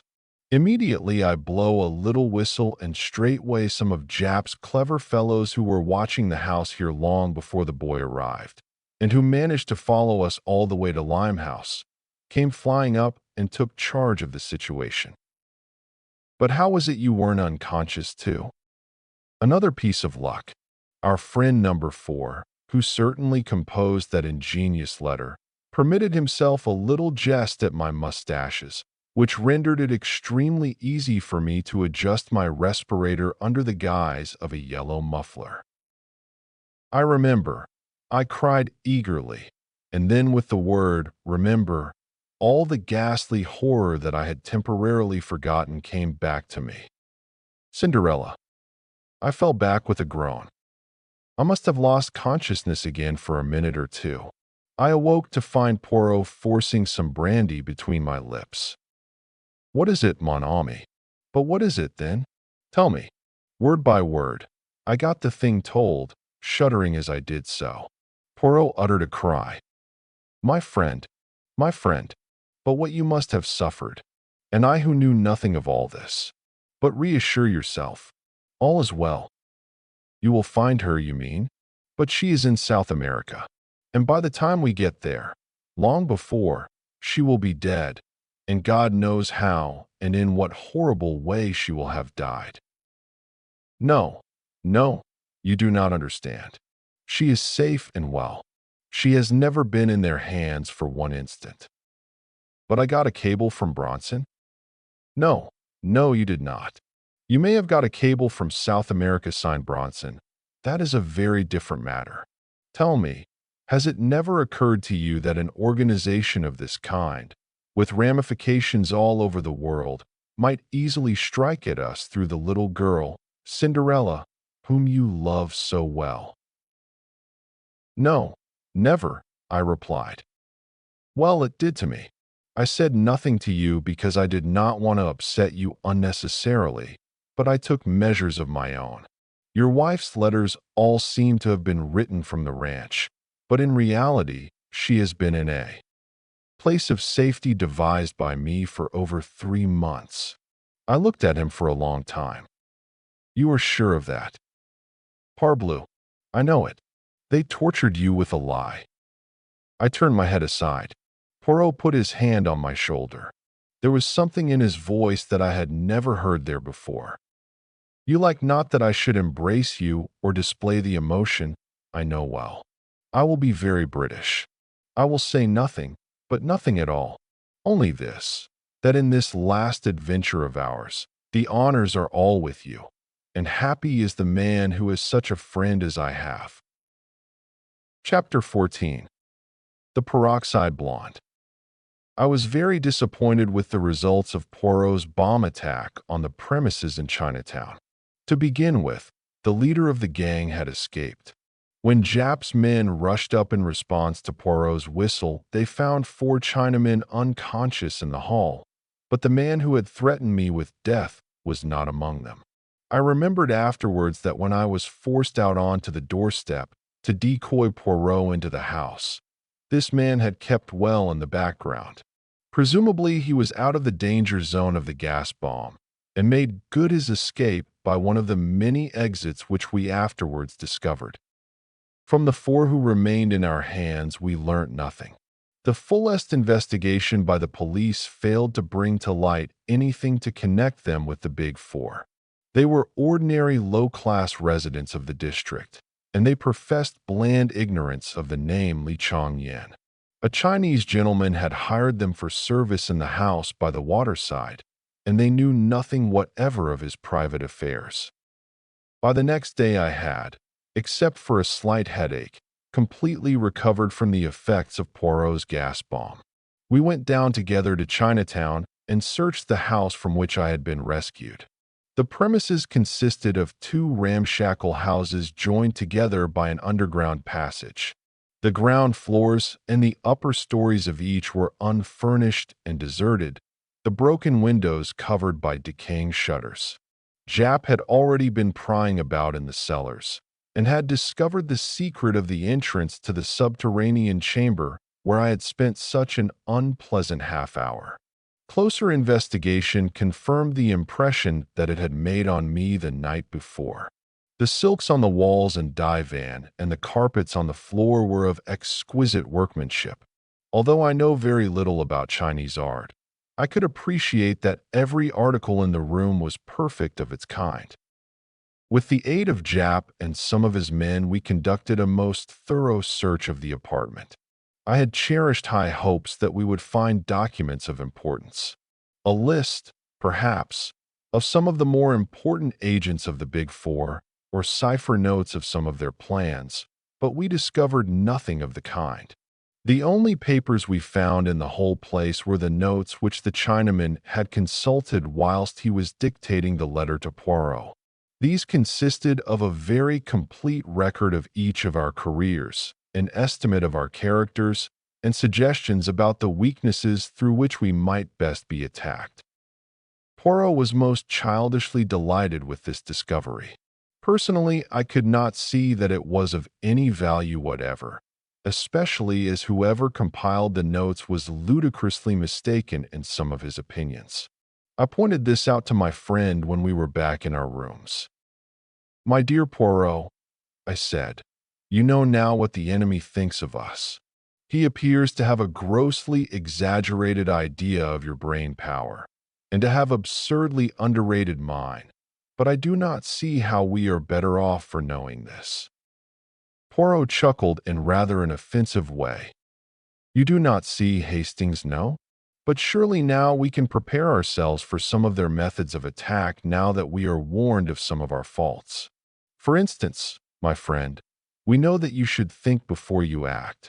Again, if you meet a red-haired young woman in trouble, you should eye her. What you say? Askance, is it not?" Their notes had contained some absurd references to my supposed impulsiveness, and had suggested that I was susceptible to the charms of young women with hair of a certain shade. I thought Poirot's reference to be in the worst of taste, but fortunately I was able to counter him. "And what about you?" I demanded. "Are you going to try to cure your overweening vanity, your finicky tidiness?" I was quoting, and I could see that he was not pleased with my retort. "Oh, without doubt, Hastings, in some things they deceive themselves. Tant mieux. They will learn in due time. Meanwhile, we have learnt something, and to know is to be prepared." This last was a favorite axiom of his lately, so much so that I had begun to hate the sound of it. "We know something, Hastings," he continued. "Yes, we know something, and that is to the good, but we do not know nearly enough. We must know more." "In what way?" Poirot settled himself back in his chair, straightened a box of matches which I had thrown carelessly down on the table, and assumed an attitude that I knew only too well. I saw that he was prepared to hold forth at some length. "See you, Hastings, we have to contend against 4 adversaries, that is, against 4 different personalities. With number 1 we have never come into personal contact. We know him, as it were, only by the impress of his mind. And in passing, Hastings, I will tell you that I begin to understand that mind very well. A mind most subtle and oriental. Every scheme and plot that we have encountered has emanated from the brain of Li Changyan. Number 2 and number 3 are so powerful, so high up, that they are for the present immune from our attacks. Nevertheless, what is their safeguard is, by a perverse chance, our safeguard also. They are so much in the limelight that their movements must be carefully ordered. And so we come to the last member of the gang. We come to the man known as Number 4. Poirot's voice altered a little, as it always did when speaking of this particular individual. Number 2 and Number 3 are able to succeed, to go on their way unscathed, owing to their notoriety and their assured position. Number 4 succeeds for the opposite reason. He succeeds by the way of obscurity. Who is he? Nobody knows. What does he look like? Again, nobody knows.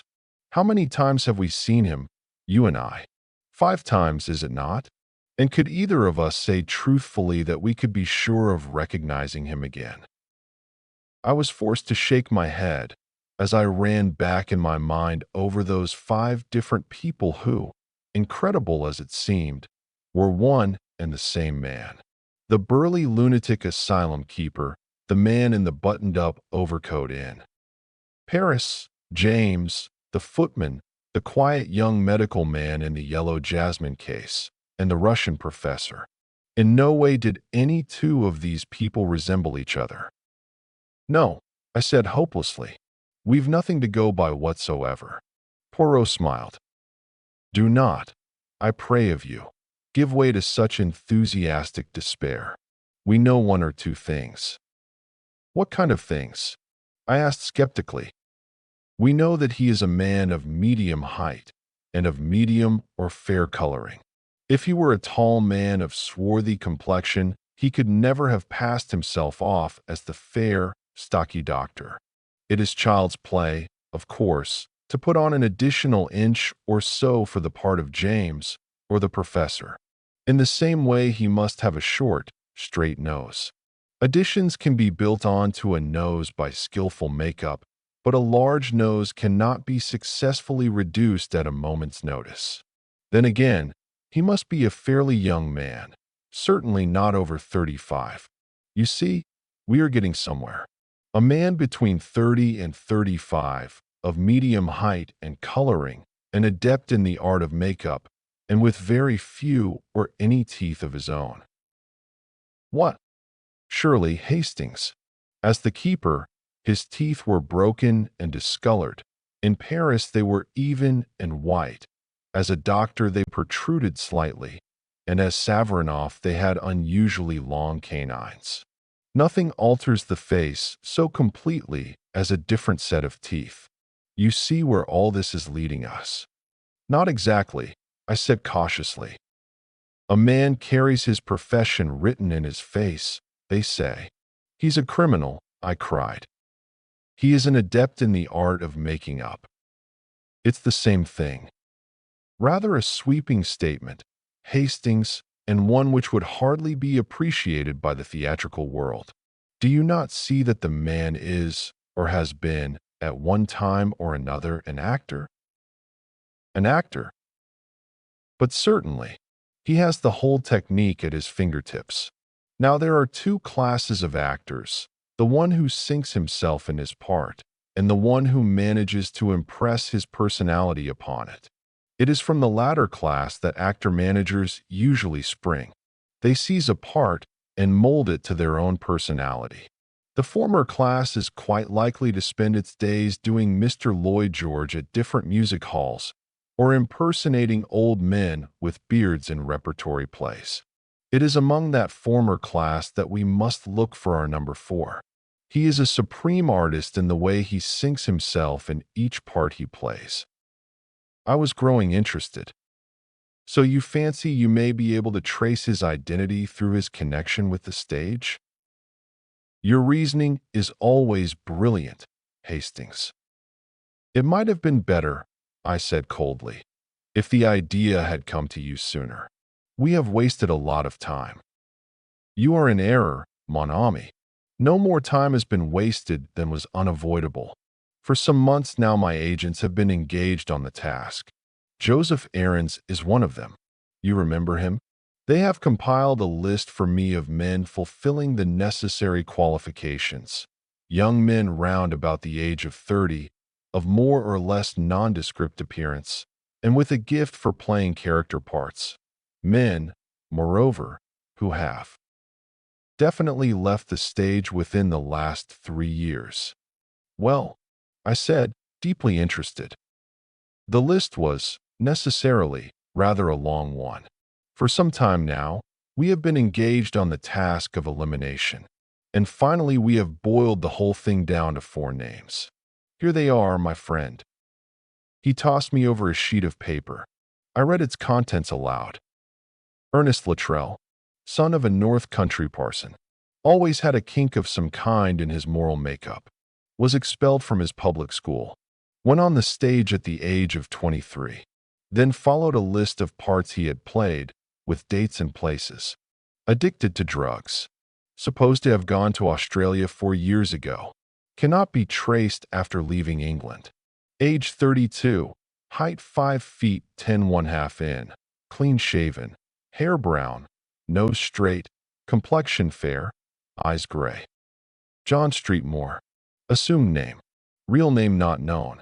Believed to be of Cockney extraction. On stage since quite a child. Did music hall impersonations. Not been heard of for 3 years. Age, about 33, height 5 feet. 10 inches, slim build, blue eyes, fair coloring.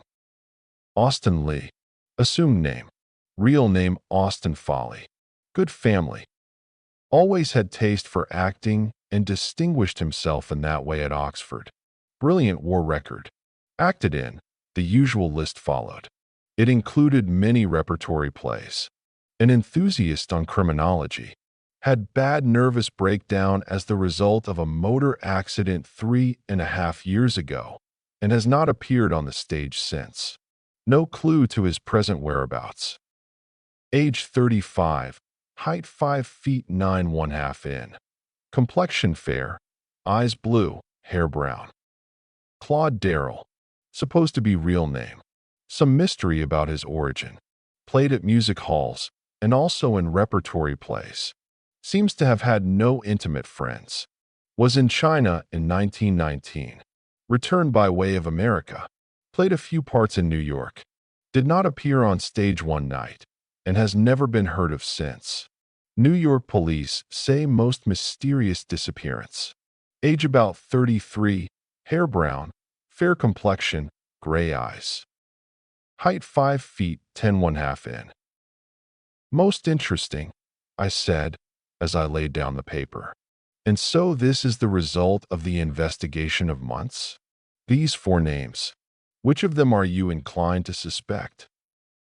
Poirot made an eloquent gesture. Mon ami, for the moment it is an open question. I would just point out to you that Claude Darrell has been in China and America. A fact not without significance, perhaps, but we must not allow ourselves to be unduly biased by that point. It may be a mere coincidence. And the next step? I asked eagerly. Affairs are already in train.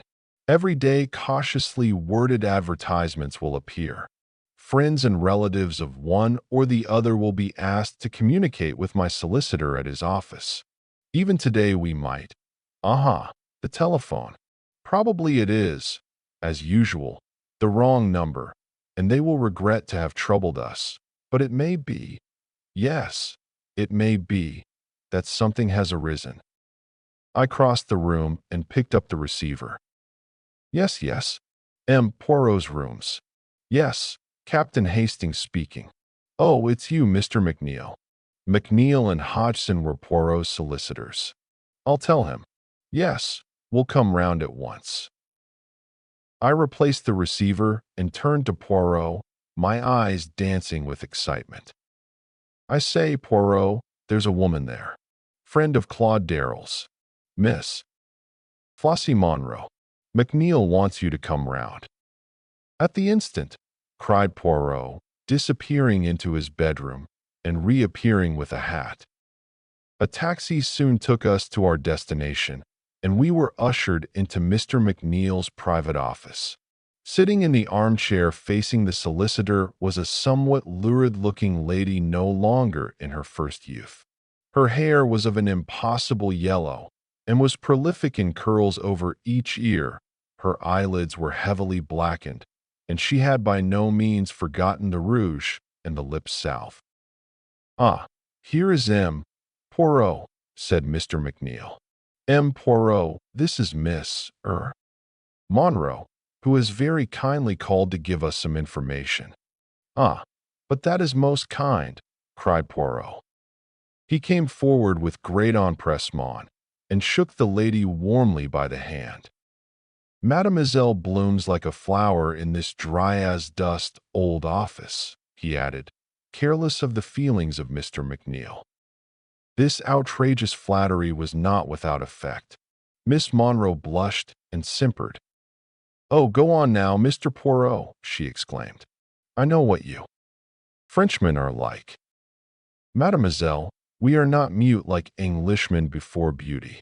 Not that I am a Frenchman, I am a Belgian, you see." "I've been to Ostend myself," said Miss Monroe. The whole affair, as Poirot would have said, was marching splendidly. "And so you can tell us something about Mr. Claude Darrell?" continued Poirot.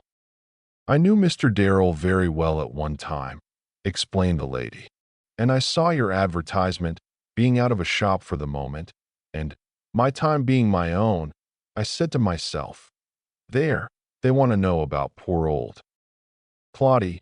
Lawyers, too. Maybe it's a fortune looking for the rightful heir.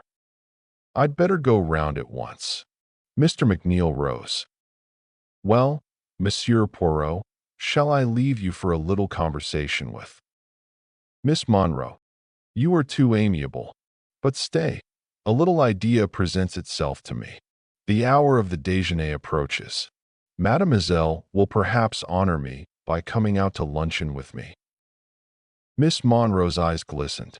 It struck me that she was in exceedingly low water, and that the chance of a square meal was not to be despised. A few minutes later saw us all in a taxi, bound for one of London's most expensive restaurants. Once arrived there, Poirot ordered a most delectable lunch, and then turned to his guest. "And for wine, mademoiselle, what do you say to champagne?" Miss Monroe said nothing, or everything. The meal started pleasantly. Poirot replenished the lady's glass with thoughtful assiduity, and gradually slid on to the topic nearest his heart. "The poor Mr. Darrell. What a pity he is not with us." "Yes, indeed," sighed Miss Monroe. "Poor boy, I do wonder what's become of him." "Is it a long time since you have seen him, yes?" "Oh, simply ages, not since the war. He was a funny boy, Claude, very close about things, never told you a word about himself. But, of course, that all fits in if he's a missing heir. Is it a title, Mr. Poirot?" "Alas, a mere heritage," said Poirot unblushingly. "But you see, it may be a question of identification. That is why it is necessary for us to find someone who knew him very well indeed." "You knew him very well, did you not, mademoiselle?" "I don't mind telling you, Mr. Poirot. You're a gentleman. You know how to order a lunch for a lady, which is more than some of these young whippersnappers do nowadays. Downright mean, I call it. As I was saying, you being a Frenchman won't be shocked." "Ah, you Frenchmen. Naughty, naughty." She wagged her finger at him in an excess of archness. "Well, there it was, me and Claude. Two young things. What else could you expect? And I've still a kindly feeling for him. Though, mind you, he didn't treat me well. No, he didn't. He didn't treat me well at all. Not as a lady should be treated. They're all the same when it comes to a question of money." "No, no, mademoiselle, do not say that," protested Poirot, filling up her glass once more. "Could you now describe this Mr. Darrell to me?" "He wasn't anything so very much to look at," said Flossie Monroe dreamily. "Neither tall nor short, you know, but quite well set up. Spruce-looking, eyes a sort of blue-gray, and more or less fair-haired, I suppose." But oh, what an artist! I never saw anyone to touch him in the profession. He'd have made his name before now if it hadn't been for jealousy. Ah, Mr. Poirot, jealousy. You wouldn't believe it, you really wouldn't, what we artists have to suffer through jealousy. Why, I remember once at Manchester. We displayed what patience we could in listening to a long, complicated story about a pantomime and the infamous conduct of the principal boy. Then Poirot led her gently back to the subject of Claude Darrell. It is very interesting, all this that you are able to tell us, mademoiselle, about Mr. Darrell. Women are such wonderful observers. They see everything. They notice the little detail that escapes the mere man. I have seen a woman identify one man out of a dozen others. And why, do you think? She had observed that he had a trick of stroking his nose when he was agitated. Now would a man ever have thought of noticing a thing like that? Did you ever? Cried Miss Monroe. I suppose we do notice things. I remember Claude, now I come to think of it, always fiddling with his bread at table. He'd get a little piece between his fingers and then dab it round to pick up crumbs. I've seen him do it 100 times. Why, I'd know him anywhere by that one trick of his. Is not that just what I say? The marvelous observation of a woman. And did you ever speak to him about this little habit of his, mademoiselle? No, I didn't, Mr. Poirot. You know what men are. They don't like you to notice things, especially if it should seem you were telling them off about it. I never said a word, but many's the time I smiled to myself. Bless you, he never knew he was doing it even. Poirot nodded gently.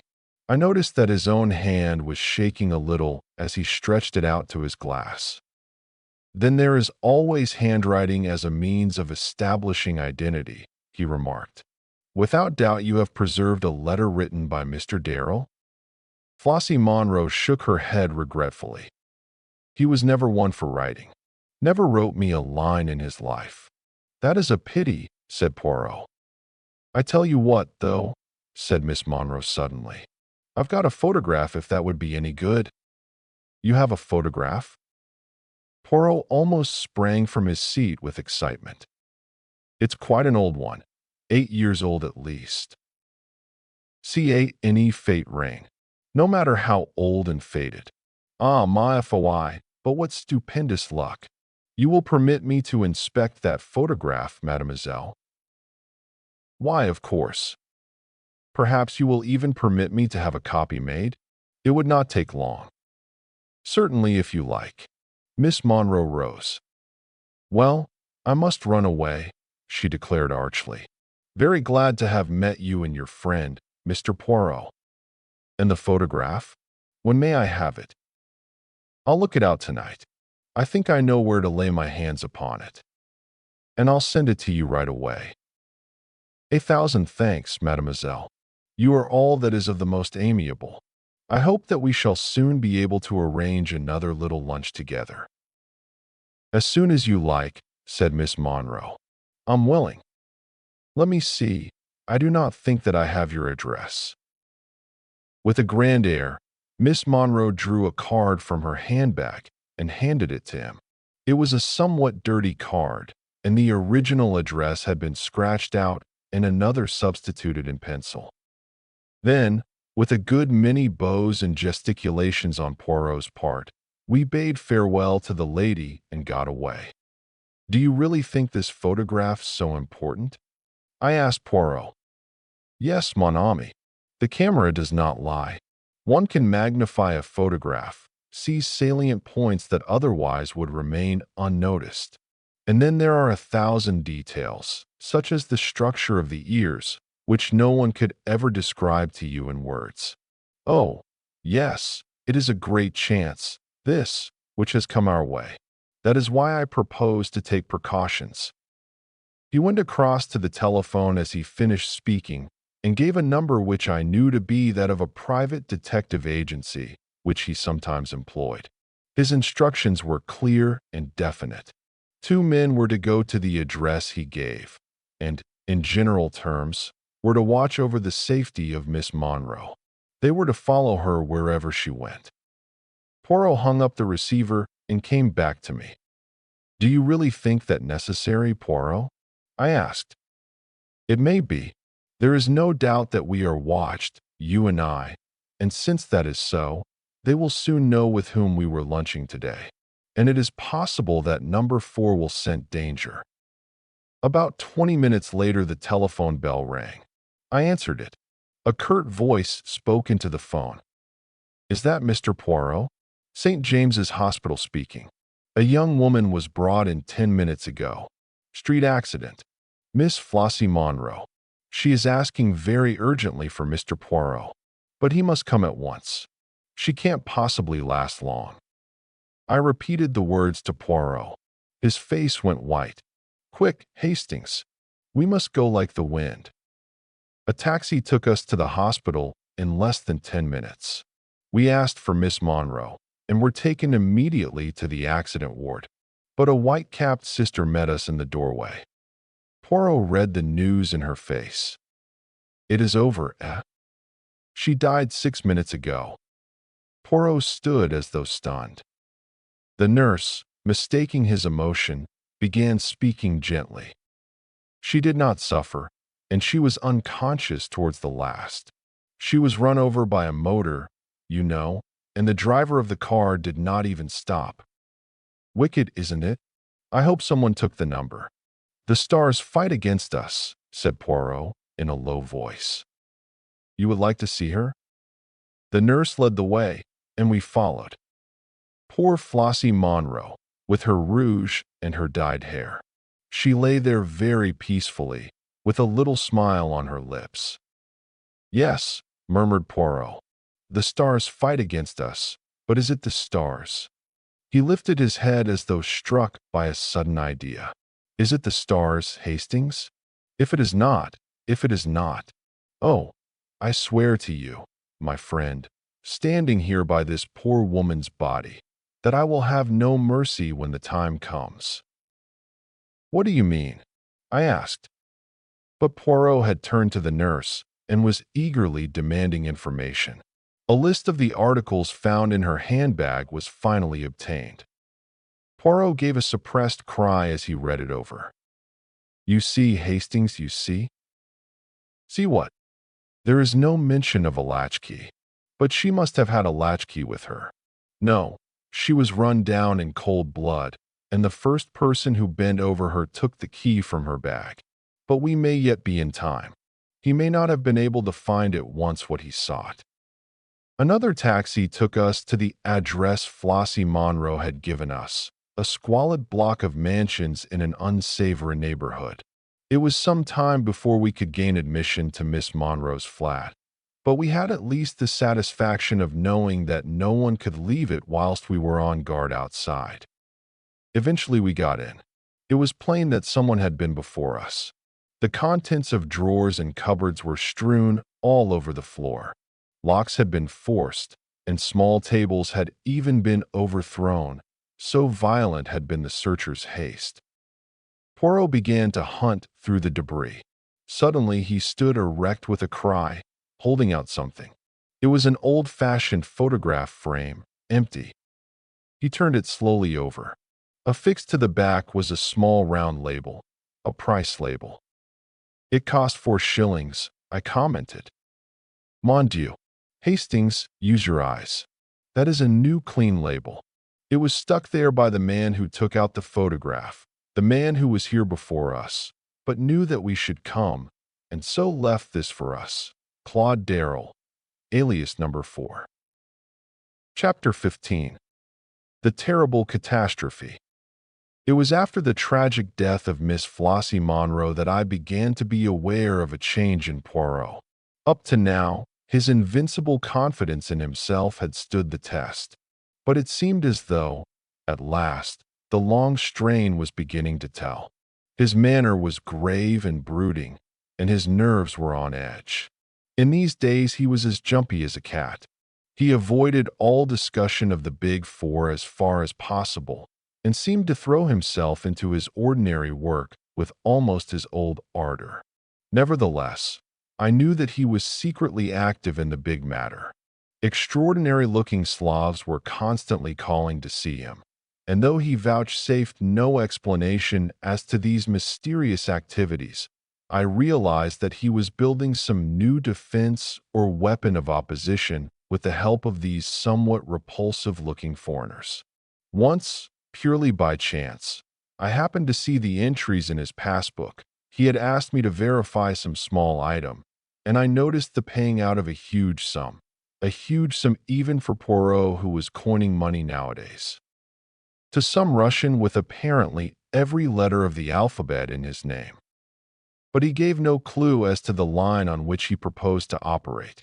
Only over and over again he gave utterance to one phrase: "It is a mistake to underestimate your adversary. Remember that, mon ami." And I realized that that was the pitfall he was striving at all costs to avoid. So matters went on until the end of March, and then one morning Poirot made a remark which startled me considerably.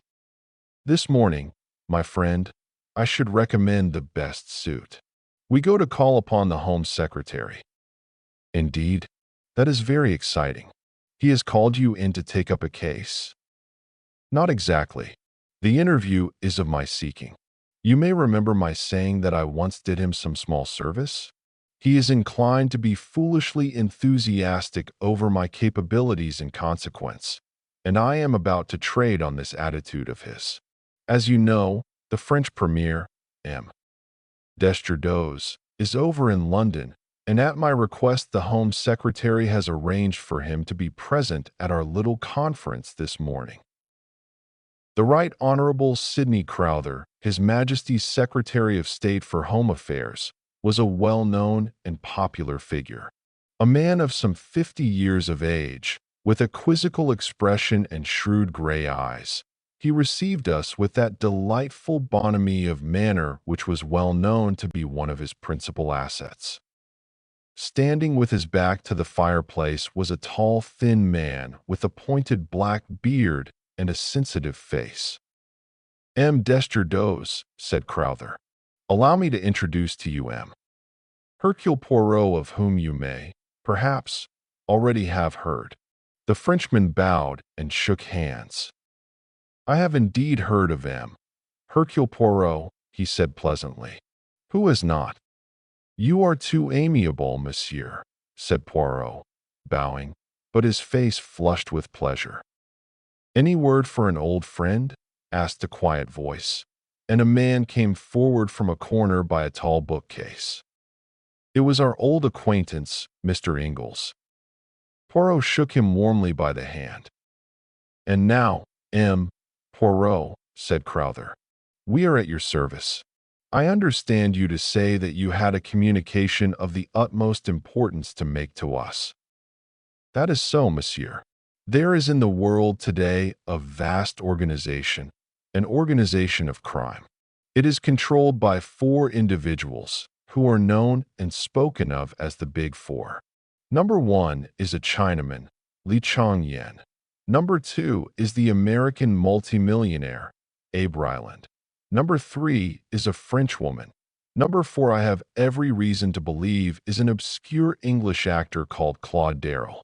These 4 are banded together to destroy the existing social order and to replace it with an anarchy in which they would reign as dictators." "Incredible," muttered the Frenchman. "Ryland, mixed up with a thing of that kind? Surely the idea is too fantastic." "Listen, monsieur, whilst I recount to you some of the doings of this Big Four." It was an enthralling narrative which Poirot unfolded. Familiar as I was with all the details, they thrilled me anew as I heard the bald recital of our adventures and escapes. M. Destabilise looked mutely at Mr. Crowther as Poirot finished. The other answered the look. "Yes, M. Destabilise, I think we must admit the existence of a Big Four."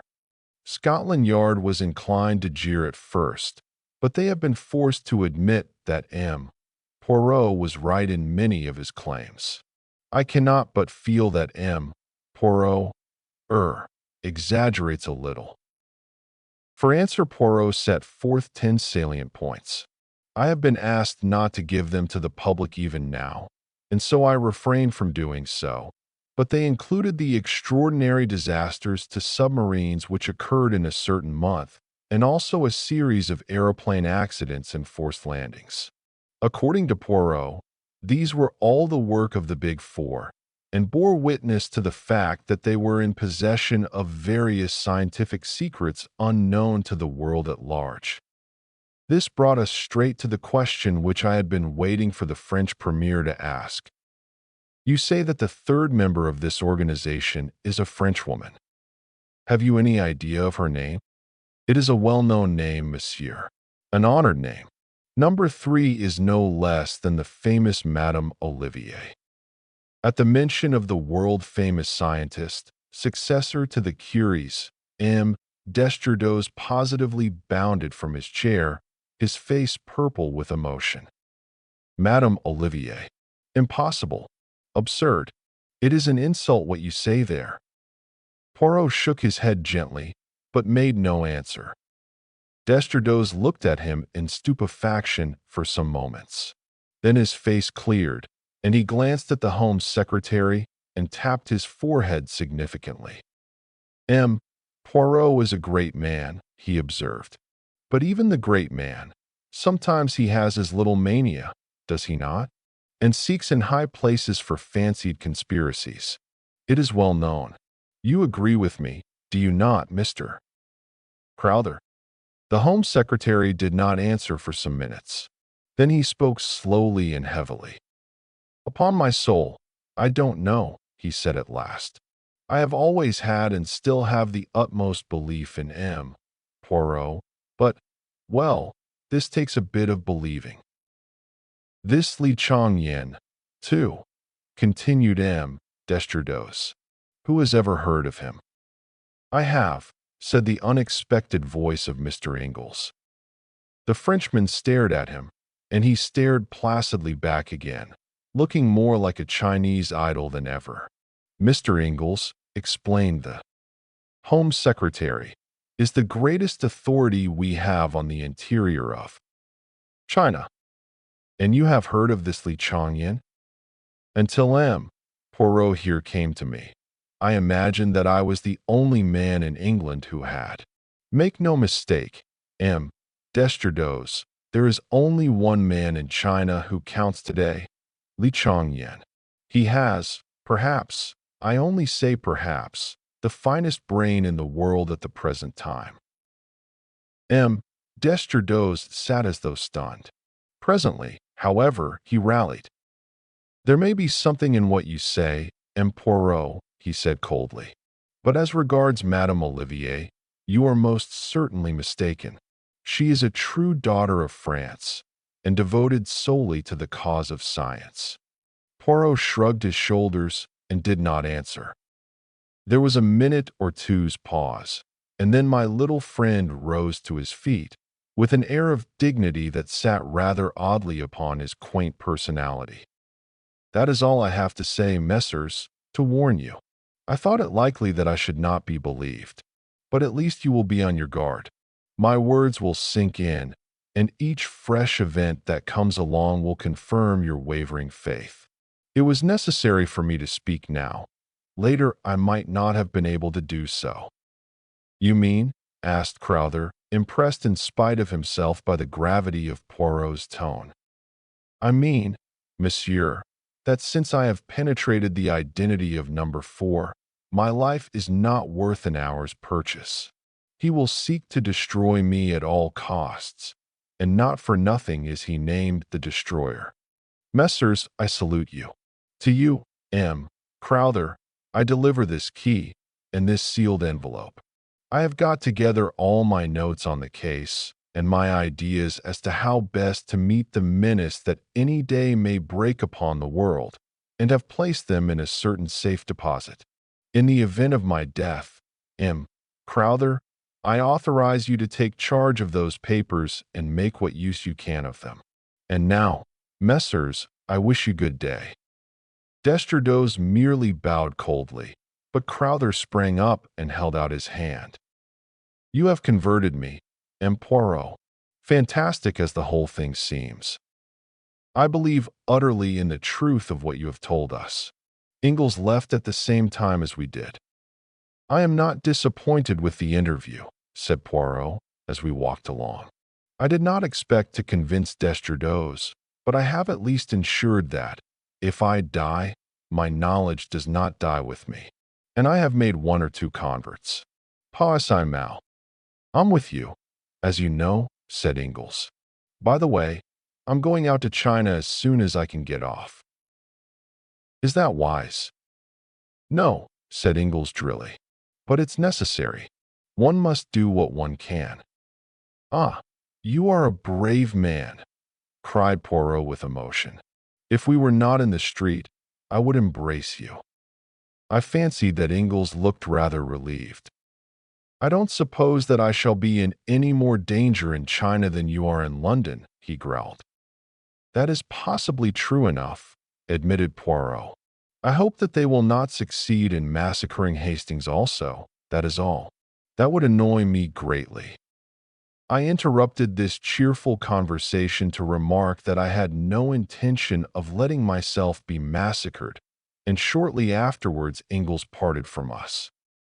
For some time we went along in silence, which Poirot at length broke by uttering a totally unexpected remark. I really think, that I shall have to bring my brother into this. Your brother? I cried, astonished. I never knew you had a brother. You surprise me, Hastings. Do you not know that all celebrated detectives have brothers who would be even more celebrated than they are were it not for constitutional indolence?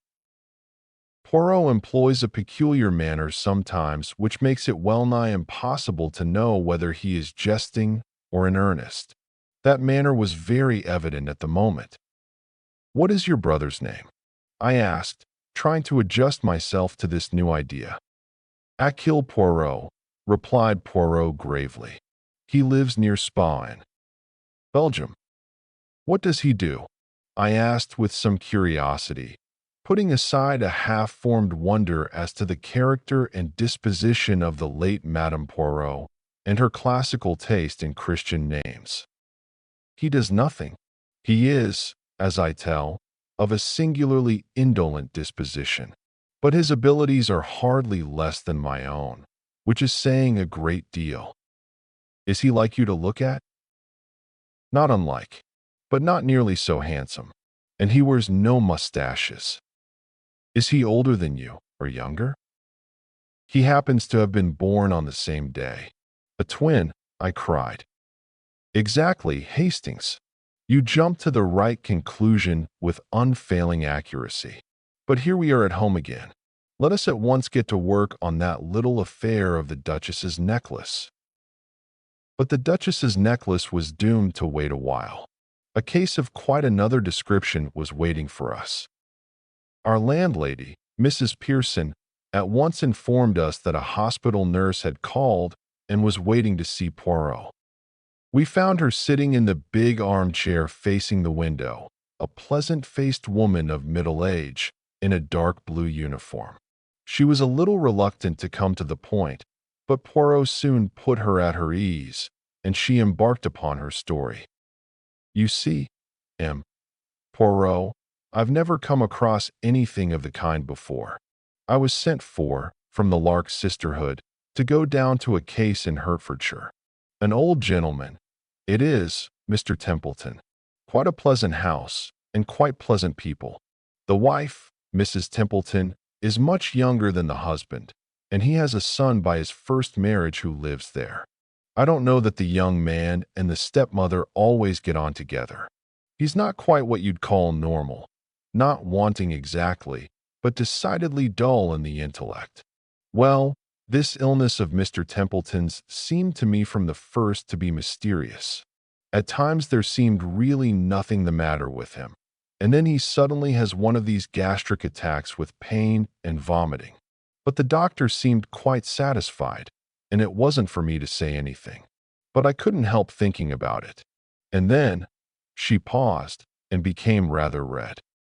Something happened which aroused your suspicions, suggested Poirot. Yes, but she still seemed to find it difficult to go on. I found the servants were passing remarks too. About Mr. Templeton's illness? Oh no, about this other thing. Mrs. Templeton? Yes. Mrs. Templeton and the doctor, perhaps? Poirot had an uncanny flair in these things. The nurse threw him a grateful glance and went on. They were passing remarks. And then one day I happened to see them together myself, in the garden. It was left at that. Our client was in such an agony of outraged propriety that no one could feel it necessary to ask exactly what she had seen in the garden. She had evidently seen quite enough to make up her own mind on the situation. The attacks got worse and worse.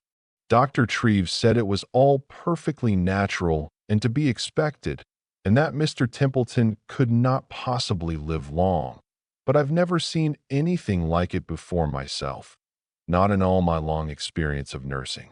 It seemed to me much more like some form of— She paused, hesitating. Arsenical poisoning, said Poirot helpfully.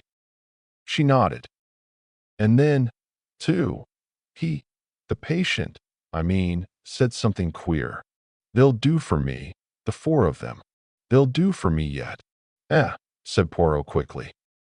Those were his very words, and Poirot. He was in great pain at the time, of course, and hardly knew what he was saying. They'll do for me, the four of them, repeated Poirot thoughtfully. What did he mean by the four of them, do you think? That I can't say, and Poirot. I thought perhaps he meant his wife and son, and the doctor, and perhaps Miss Clark, Mrs. Templeton's companion. That would make four, wouldn't it? He might think they were all in league against him. Quite so, said Poirot, in a preoccupied voice. What about food? Could you take no precautions about that? I'm always doing what I can. But, of course, sometimes Mrs. Templeton insists on bringing him his food herself, and then there are the times when I am off duty. Exactly. And you are not sure enough of your ground to go to the police. The nurse's face showed her horror at the mere idea. What I have done, M. Poirot, is this. Mr. Templeton had a very bad attack after partaking of a bowl of soup. I took a little from the bottom of the bowl afterwards and have brought it up with me. I have been spared for the day to visit a sick mother, as Mr. Templeton was well enough to be left. She drew out a little bottle of dark fluid and handed it to Poirot. Excellent, mademoiselle. We will have this analyzed immediately. If you will return here in, say, an hour's time, I think that we shall be able to dispose of your suspicions one way or another. First extracting from our visitor her name and qualifications, he ushered her out. Then he wrote a note and sent it off together with the bottle of soup. Whilst we waited to hear the result, Poirot amused himself by verifying the nurse's credentials, somewhat to my surprise. No, my friend, he declared. I do well to be careful. Do not forget the big four are on our track. However, he soon elicited the information that a nurse of the name of Mabel Palmer was a member of the Lark Institute and had been sent to the case in question. So far, so good, he said with a twinkle. And now here comes Nurse Palmer back again. And here also is our analyst's report. Is there arsenic in it? She asked breathlessly. Poirot shook his head, refolding the paper. No. We were both immeasurably surprised. There is no arsenic in it, continued Poirot. But there is antimony, and that being the case, we will start immediately for Hertfordshire. Pray heaven that we are not too late. It was decided that the simplest plan was for Poirot to represent himself truly as a detective, but that the ostensible reason of his visit should be to question Mrs. Templeton about a servant formerly in her employment, whose name he obtained from Nurse Palmer, and whom he could represent as being concerned in a jewel robbery. It was late when we arrived at Elmstead, as the house was called. We had allowed Nurse Palmer to precede us by about 20 minutes, so that there should be no question of our all arriving together. Mrs. Templeton, a tall, dark woman, with sinuous movements and uneasy eyes, received us. I noticed that as Poirot announced his profession, she drew in her breath with a sudden hiss, as though badly startled, but she answered his question about the maidservant readily enough. And then, to test her, Poirot embarked upon a long history of a poisoning case in which a guilty wife had figured. His eyes never left her face as he talked, and try as she would, she could hardly conceal her rising agitation. Suddenly, with an incoherent word of excuse, she hurried from the room. We were not long left alone. A squarely built man with a small red mustache and pince-nez came in. "Dr. Treves," he introduced himself. "Mrs. Templeton asked me to make her excuses to you. She's in a very bad state, you know. Nervous strain, worry over her husband, and all that. I've prescribed bed and bromide. But she hopes you'll stay and take pot luck, and I'm to do host. We've heard of you down here, M. Poirot, and we mean to make the most of you. Ah, here's Mickey." A shambling young man entered the room. He had a very round face and foolish-looking eyebrows raised as though in perpetual surprise. He grinned awkwardly as he shook hands. This was clearly the wanting son. Presently we all went into dinner. Dr. Treves left the room to open some wine, I think, and suddenly the boy's physiognomy underwent a startling change. He leant forward, staring at Poirot. "You've come about father," he said, nodding his head. I know lots of things, but nobody thinks I do. Mother will be glad when father's dead and she can marry Dr. Treves.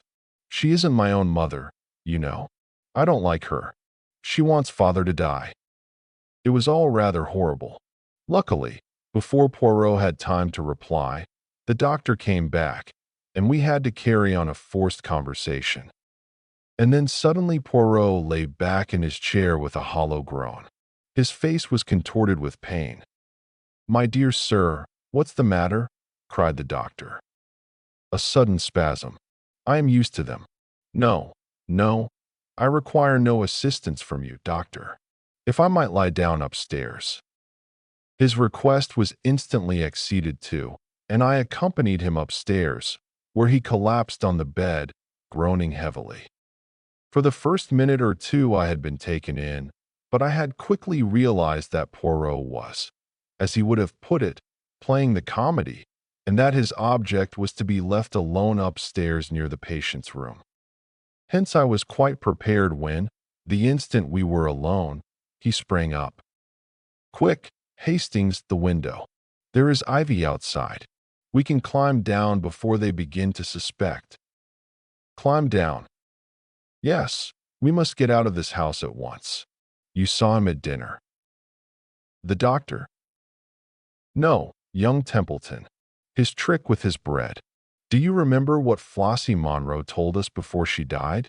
That Claude Darrell had a habit of dabbing his bread on the table to pick up crumbs. Hastings, this is a vast plot, and that vacant-looking young man is our archenemy. Number 4. Hurry." I did not wait to argue.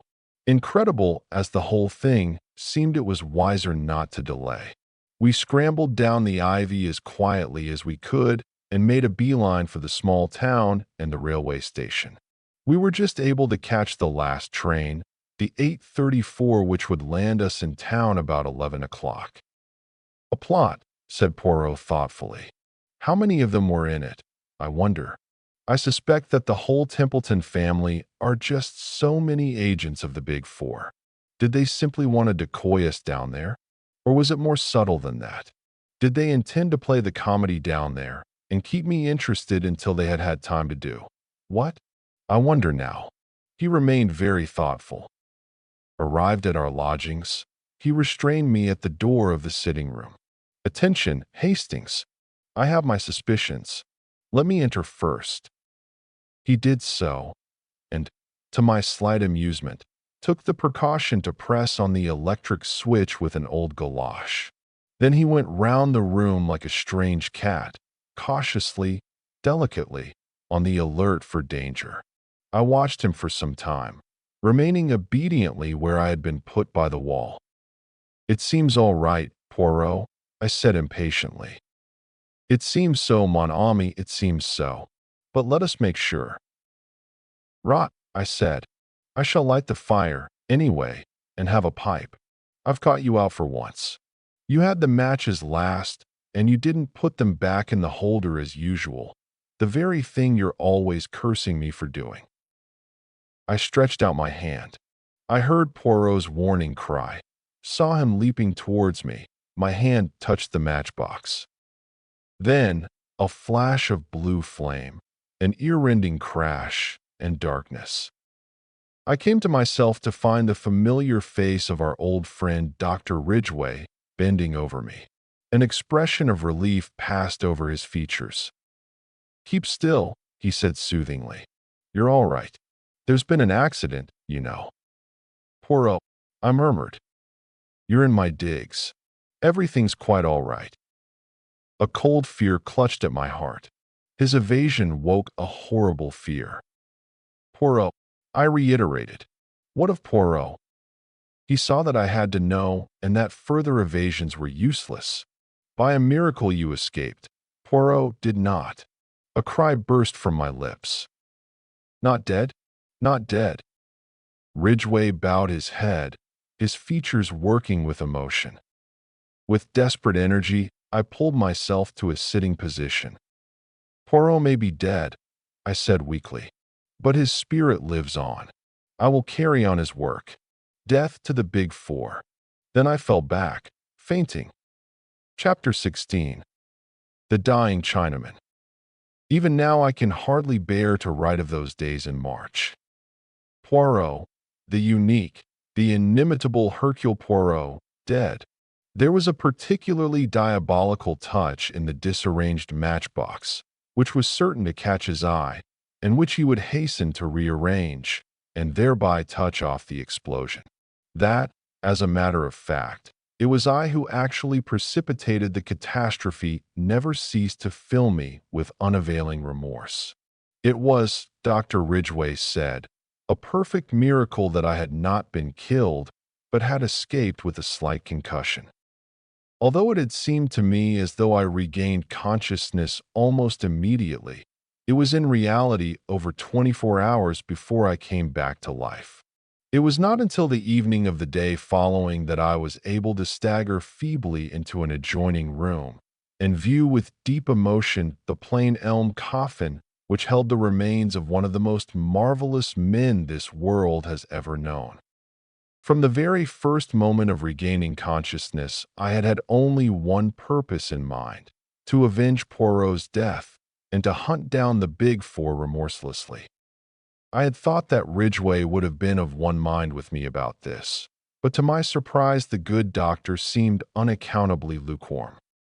"Get back to South America," was his advice, tendered on every occasion. Why attempt the impossible? Put as delicately as possible, his opinion amounted to this: if Poirot, the unique Poirot, had failed, was it likely that I should succeed? But I was obstinate, putting aside any question as to whether I had the necessary qualifications for the task, and I may say in passing that I did not entirely agree with his views on this point. I had worked so long with Poirot that I knew his methods by heart, and felt fully capable of taking up the work where he had laid it down. It was, with me, a question of feeling. My friend had been foully murdered. Was I to go tamely back to South America without an effort to bring his murderers to justice? I said all this and more to Ridgway, who listened attentively enough. "All the same," he said when I had finished, "my advice does not vary. I am earnestly convinced that Poirot himself, if he were here, would urge you to return. In his name, I beg of you, Hastings, abandon these wild ideas and go back to your ranch." To that only one answer was possible, and, shaking his head sadly, he said no more. It was a month before I was fully restored to health. Towards the end of April, I sought and obtained an interview with the Home Secretary. Mr. Crowther's manner was reminiscent of that of Dr. Ridgway. It was soothing and negative.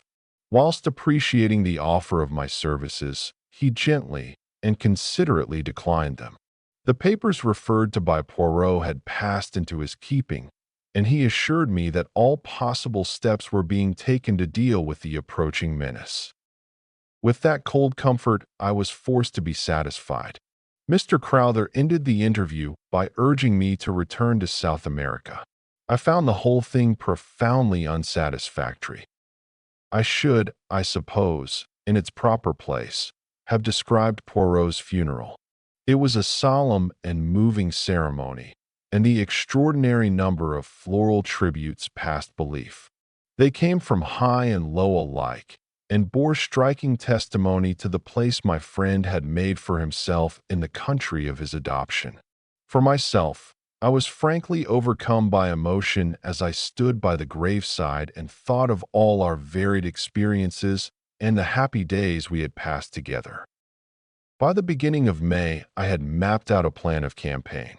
I felt that I could not do better than keep to Poirot's scheme of advertising for any information respecting Claude Darrell. I had an advertisement to this effect inserted in a number of morning newspapers, and I was sitting in a small restaurant in Soho, and judging of the effect of the advertisement, when a small paragraph in another part of the paper gave me a nasty shock. Very briefly, it reported the mysterious disappearance of Mr. John Ingalls from the SS Shanghai, shortly after the latter had left Marseilles. Although the weather was perfectly smooth, it was feared that the unfortunate gentleman must have fallen overboard. The paragraph ended with a brief reference to Mr. Ingles's long and distinguished service in China. The news was unpleasant. I read into Ingles's death a sinister motive. Not for one moment did I believe the theory of an accident. Ingalls had been murdered, and his death was only too clearly the handiwork of that accursed Big Four. As I sat there, stunned by the blow, and turning the whole matter over in my mind, I was startled by the remarkable behavior of the man sitting opposite me. So far I had not paid much attention to him. He was a thin, dark man of middle age, sallow of complexion, with a small pointed beard. He had sat down opposite me so quietly that I had hardly noticed his arrival. But his actions now were decidedly peculiar, to say the least of them. Leaning forward, he deliberately helped me to salt, putting it in 4 little heaps round the edge of my plate. "You will excuse me," he said, in a melancholy voice. "To help a stranger to salt is to help them to sorrow, they say. That may be an unavoidable necessity. I hope not, though. I hope that you will be reasonable." Then, with a certain significance, he repeated his operations with the salt on his own plate. The symbol 4 was too plain to be missed. I looked at him searchingly. In no way that I could see did he resemble the young Templeton, or James the footman, or any other of the various personalities we had come across.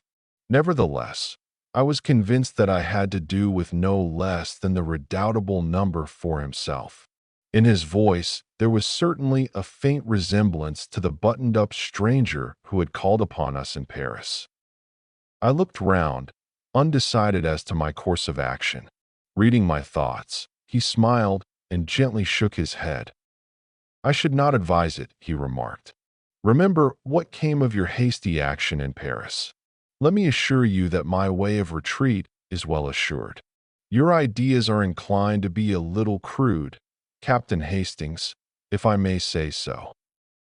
"You devil," I said, choking with rage. "You incarnate devil." "Heated, just a trifle heated. Your late lamented friend would have told you that a man who keeps calm has always a great advantage." "You dare to speak of him," I cried. "The man you murdered so foully. And you come here." He interrupted me. I came here for an excellent and peaceful purpose, to advise you to return at once to South America. If you do so, that is the end of the matter as far as the Big Four are concerned. You and yours will not be molested in any way. I give you my word as to that." I laughed scornfully.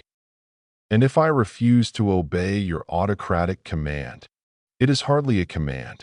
Shall we say that it is a warning?" There was a cold menace in his tone. "The first warning," he said softly.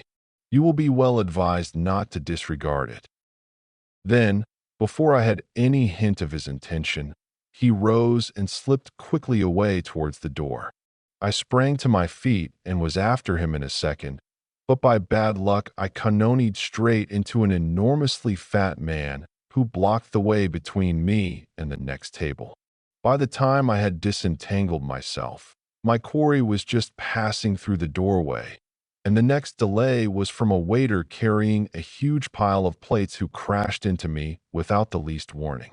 By the time I got to the door, there was no sign of the thin man with the dark beard. The waiter was fulsome in apologies. The fat man was sitting placidly at a table ordering his lunch. There was nothing to show that both occurrences had not been a pure accident. Nevertheless, I had my own opinion as to that. I knew well enough that the agents of the Big Four were everywhere. Needless to say, I paid no heed to the warning given me. I would do or die in the good cause. I received in all only 2 answers to the advertisements. Neither of them gave me any information of value. They were both from actors who had played with Claude Darrell at one time or another. Neither of them knew him at all intimately, and no new light was thrown upon the problem of his identity and present whereabouts. No further sign came from the Big Four until about 10 days later. I was crossing Hyde Park, lost in thought, when a voice, rich with a persuasive foreign inflection, hailed me. "Captain Hastings, is it not?" A big limousine had just drawn up by the pavement. A woman was leaning out, exquisitely dressed in black, with wonderful pearls. I recognized the lady first known to us as Countess Vera Rosikoff, and afterwards under a different alias as an agent of the Big Four. Poirot, for some reason or other, had always had a sneaking fondness for the Countess. Something in her very flamboyance attracted the little man. He was wont to declare in moments of enthusiasm, a woman in 1,000, that she was arrayed against us, on the side of our bitterest enemies, never seemed to weigh in his judgment. "Ah, do not pass on," said the Countess. "I have something most important to say to you. And do not try to have me arrested either, for that would be stupid. You were always a little stupid. Yes, it is so. You are stupid now when you persist in disregarding the warning we sent you. It is the second warning I bring you. Leave England at once. You can do no good here. I tell you that frankly. You will never accomplish anything." "In that case," I said stiffly, "it seems rather extraordinary that you are all so anxious to get me out of the country." The Countess shrugged her shoulders, magnificent shoulders, and a magnificent gesture. "For my part, I think that, too, stupid. I would leave you here to play about happily. But the chiefs, you see, are fearful that some word of yours may give great help to those more intelligent than yourself. Hence, you are to be banished." The Countess appeared to have a flattering idea of my abilities. I concealed my annoyance. Doubtless this attitude of hers was assumed expressly to annoy me and to give me the idea that I was unimportant. "It would, of course, be quite easy to remove you," she continued, "but I am quite sentimental sometimes. I pleaded for you. You have a nice little wife somewhere, have you not?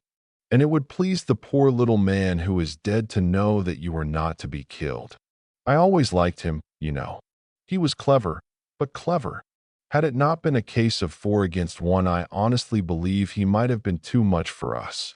I confess it frankly, he was my master. I sent a wreath to the funeral as a token of my admiration. an enormous one of crimson roses.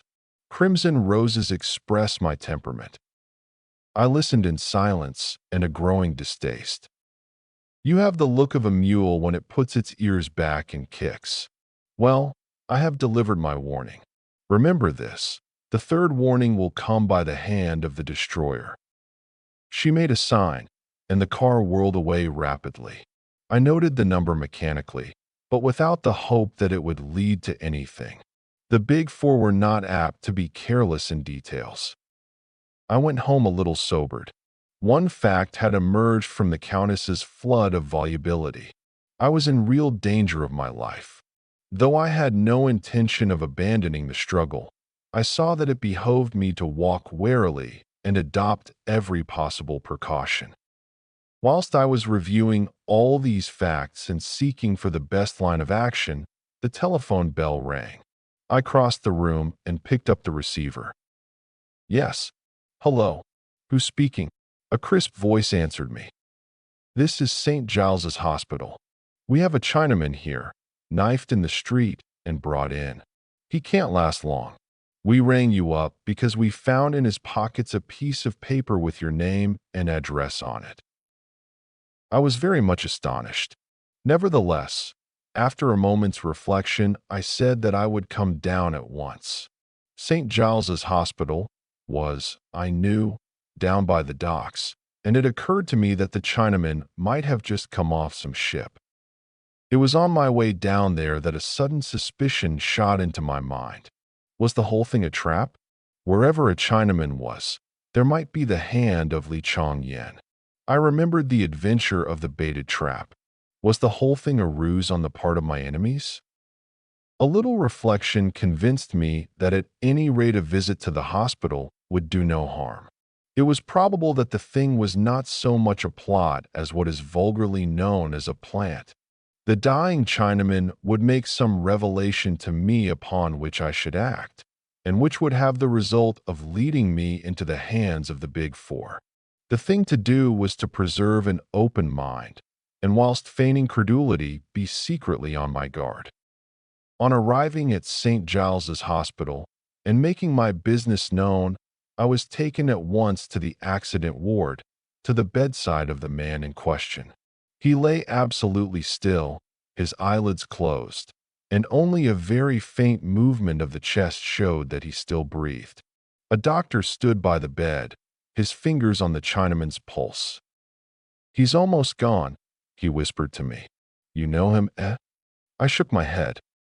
"I've never seen him before." "Then what was he doing with your name and address in his pocket?" "You are Captain Hastings, aren't you?" "Yes, but I can't explain it any more than you can." Curious thing. From his papers, he seems to have been the servant of a man called Ingalls, a retired civil servant. "Ah, you know him, do you?" he added quickly, as I started at the name. Ingles's servant.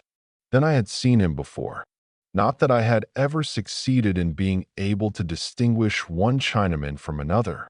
He must have been with Ingalls on his way to China, and after the catastrophe he had returned to England with a message, possibly, for me. It was vital, imperative that I should hear the message. "Is he conscious?" I asked. "Can he speak?" Mr. Ingalls was an old friend of mine, and I think it possible that this poor fellow has brought me a message from him. Mr. Ingalls is believed to have gone overboard about 10 days ago. He's just conscious, but I doubt if he has the force to speak.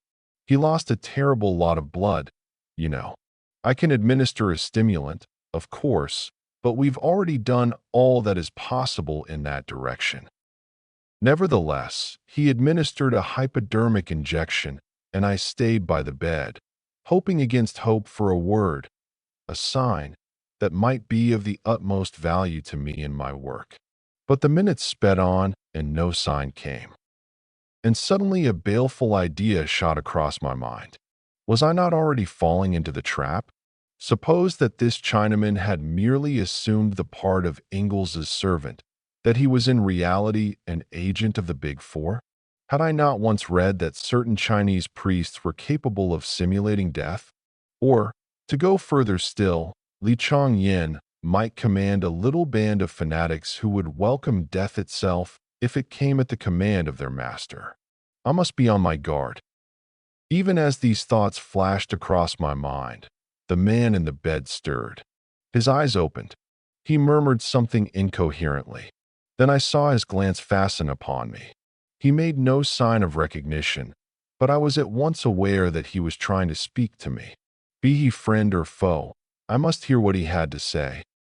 I leaned over the bed, but the broken sounds conveyed no sort of meaning to me.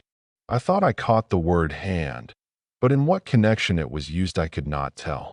Then it came again, and this time I heard another word, the word Largo. I stared in amazement, as the possible juxtaposition of the two suggested itself to me. Handles Largo? I queried. The Chinaman's eyelids flickered rapidly, as though in assent, and he added another Italian word, the word carrozza. 2 or 3 more words of murmured Italian came to my ears, and then he fell back abruptly. The doctor pushed me aside. It was all over. The man was dead. I went out into the air again, thoroughly bewildered. Handles Largo, and a carrozza. If I remembered rightly, a carrozza was a carriage. What possible meaning could lie behind those simple words? The man was a Chinaman, not an Italian. Why should he speak in Italian? Surely, if he were indeed Ingles's servant, he must know English? The whole thing was profoundly mystifying. I puzzled over it all the way home. Oh, if only Poirot had been there to solve the problem with his lightning ingenuity. I let myself in with my latchkey and went slowly up to my room. A letter was lying on the table, and I tore it open carelessly enough. But in a minute I stood rooted to the ground whilst I read. It was a communication from a firm of solicitors. Dear Sir, it ran, as instructed by our late client, M. Hercule Poirot, we forward you the enclosed letter. This letter was placed in our hands a week before his death, with instructions that in the event of his demise, it should be sent to you at a certain date after his death. Yours faithfully, etc. I turned the enclosed missive over and over.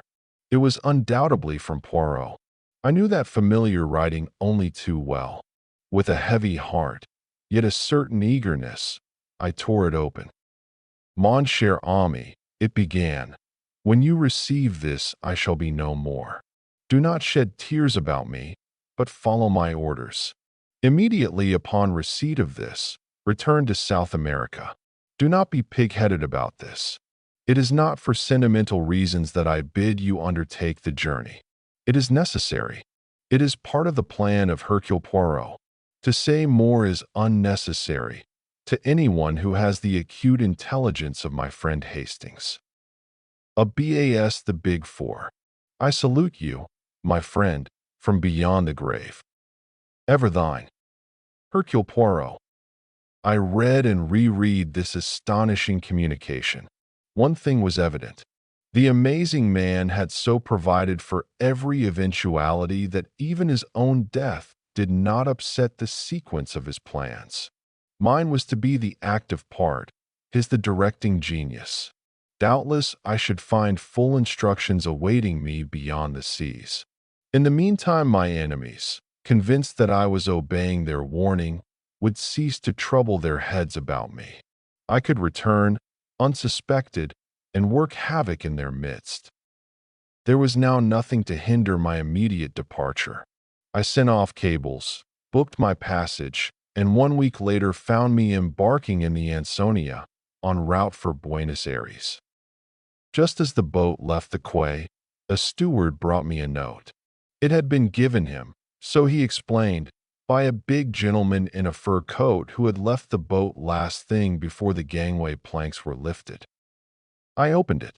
It was terse and to the point. You are wise, it ran. It was signed with a big figure 4. I could afford to smile to myself. The sea was not too choppy. I enjoyed a passable dinner, made up my mind as to the majority of my fellow passengers, and had a rubber or two of bridge. Then I turned in, and slept like a log as I always do on board ship. I was awakened by feeling myself persistently shaken. Dazed and bewildered, I saw that one of the ship's officers was standing over me. He gave a sigh of relief as I sat up. "Thank the Lord I've got you awake at last. I've had no end of a job. Do you always sleep like that?" "What's the matter?" I asked, still bewildered and not fully awake. "Is there anything wrong with the ship?" "I expect you know what's the matter better than I do," he replied drily. "Special instructions from the Admiralty. There's a destroyer waiting to take you off." "What?" I cried. "In mid-ocean? It seems a most mysterious affair, but that's not my business. They've sent a young fellow aboard who is to take your place, and we are all sworn to secrecy. Will you get up and dress?" Utterly unable to conceal my amazement, I did as I was told. A boat was lowered, and I was conveyed aboard the destroyer. There I was received courteously, but got no further information. The commander's instructions were to land me at a certain spot on the Belgian coast. There his knowledge and responsibility ended. The whole thing was like a dream. The one idea I held to firmly was that all this must be part of Poirot's plan. I must simply go forward blindly, trusting in my dead friend. I was duly landed at the spot indicated. Their motor was waiting, and soon I was rapidly whirling across the flat Flemish plains. I slept that night at a small hotel in Brussels. The next day we went on again. The country became wooded and hilly. I realized that we were penetrating into the Ardennes, and I suddenly remembered Poirot's saying that he had a brother who lived at Spa. But we did not go to Spa itself. We left the main road and wound into the leafy fastnesses of the hills till we reached a little hamlet and an isolated white villa high on the hillside. Here the car stopped in front of the green door of the villa. The door opened as I alighted. An elderly manservant stood in the doorway bowing. Le Capitaine Hastings," he said in French. Le Capitaine is expected, if he will follow me." He led the way across the hall and flung open a door at the back, standing aside to let me pass in. I blinked a little, for the room faced west and the afternoon sun was pouring in. Then my vision cleared, and I saw a figure waiting to welcome me with outstretched hands. It was, oh, impossible, it couldn't be, but yes. "Poirot," I cried, and for once did not attempt to evade the embrace with which he overwhelmed me. But yes, it is indeed I. Not so easy to kill Hercule Poirot." "But Poirot, why?" "A ruse de guerre, my friend, a ruse de guerre. All is now ready for our grand coup." "But you might have told me." "No, Hastings, I could not. Never, never, in 1,000 years, could you have acted the part at the funeral. As it was perfect. It could not fail to carry conviction to the Big Four. But what I've been through. Do not think me too unfeeling. I carried out the deception partly for your sake. I was willing to risk my own life, but I had qualms about continually risking yours.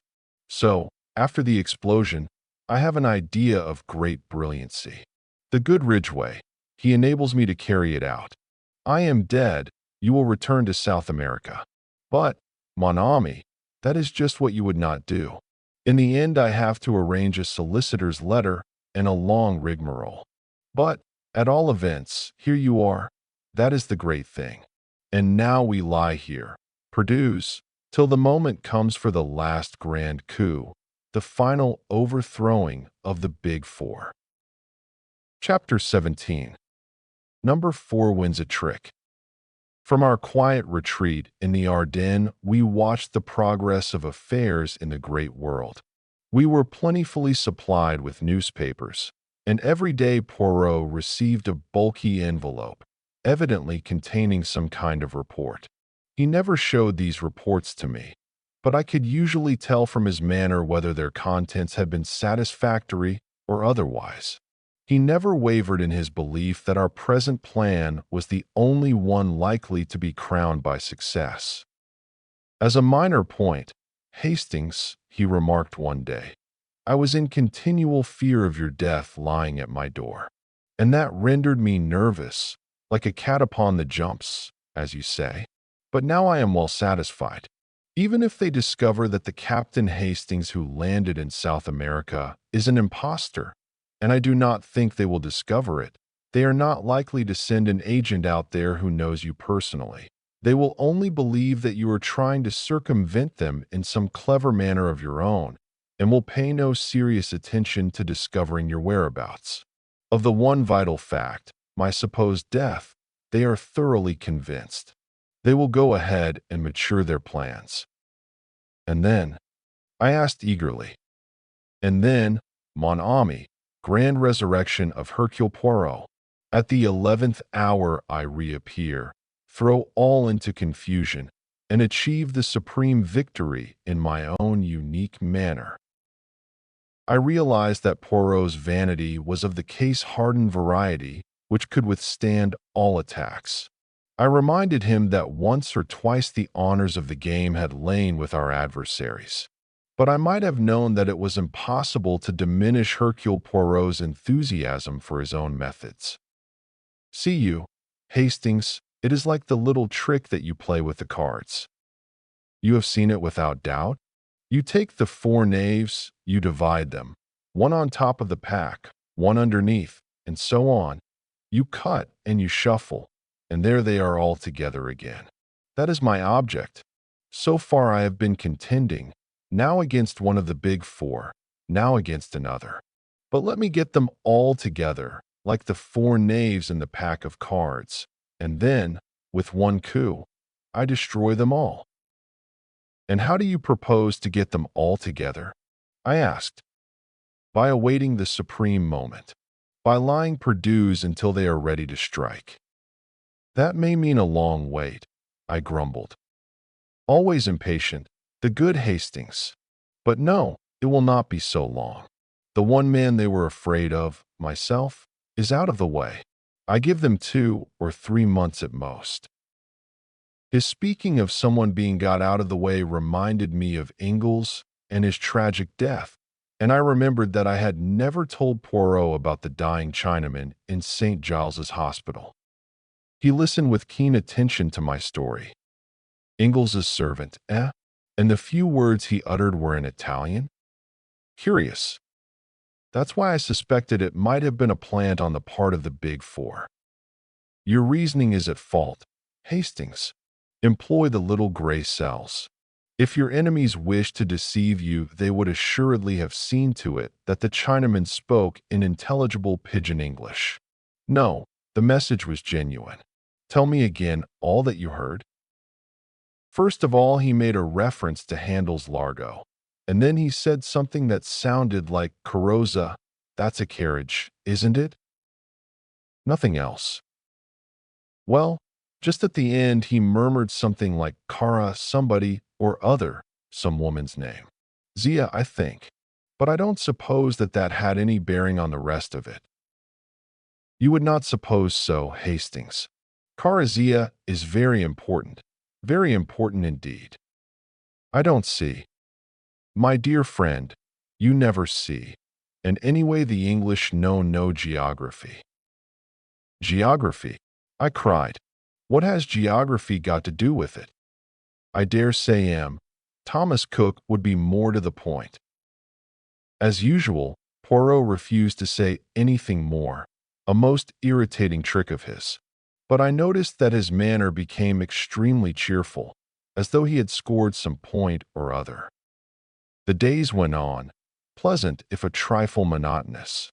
There were plenty of books in the villa and delightful rambles all around. But I chafed sometimes at the forced inactivity of our life, and marveled at Poirot's state of placid content. Nothing occurred to ruffle our quiet existence, and it was not until the end of June, well within the limit that Poirot had given them, that we had our news of the Big 4. A car drove up to the villa early one morning, Such an unusual event in our peaceful life that I hurried down to satisfy my curiosity. I found Poirot talking to a pleasant-faced young fellow of about my own age. He introduced me. "This is Captain Hastings, one of the most famous members of your intelligence service." "Not famous at all, I'm afraid," said the young man, laughing pleasantly. "Not famous except to those in the know," I should have said. "Most of Captain Harvey's friends and acquaintances consider him an amiable but brainless young man, devoted only to the trot of the fox or whatever the dance is called." We both laughed. "Well, well, to business," said Poirot. "You are of opinion the time has come, then?" "We are sure of it, sir. China was isolated politically yesterday. What is going on out there, nobody knows. No news of any kind, wireless or otherwise, has come through. Just a complete break and silence." Li Chong Yin has shown his hand. "And the others?" "Abe Ryland arrived in England a week ago and left for the continent yesterday." "And Madame Olivier?" "Madame Olivier left Paris last night." "For Italy?" "For Italy, sir. As far as we can judge, they are both making for the resort you indicated, though how you knew that—" "Ah, that is not the cap with the feather for me. That was the work of Hastings here. He conceals his intelligence, you comprehend, but it is profound for all that." Harvey looked at me with due appreciation, and I felt rather uncomfortable. "All is in train, then," said Poirot. He was pale now, and completely serious. "The time has come. The arrangements are all made. Everything you ordered has been carried out. The governments of Italy, France, and England are behind you, and are all working harmoniously together. It is, in fact, a new entente," observed Poirot drily. "I am glad that Destabilise is convinced at last. Eh bien, then, we will start, or rather, I will start. You, Hastings, will remain here. Yes, I pray of you. In verity, my friend, I am serious." I believe him, but it was not likely that I should consent to being left behind in that fashion. Our argument was short but decisive. It was not until we were in the train, speeding towards Paris, that he admitted that he was secretly glad of my decision.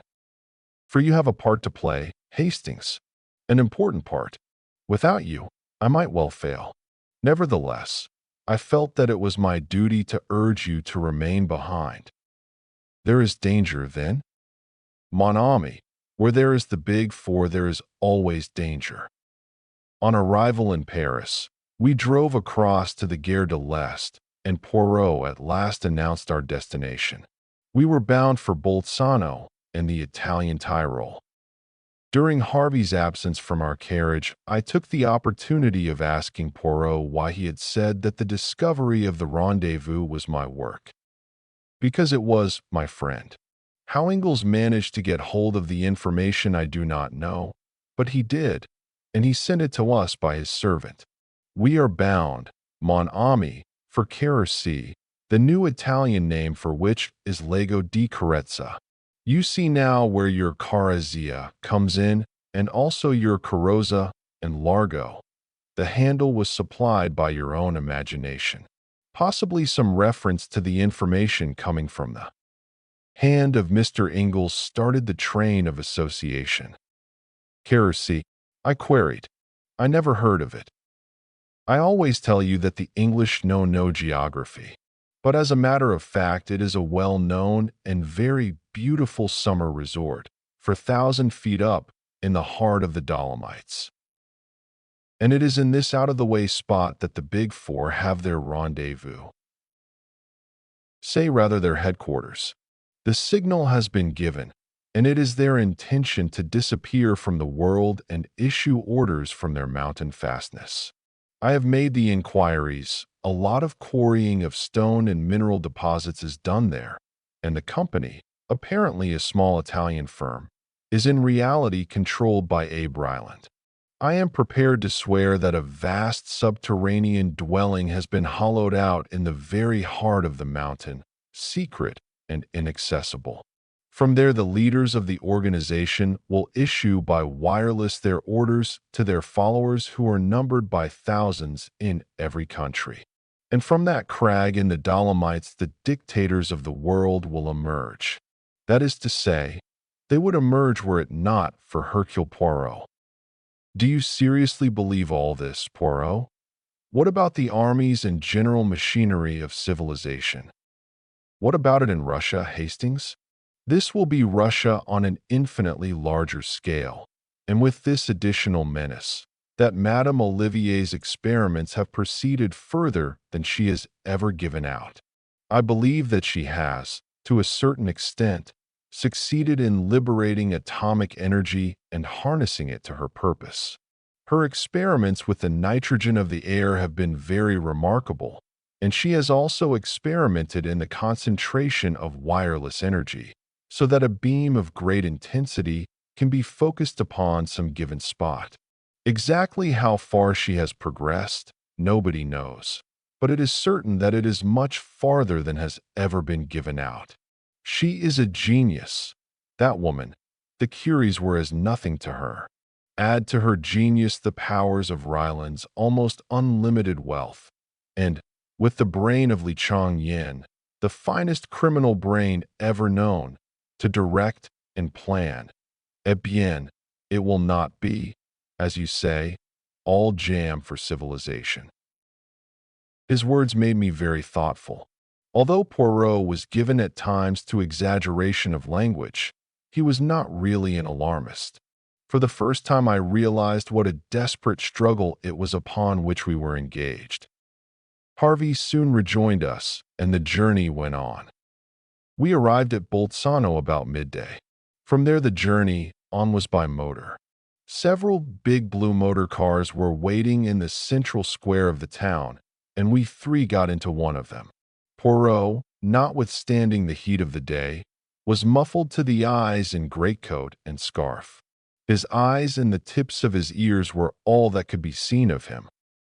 I did not know whether this was due to precaution at merely his exaggerated fear of catching a chill. The motor journey took a couple of hours. It was a really wonderful drive. For the first part of the way we wound in and out of huge cliffs, with a trickling waterfall on one hand. Then we emerged into a fertile valley, which continued for some miles, and then, still winding steadily upwards, the bare rock peaks began to show with dense, clustering pine woods at their base. The whole place was wild and lovely. Finally, a series of abrupt curves, with the road running through the pine woods on either side, and we came suddenly upon a big hotel and found we had arrived. Our rooms had been reserved for us, and under Harvey's guidance we went straight up to them. They looked straight out over the rocky peaks and the long slopes of pine woods leading up to them. Poirot made a gesture towards them. "It is there?" he asked in a low voice. "Yes," replied Harvey. "There is a place called the Felsen Labyrinth, all big boulders piled about in a most fantastic way. A path winds through them. The quarrying is to the right of that, but we think that the entrance is probably in the Felsen Labyrinth." Poirot nodded. "Come, mon ami," he said to me. "Let us go down and sit upon the terrace and enjoy the sunlight." "You think that wise?" I asked. He shrugged his shoulders. The sunlight was marvelous. In fact, the glare was almost too great for me. We had some creamy coffee instead of tea, then went upstairs and unpacked our few belongings. Poirot was in his most unapproachable mood, lost in a kind of reverie. Once or twice he shook his head and sighed. I had been rather intrigued by a man who had got out of our train at Bolzano and had been met by a private car. He was a small man, and one thing about him that attracted my attention was that he was almost as much muffled up as Poirot had been. More so, indeed, for in addition to greatcoat and muffler, he was wearing huge blue spectacles. I was convinced that here we had an emissary of the Big Four. Poirot did not seem very impressed by my idea, but when, leaning out of my bedroom window, I reported that the man in question was strolling about in the vicinity of the hotel, he admitted that there might be something in it. I urged my friend not to go down to dinner, but he insisted on doing so. We entered the dining room rather late, and were shown to a table by the window. As we sat down, our attention was attracted by an exclamation and a crash of falling china. A dish of Hercule's verts had been upset over a man who was sitting at the table next to ours. The head waiter came up and was vociferous in apologies. Presently, when the offending waiter was serving us with soup, Poirot spoke to him. "An unfortunate accident, that. But it was not your fault." "Monsieur saw that?" "No, indeed it was not my fault."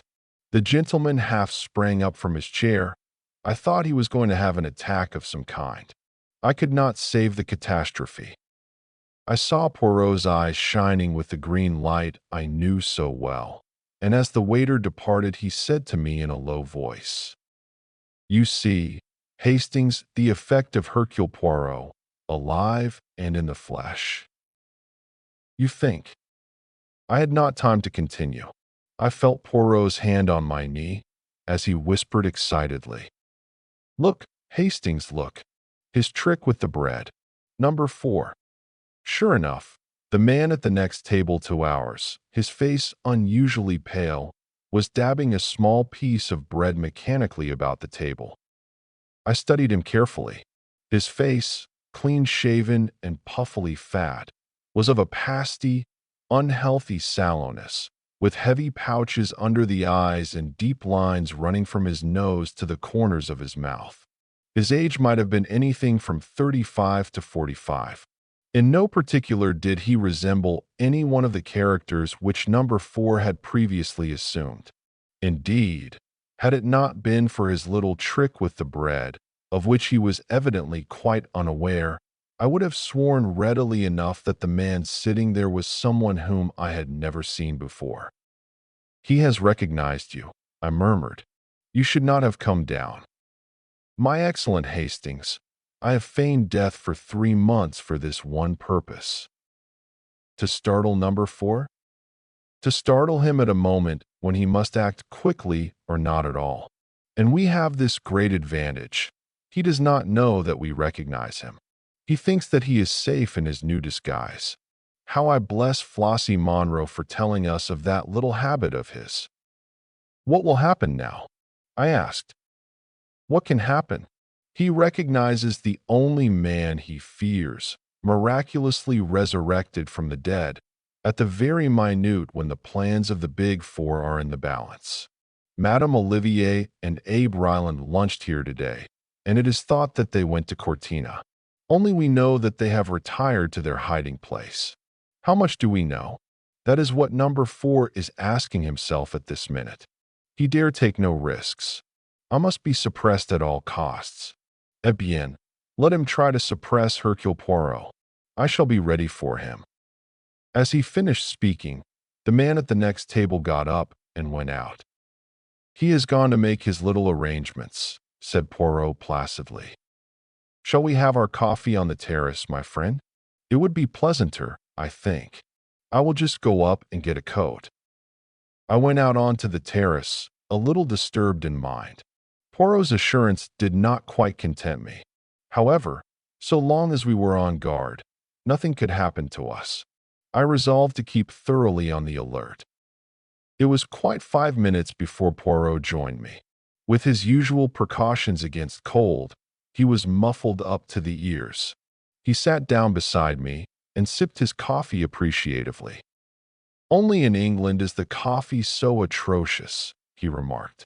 "On the continent they understand how important it is for the digestion that it should be properly made." As he finished speaking, the man from the next table suddenly appeared on the terrace. Without any hesitation, he came over and drew up a third chair to our table. "You do not mind my joining you, I hope," he said in English. "Not at all, monsieur," said Poirot. I felt very uneasy. It is true that we were on the terrace of the hotel, with people all around us, but nevertheless I was not satisfied. I sensed the presence of danger. Meanwhile, number 4 chatted away in a perfectly natural manner. It seemed impossible to believe that he was anything but a bona fide tourist. He described excursions and motor trips, and posed as quite an authority on the neighborhood. He took a pipe from his pocket and began to light it. Poirot drew out his case of tiny cigarettes. As he placed one between his lips, the stranger leant forward with a match. "Let me give you a light." As he spoke, without the least warning, all the lights went out. There was a chink of glass and something pungent under my nose, suffocating me. Chapter 18. In the Felsen Labyrinth.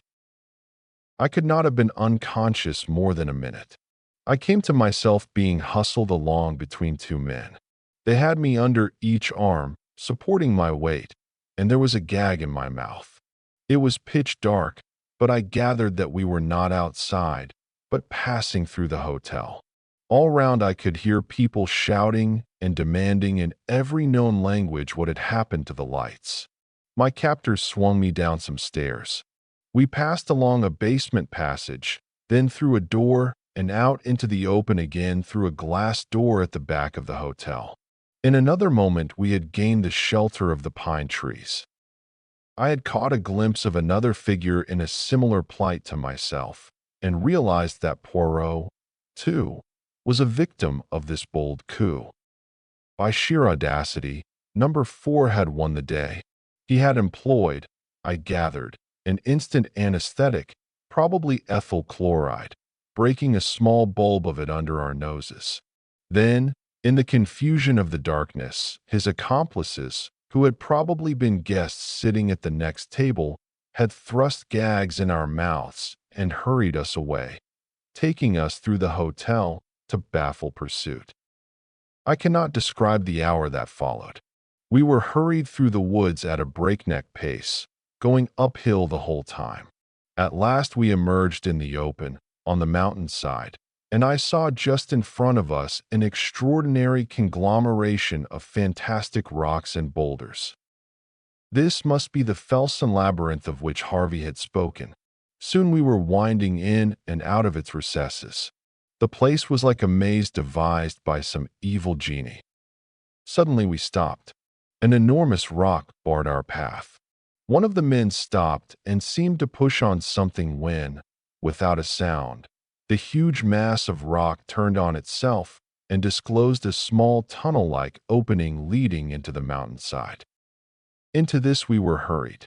For some time the tunnel was narrow, but presently it widened, and before very long we came out into a wide, rocky chamber lighted by electricity. Then the gags were removed.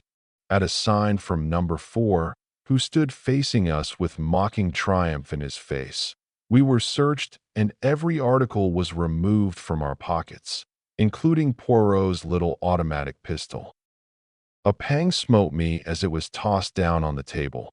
We were defeated, hopelessly defeated and outnumbered. It was the end. "Welcome to the headquarters of the Big Four, Hercule Poirot," said number 4 in a mocking tone. "To meet you again is an unexpected pleasure. But was it worthwhile returning from the grave only for this?" Poirot did not reply. I dared not look at him. "Come this way," continued number 4. "Your arrival will be somewhat of a surprise to my colleagues." He indicated a narrow doorway in the wall. We passed through and found ourselves in another chamber. At the very end of it was a table behind which 4 chairs were placed. The end chair was empty, but it was draped with a mandarin's cape. On the second, smoking a cigar, sat Mr. Abe Ryland. Leaning back on the third chair, with her burning eyes and her nun's face, was Madame Olivier. Number 4 took his seat on the 4th chair. We were in the presence of the Big Four. Never before had I felt so fully the reality and the presence of Li Chong-yen as I did now when confronting his empty seat. Far away in China, He yet controlled and directed this malign organization. Madame Olivier gave a faint cry on seeing us. Ryland, more self-controlled, only shifted his cigar and raised his grizzled eyebrows. Hercule Poirot, said Ryland slowly. This is a pleasant surprise. You put it over on us all right. We thought you were good and buried. No matter, the game is up now. There was a ring as of steel in his voice. Madame Olivier said nothing, but her eyes burned, and I disliked the slow way she smiled. Madame and Messrs, I wish you good evening, said Poirot quietly. Something unexpected, something I had not been prepared to hear in his voice made me look at him. He seemed quite composed, yet there was something about his whole appearance that was different.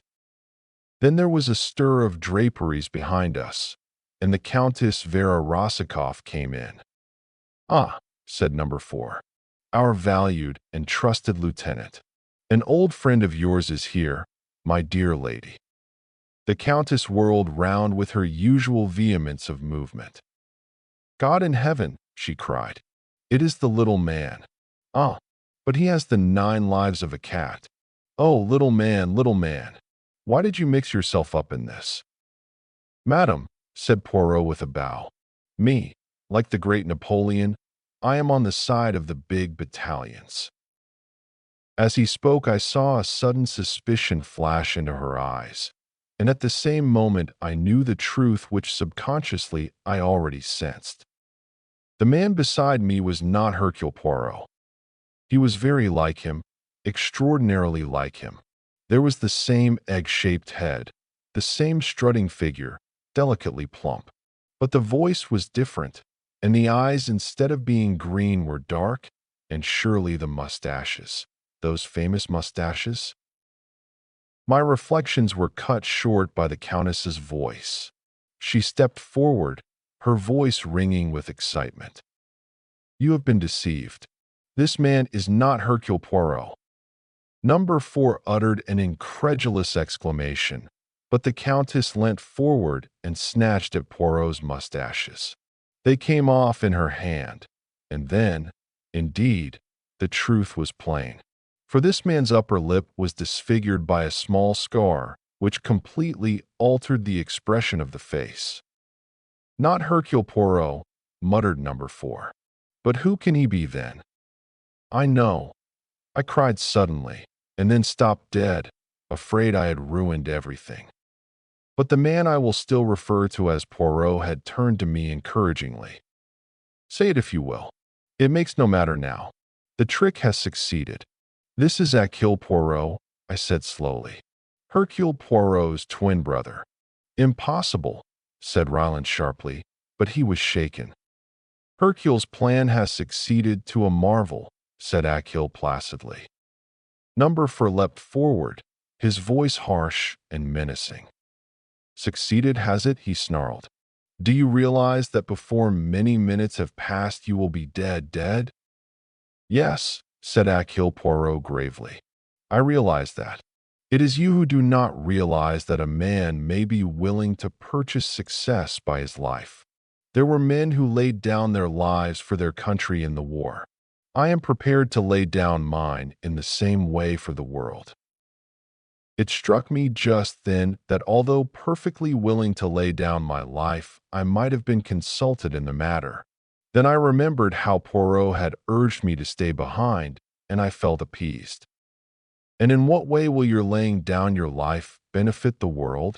Asked Ryland sardonically. I see that you do not perceive the true inwardness of Hercule's plan. To begin with, your place of retreat was known some months ago, and practically all the visitors, hotel assistants, and others are detectives or Secret Service men. A cordon has been drawn round the mountain. You may have more than one means of egress, but even so you cannot escape. Poirot himself is directing the operations outside. My boots were smeared with a preparation of aniseed tonight, before I came down to the terrace in my brother's place. Hounds are following the trail. It will lead them infallibly to the rock in the Felsen labyrinth where the entrance is situated. You see, do what you will to us. The net is drawn tightly round you. You cannot escape. Madame Olivier laughed suddenly. You are wrong. There is one way we can escape, and, like Samson of old, destroy our enemies at the same time. What do you say, my friends? Roland was staring at Hercule Poirot. Suppose he's lying, he said hoarsely. The other shrugged his shoulders. In an hour it will be dawn. Then you can see for yourself the truth of my words. Already they should have traced me to the entrance in the Felsen Labyrinth. Even as he spoke, there was a far-off reverberation, and a man ran and shouting incoherently. Roland sprang up and went out. Madame Olivier moved to the end of the room and opened a door that I had not noticed. Inside I caught a glimpse of a perfectly equipped laboratory, which reminded me of the one in Paris. Number 4 also sprang up and went out. He returned with Poirot's revolver, which he gave to the Countess. There is no danger of their escaping, he said grimly. But still you had better have this. Then he went out again. The Countess came over to us and surveyed my companion attentively for some time. Suddenly she laughed. You are very clever, Hercule Poirot, she said mockingly. Madam, let us talk business. It is fortunate that they have left us alone together. What is your price? I do not understand. What price? Madam, you can aid us to escape. You know the secret way out of this retreat. I ask you, what is your price? She laughed again. More than you could pay, little man. Why, all the money in the world would not buy me. Madam, I did not speak of money. I am a man of intelligence. Nevertheless, this is a true fact. Everyone has his price. In exchange for life and liberty, I offer you your heart's desire. So you are a magician. You can call me so if you like. The Countess suddenly dropped her jesting manner. She spoke with passionate bitterness. Fool, my heart's desire. Can you give me revenge upon my enemies? Can you give me back youth and beauty and a gay heart? Can you bring the dead to life again? Hercule Poirot was watching her very curiously. Which of the three, madam? Make your choice. She laughed sardonically. You will send me the elixir of life, perhaps? Come, I will make a bargain with you. Once I had a child. Find my child for me, and you shall go free. Madam, I agree. It is a bargain. Your child shall be restored to you. On the faith of Hercule Poirot himself. Again that strange woman laughed, this time long and unrestrainedly. My dear Poirot, I am afraid I laid a little trap for you. It is very kind of you to promise to find my child for me. But, you see, I happen to know that you would not succeed, and so that would be a very one-sided bargain, would it not? Madam, I swear to you by the holy angels that I will restore your child to you. I asked you before, Poirot, could you restore the dead to life? Then the child is dead? Yes. He stepped forward and took her wrist. Madam, I who speak to you, swear once more. I will bring the dead back to life. She stared at him as though fascinated. You do not believe me. I will prove my words. Get my pocketbook, which they took from me. She went out of the room and returned with it in her hand.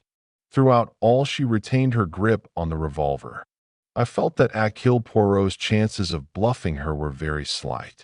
The Countess Vera Rosikoff was no fool. Open it, madam. The flap on the left-hand side. That is right. Now take out that photograph and look at it. Wonderingly, she took out what seemed to be a small snapshot. No sooner had she looked at it than she uttered a cry and swayed as though about to fall.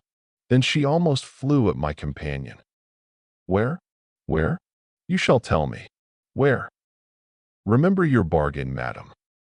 Yes, yes, I will trust you. Quick, before they come back. Catching him by the hand, she drew him quickly and silently out of the room. I followed. From the outer room, she led us into the tunnel by which we had first entered, but a short way along this forked, and she turned off to the right. Again and again the passage divided, but she led us on, never faltering or seeming to doubt her way, and with increasing speed. "If only we are in time," she panted. "We must be out in the open before the explosion occurs." Still we went on. I understood that this tunnel led right through the mountain and that we should finally emerge on the other side, facing a different valley. The sweat streamed down my face, but I raced on. And then, far away, I saw a gleam of daylight. Nearer and nearer, I saw green bushes growing.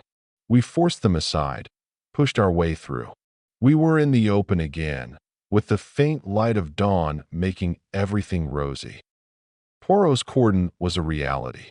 Even as we emerged, 3 men fell upon us, but released us again with a cry of astonishment. "Quick!" cried my companion. "Quick! There is no time to lose." But he was not destined to finish. The earth shook and trembled under our feet. There was a terrific roar, and the whole mountain seemed to dissolve. We were flung headlong through the air. I came to myself at last. I was in a strange bed in a strange room. Someone was sitting by the window. He turned and came and stood by me. It was Hercule Poirot, or stay was it? The well-known ironical voice dispelled any doubts I might have had. "But yes, my friend, it is. Brother Hercule has gone home again, to the land of myths. It was I all the time. It is not only number 4 who can act a part. Belladonna in the eyes, the sacrifice of the mustaches, and a real scar the inflicting of which caused me much pain 2 months ago, but I could not risk a fake beneath the eagle eyes of number 4. And the final touch, your own knowledge and belief that there was such a person as Hercule Poirot. It was invaluable, the assistance you rendered me. Half the success of the coup is due to you. The whole crux of the affair was to make them believe that Hercule Poirot was still at large directing operations. Otherwise, everything was true, the aniseed, the cordon, etc. But why not really send a substitute? And let you go into danger without me by your side? You have a pretty idea of me there. Besides, I always had a hope of finding a way out through the Countess. How on earth did you manage to convince her? It was a pretty thin story to make her swallow. All that about a dead child. The Countess has a great deal more perspicacity than you have, my dear Hastings. She was taken in at first by my disguise, but she soon saw through it. When she said, "You are very clever, Hercule Poirot," I knew that she had guessed the truth. It was then or never to play my trump card. All that rigmarole about bringing the dead to life. Exactly. But then, you see, I had the child all along. What? But yes. You know my motto, be prepared. As soon as I found that the Countess Rosikoff was mixed up with the Big Four, I had every possible inquiry made as to her antecedents. I learnt that she had had a child who was reported to have been killed, and I also found that there were discrepancies in the story which led me to wonder whether it might not, after all, be alive. In the end, I succeeded in tracing the boy, and by paying out a big sum I obtained possession of the child's person. The poor little fellow was nearly dead of starvation. I placed him in a safe place, with kindly people, and took a snapshot of him in his new surroundings. And so, when the time came, I had my little coup de theater all ready. You are wonderful, Poirot, absolutely wonderful. I was glad to do it too, for I had admired the Countess. I should have been sorry if she had perished in the explosion. I've been half afraid to ask you, what are the Big Four? All the bodies have now been recovered. That of number 4 was quite unrecognizable, the head blown to pieces. I rather wish it had not been so. I should have liked to be sure, but no more of that. Look at this. He handed me a newspaper in which a paragraph was marked. It reported the death, by suicide, of Li Chong-yan, who had engineered the recent revolution which had failed so disastrously. My great opponent, said Poirot gravely. It was fated that he and I should never meet in the flesh. When he received the news of the disaster here, he took the simplest way out. A great brain, my friend, a great brain. But I wish I had seen the face of the man who was number 4. Supposing that, after all, but I romance. He is dead. Yes, mon ami. Together we have faced and routed the big 4. And now you will return to your charming wife, and I shall retire. The great case of my life is over. Anything else will seem tame after this. No, I shall retire. Possibly I shall grow vegetable marrows. I might even marry and arrange myself. He laughed heartily at the idea, but with a touch of embarrassment. I hope. Small men always admire big, flamboyant women. Marry and arrange myself, he said again. Who knows? The end.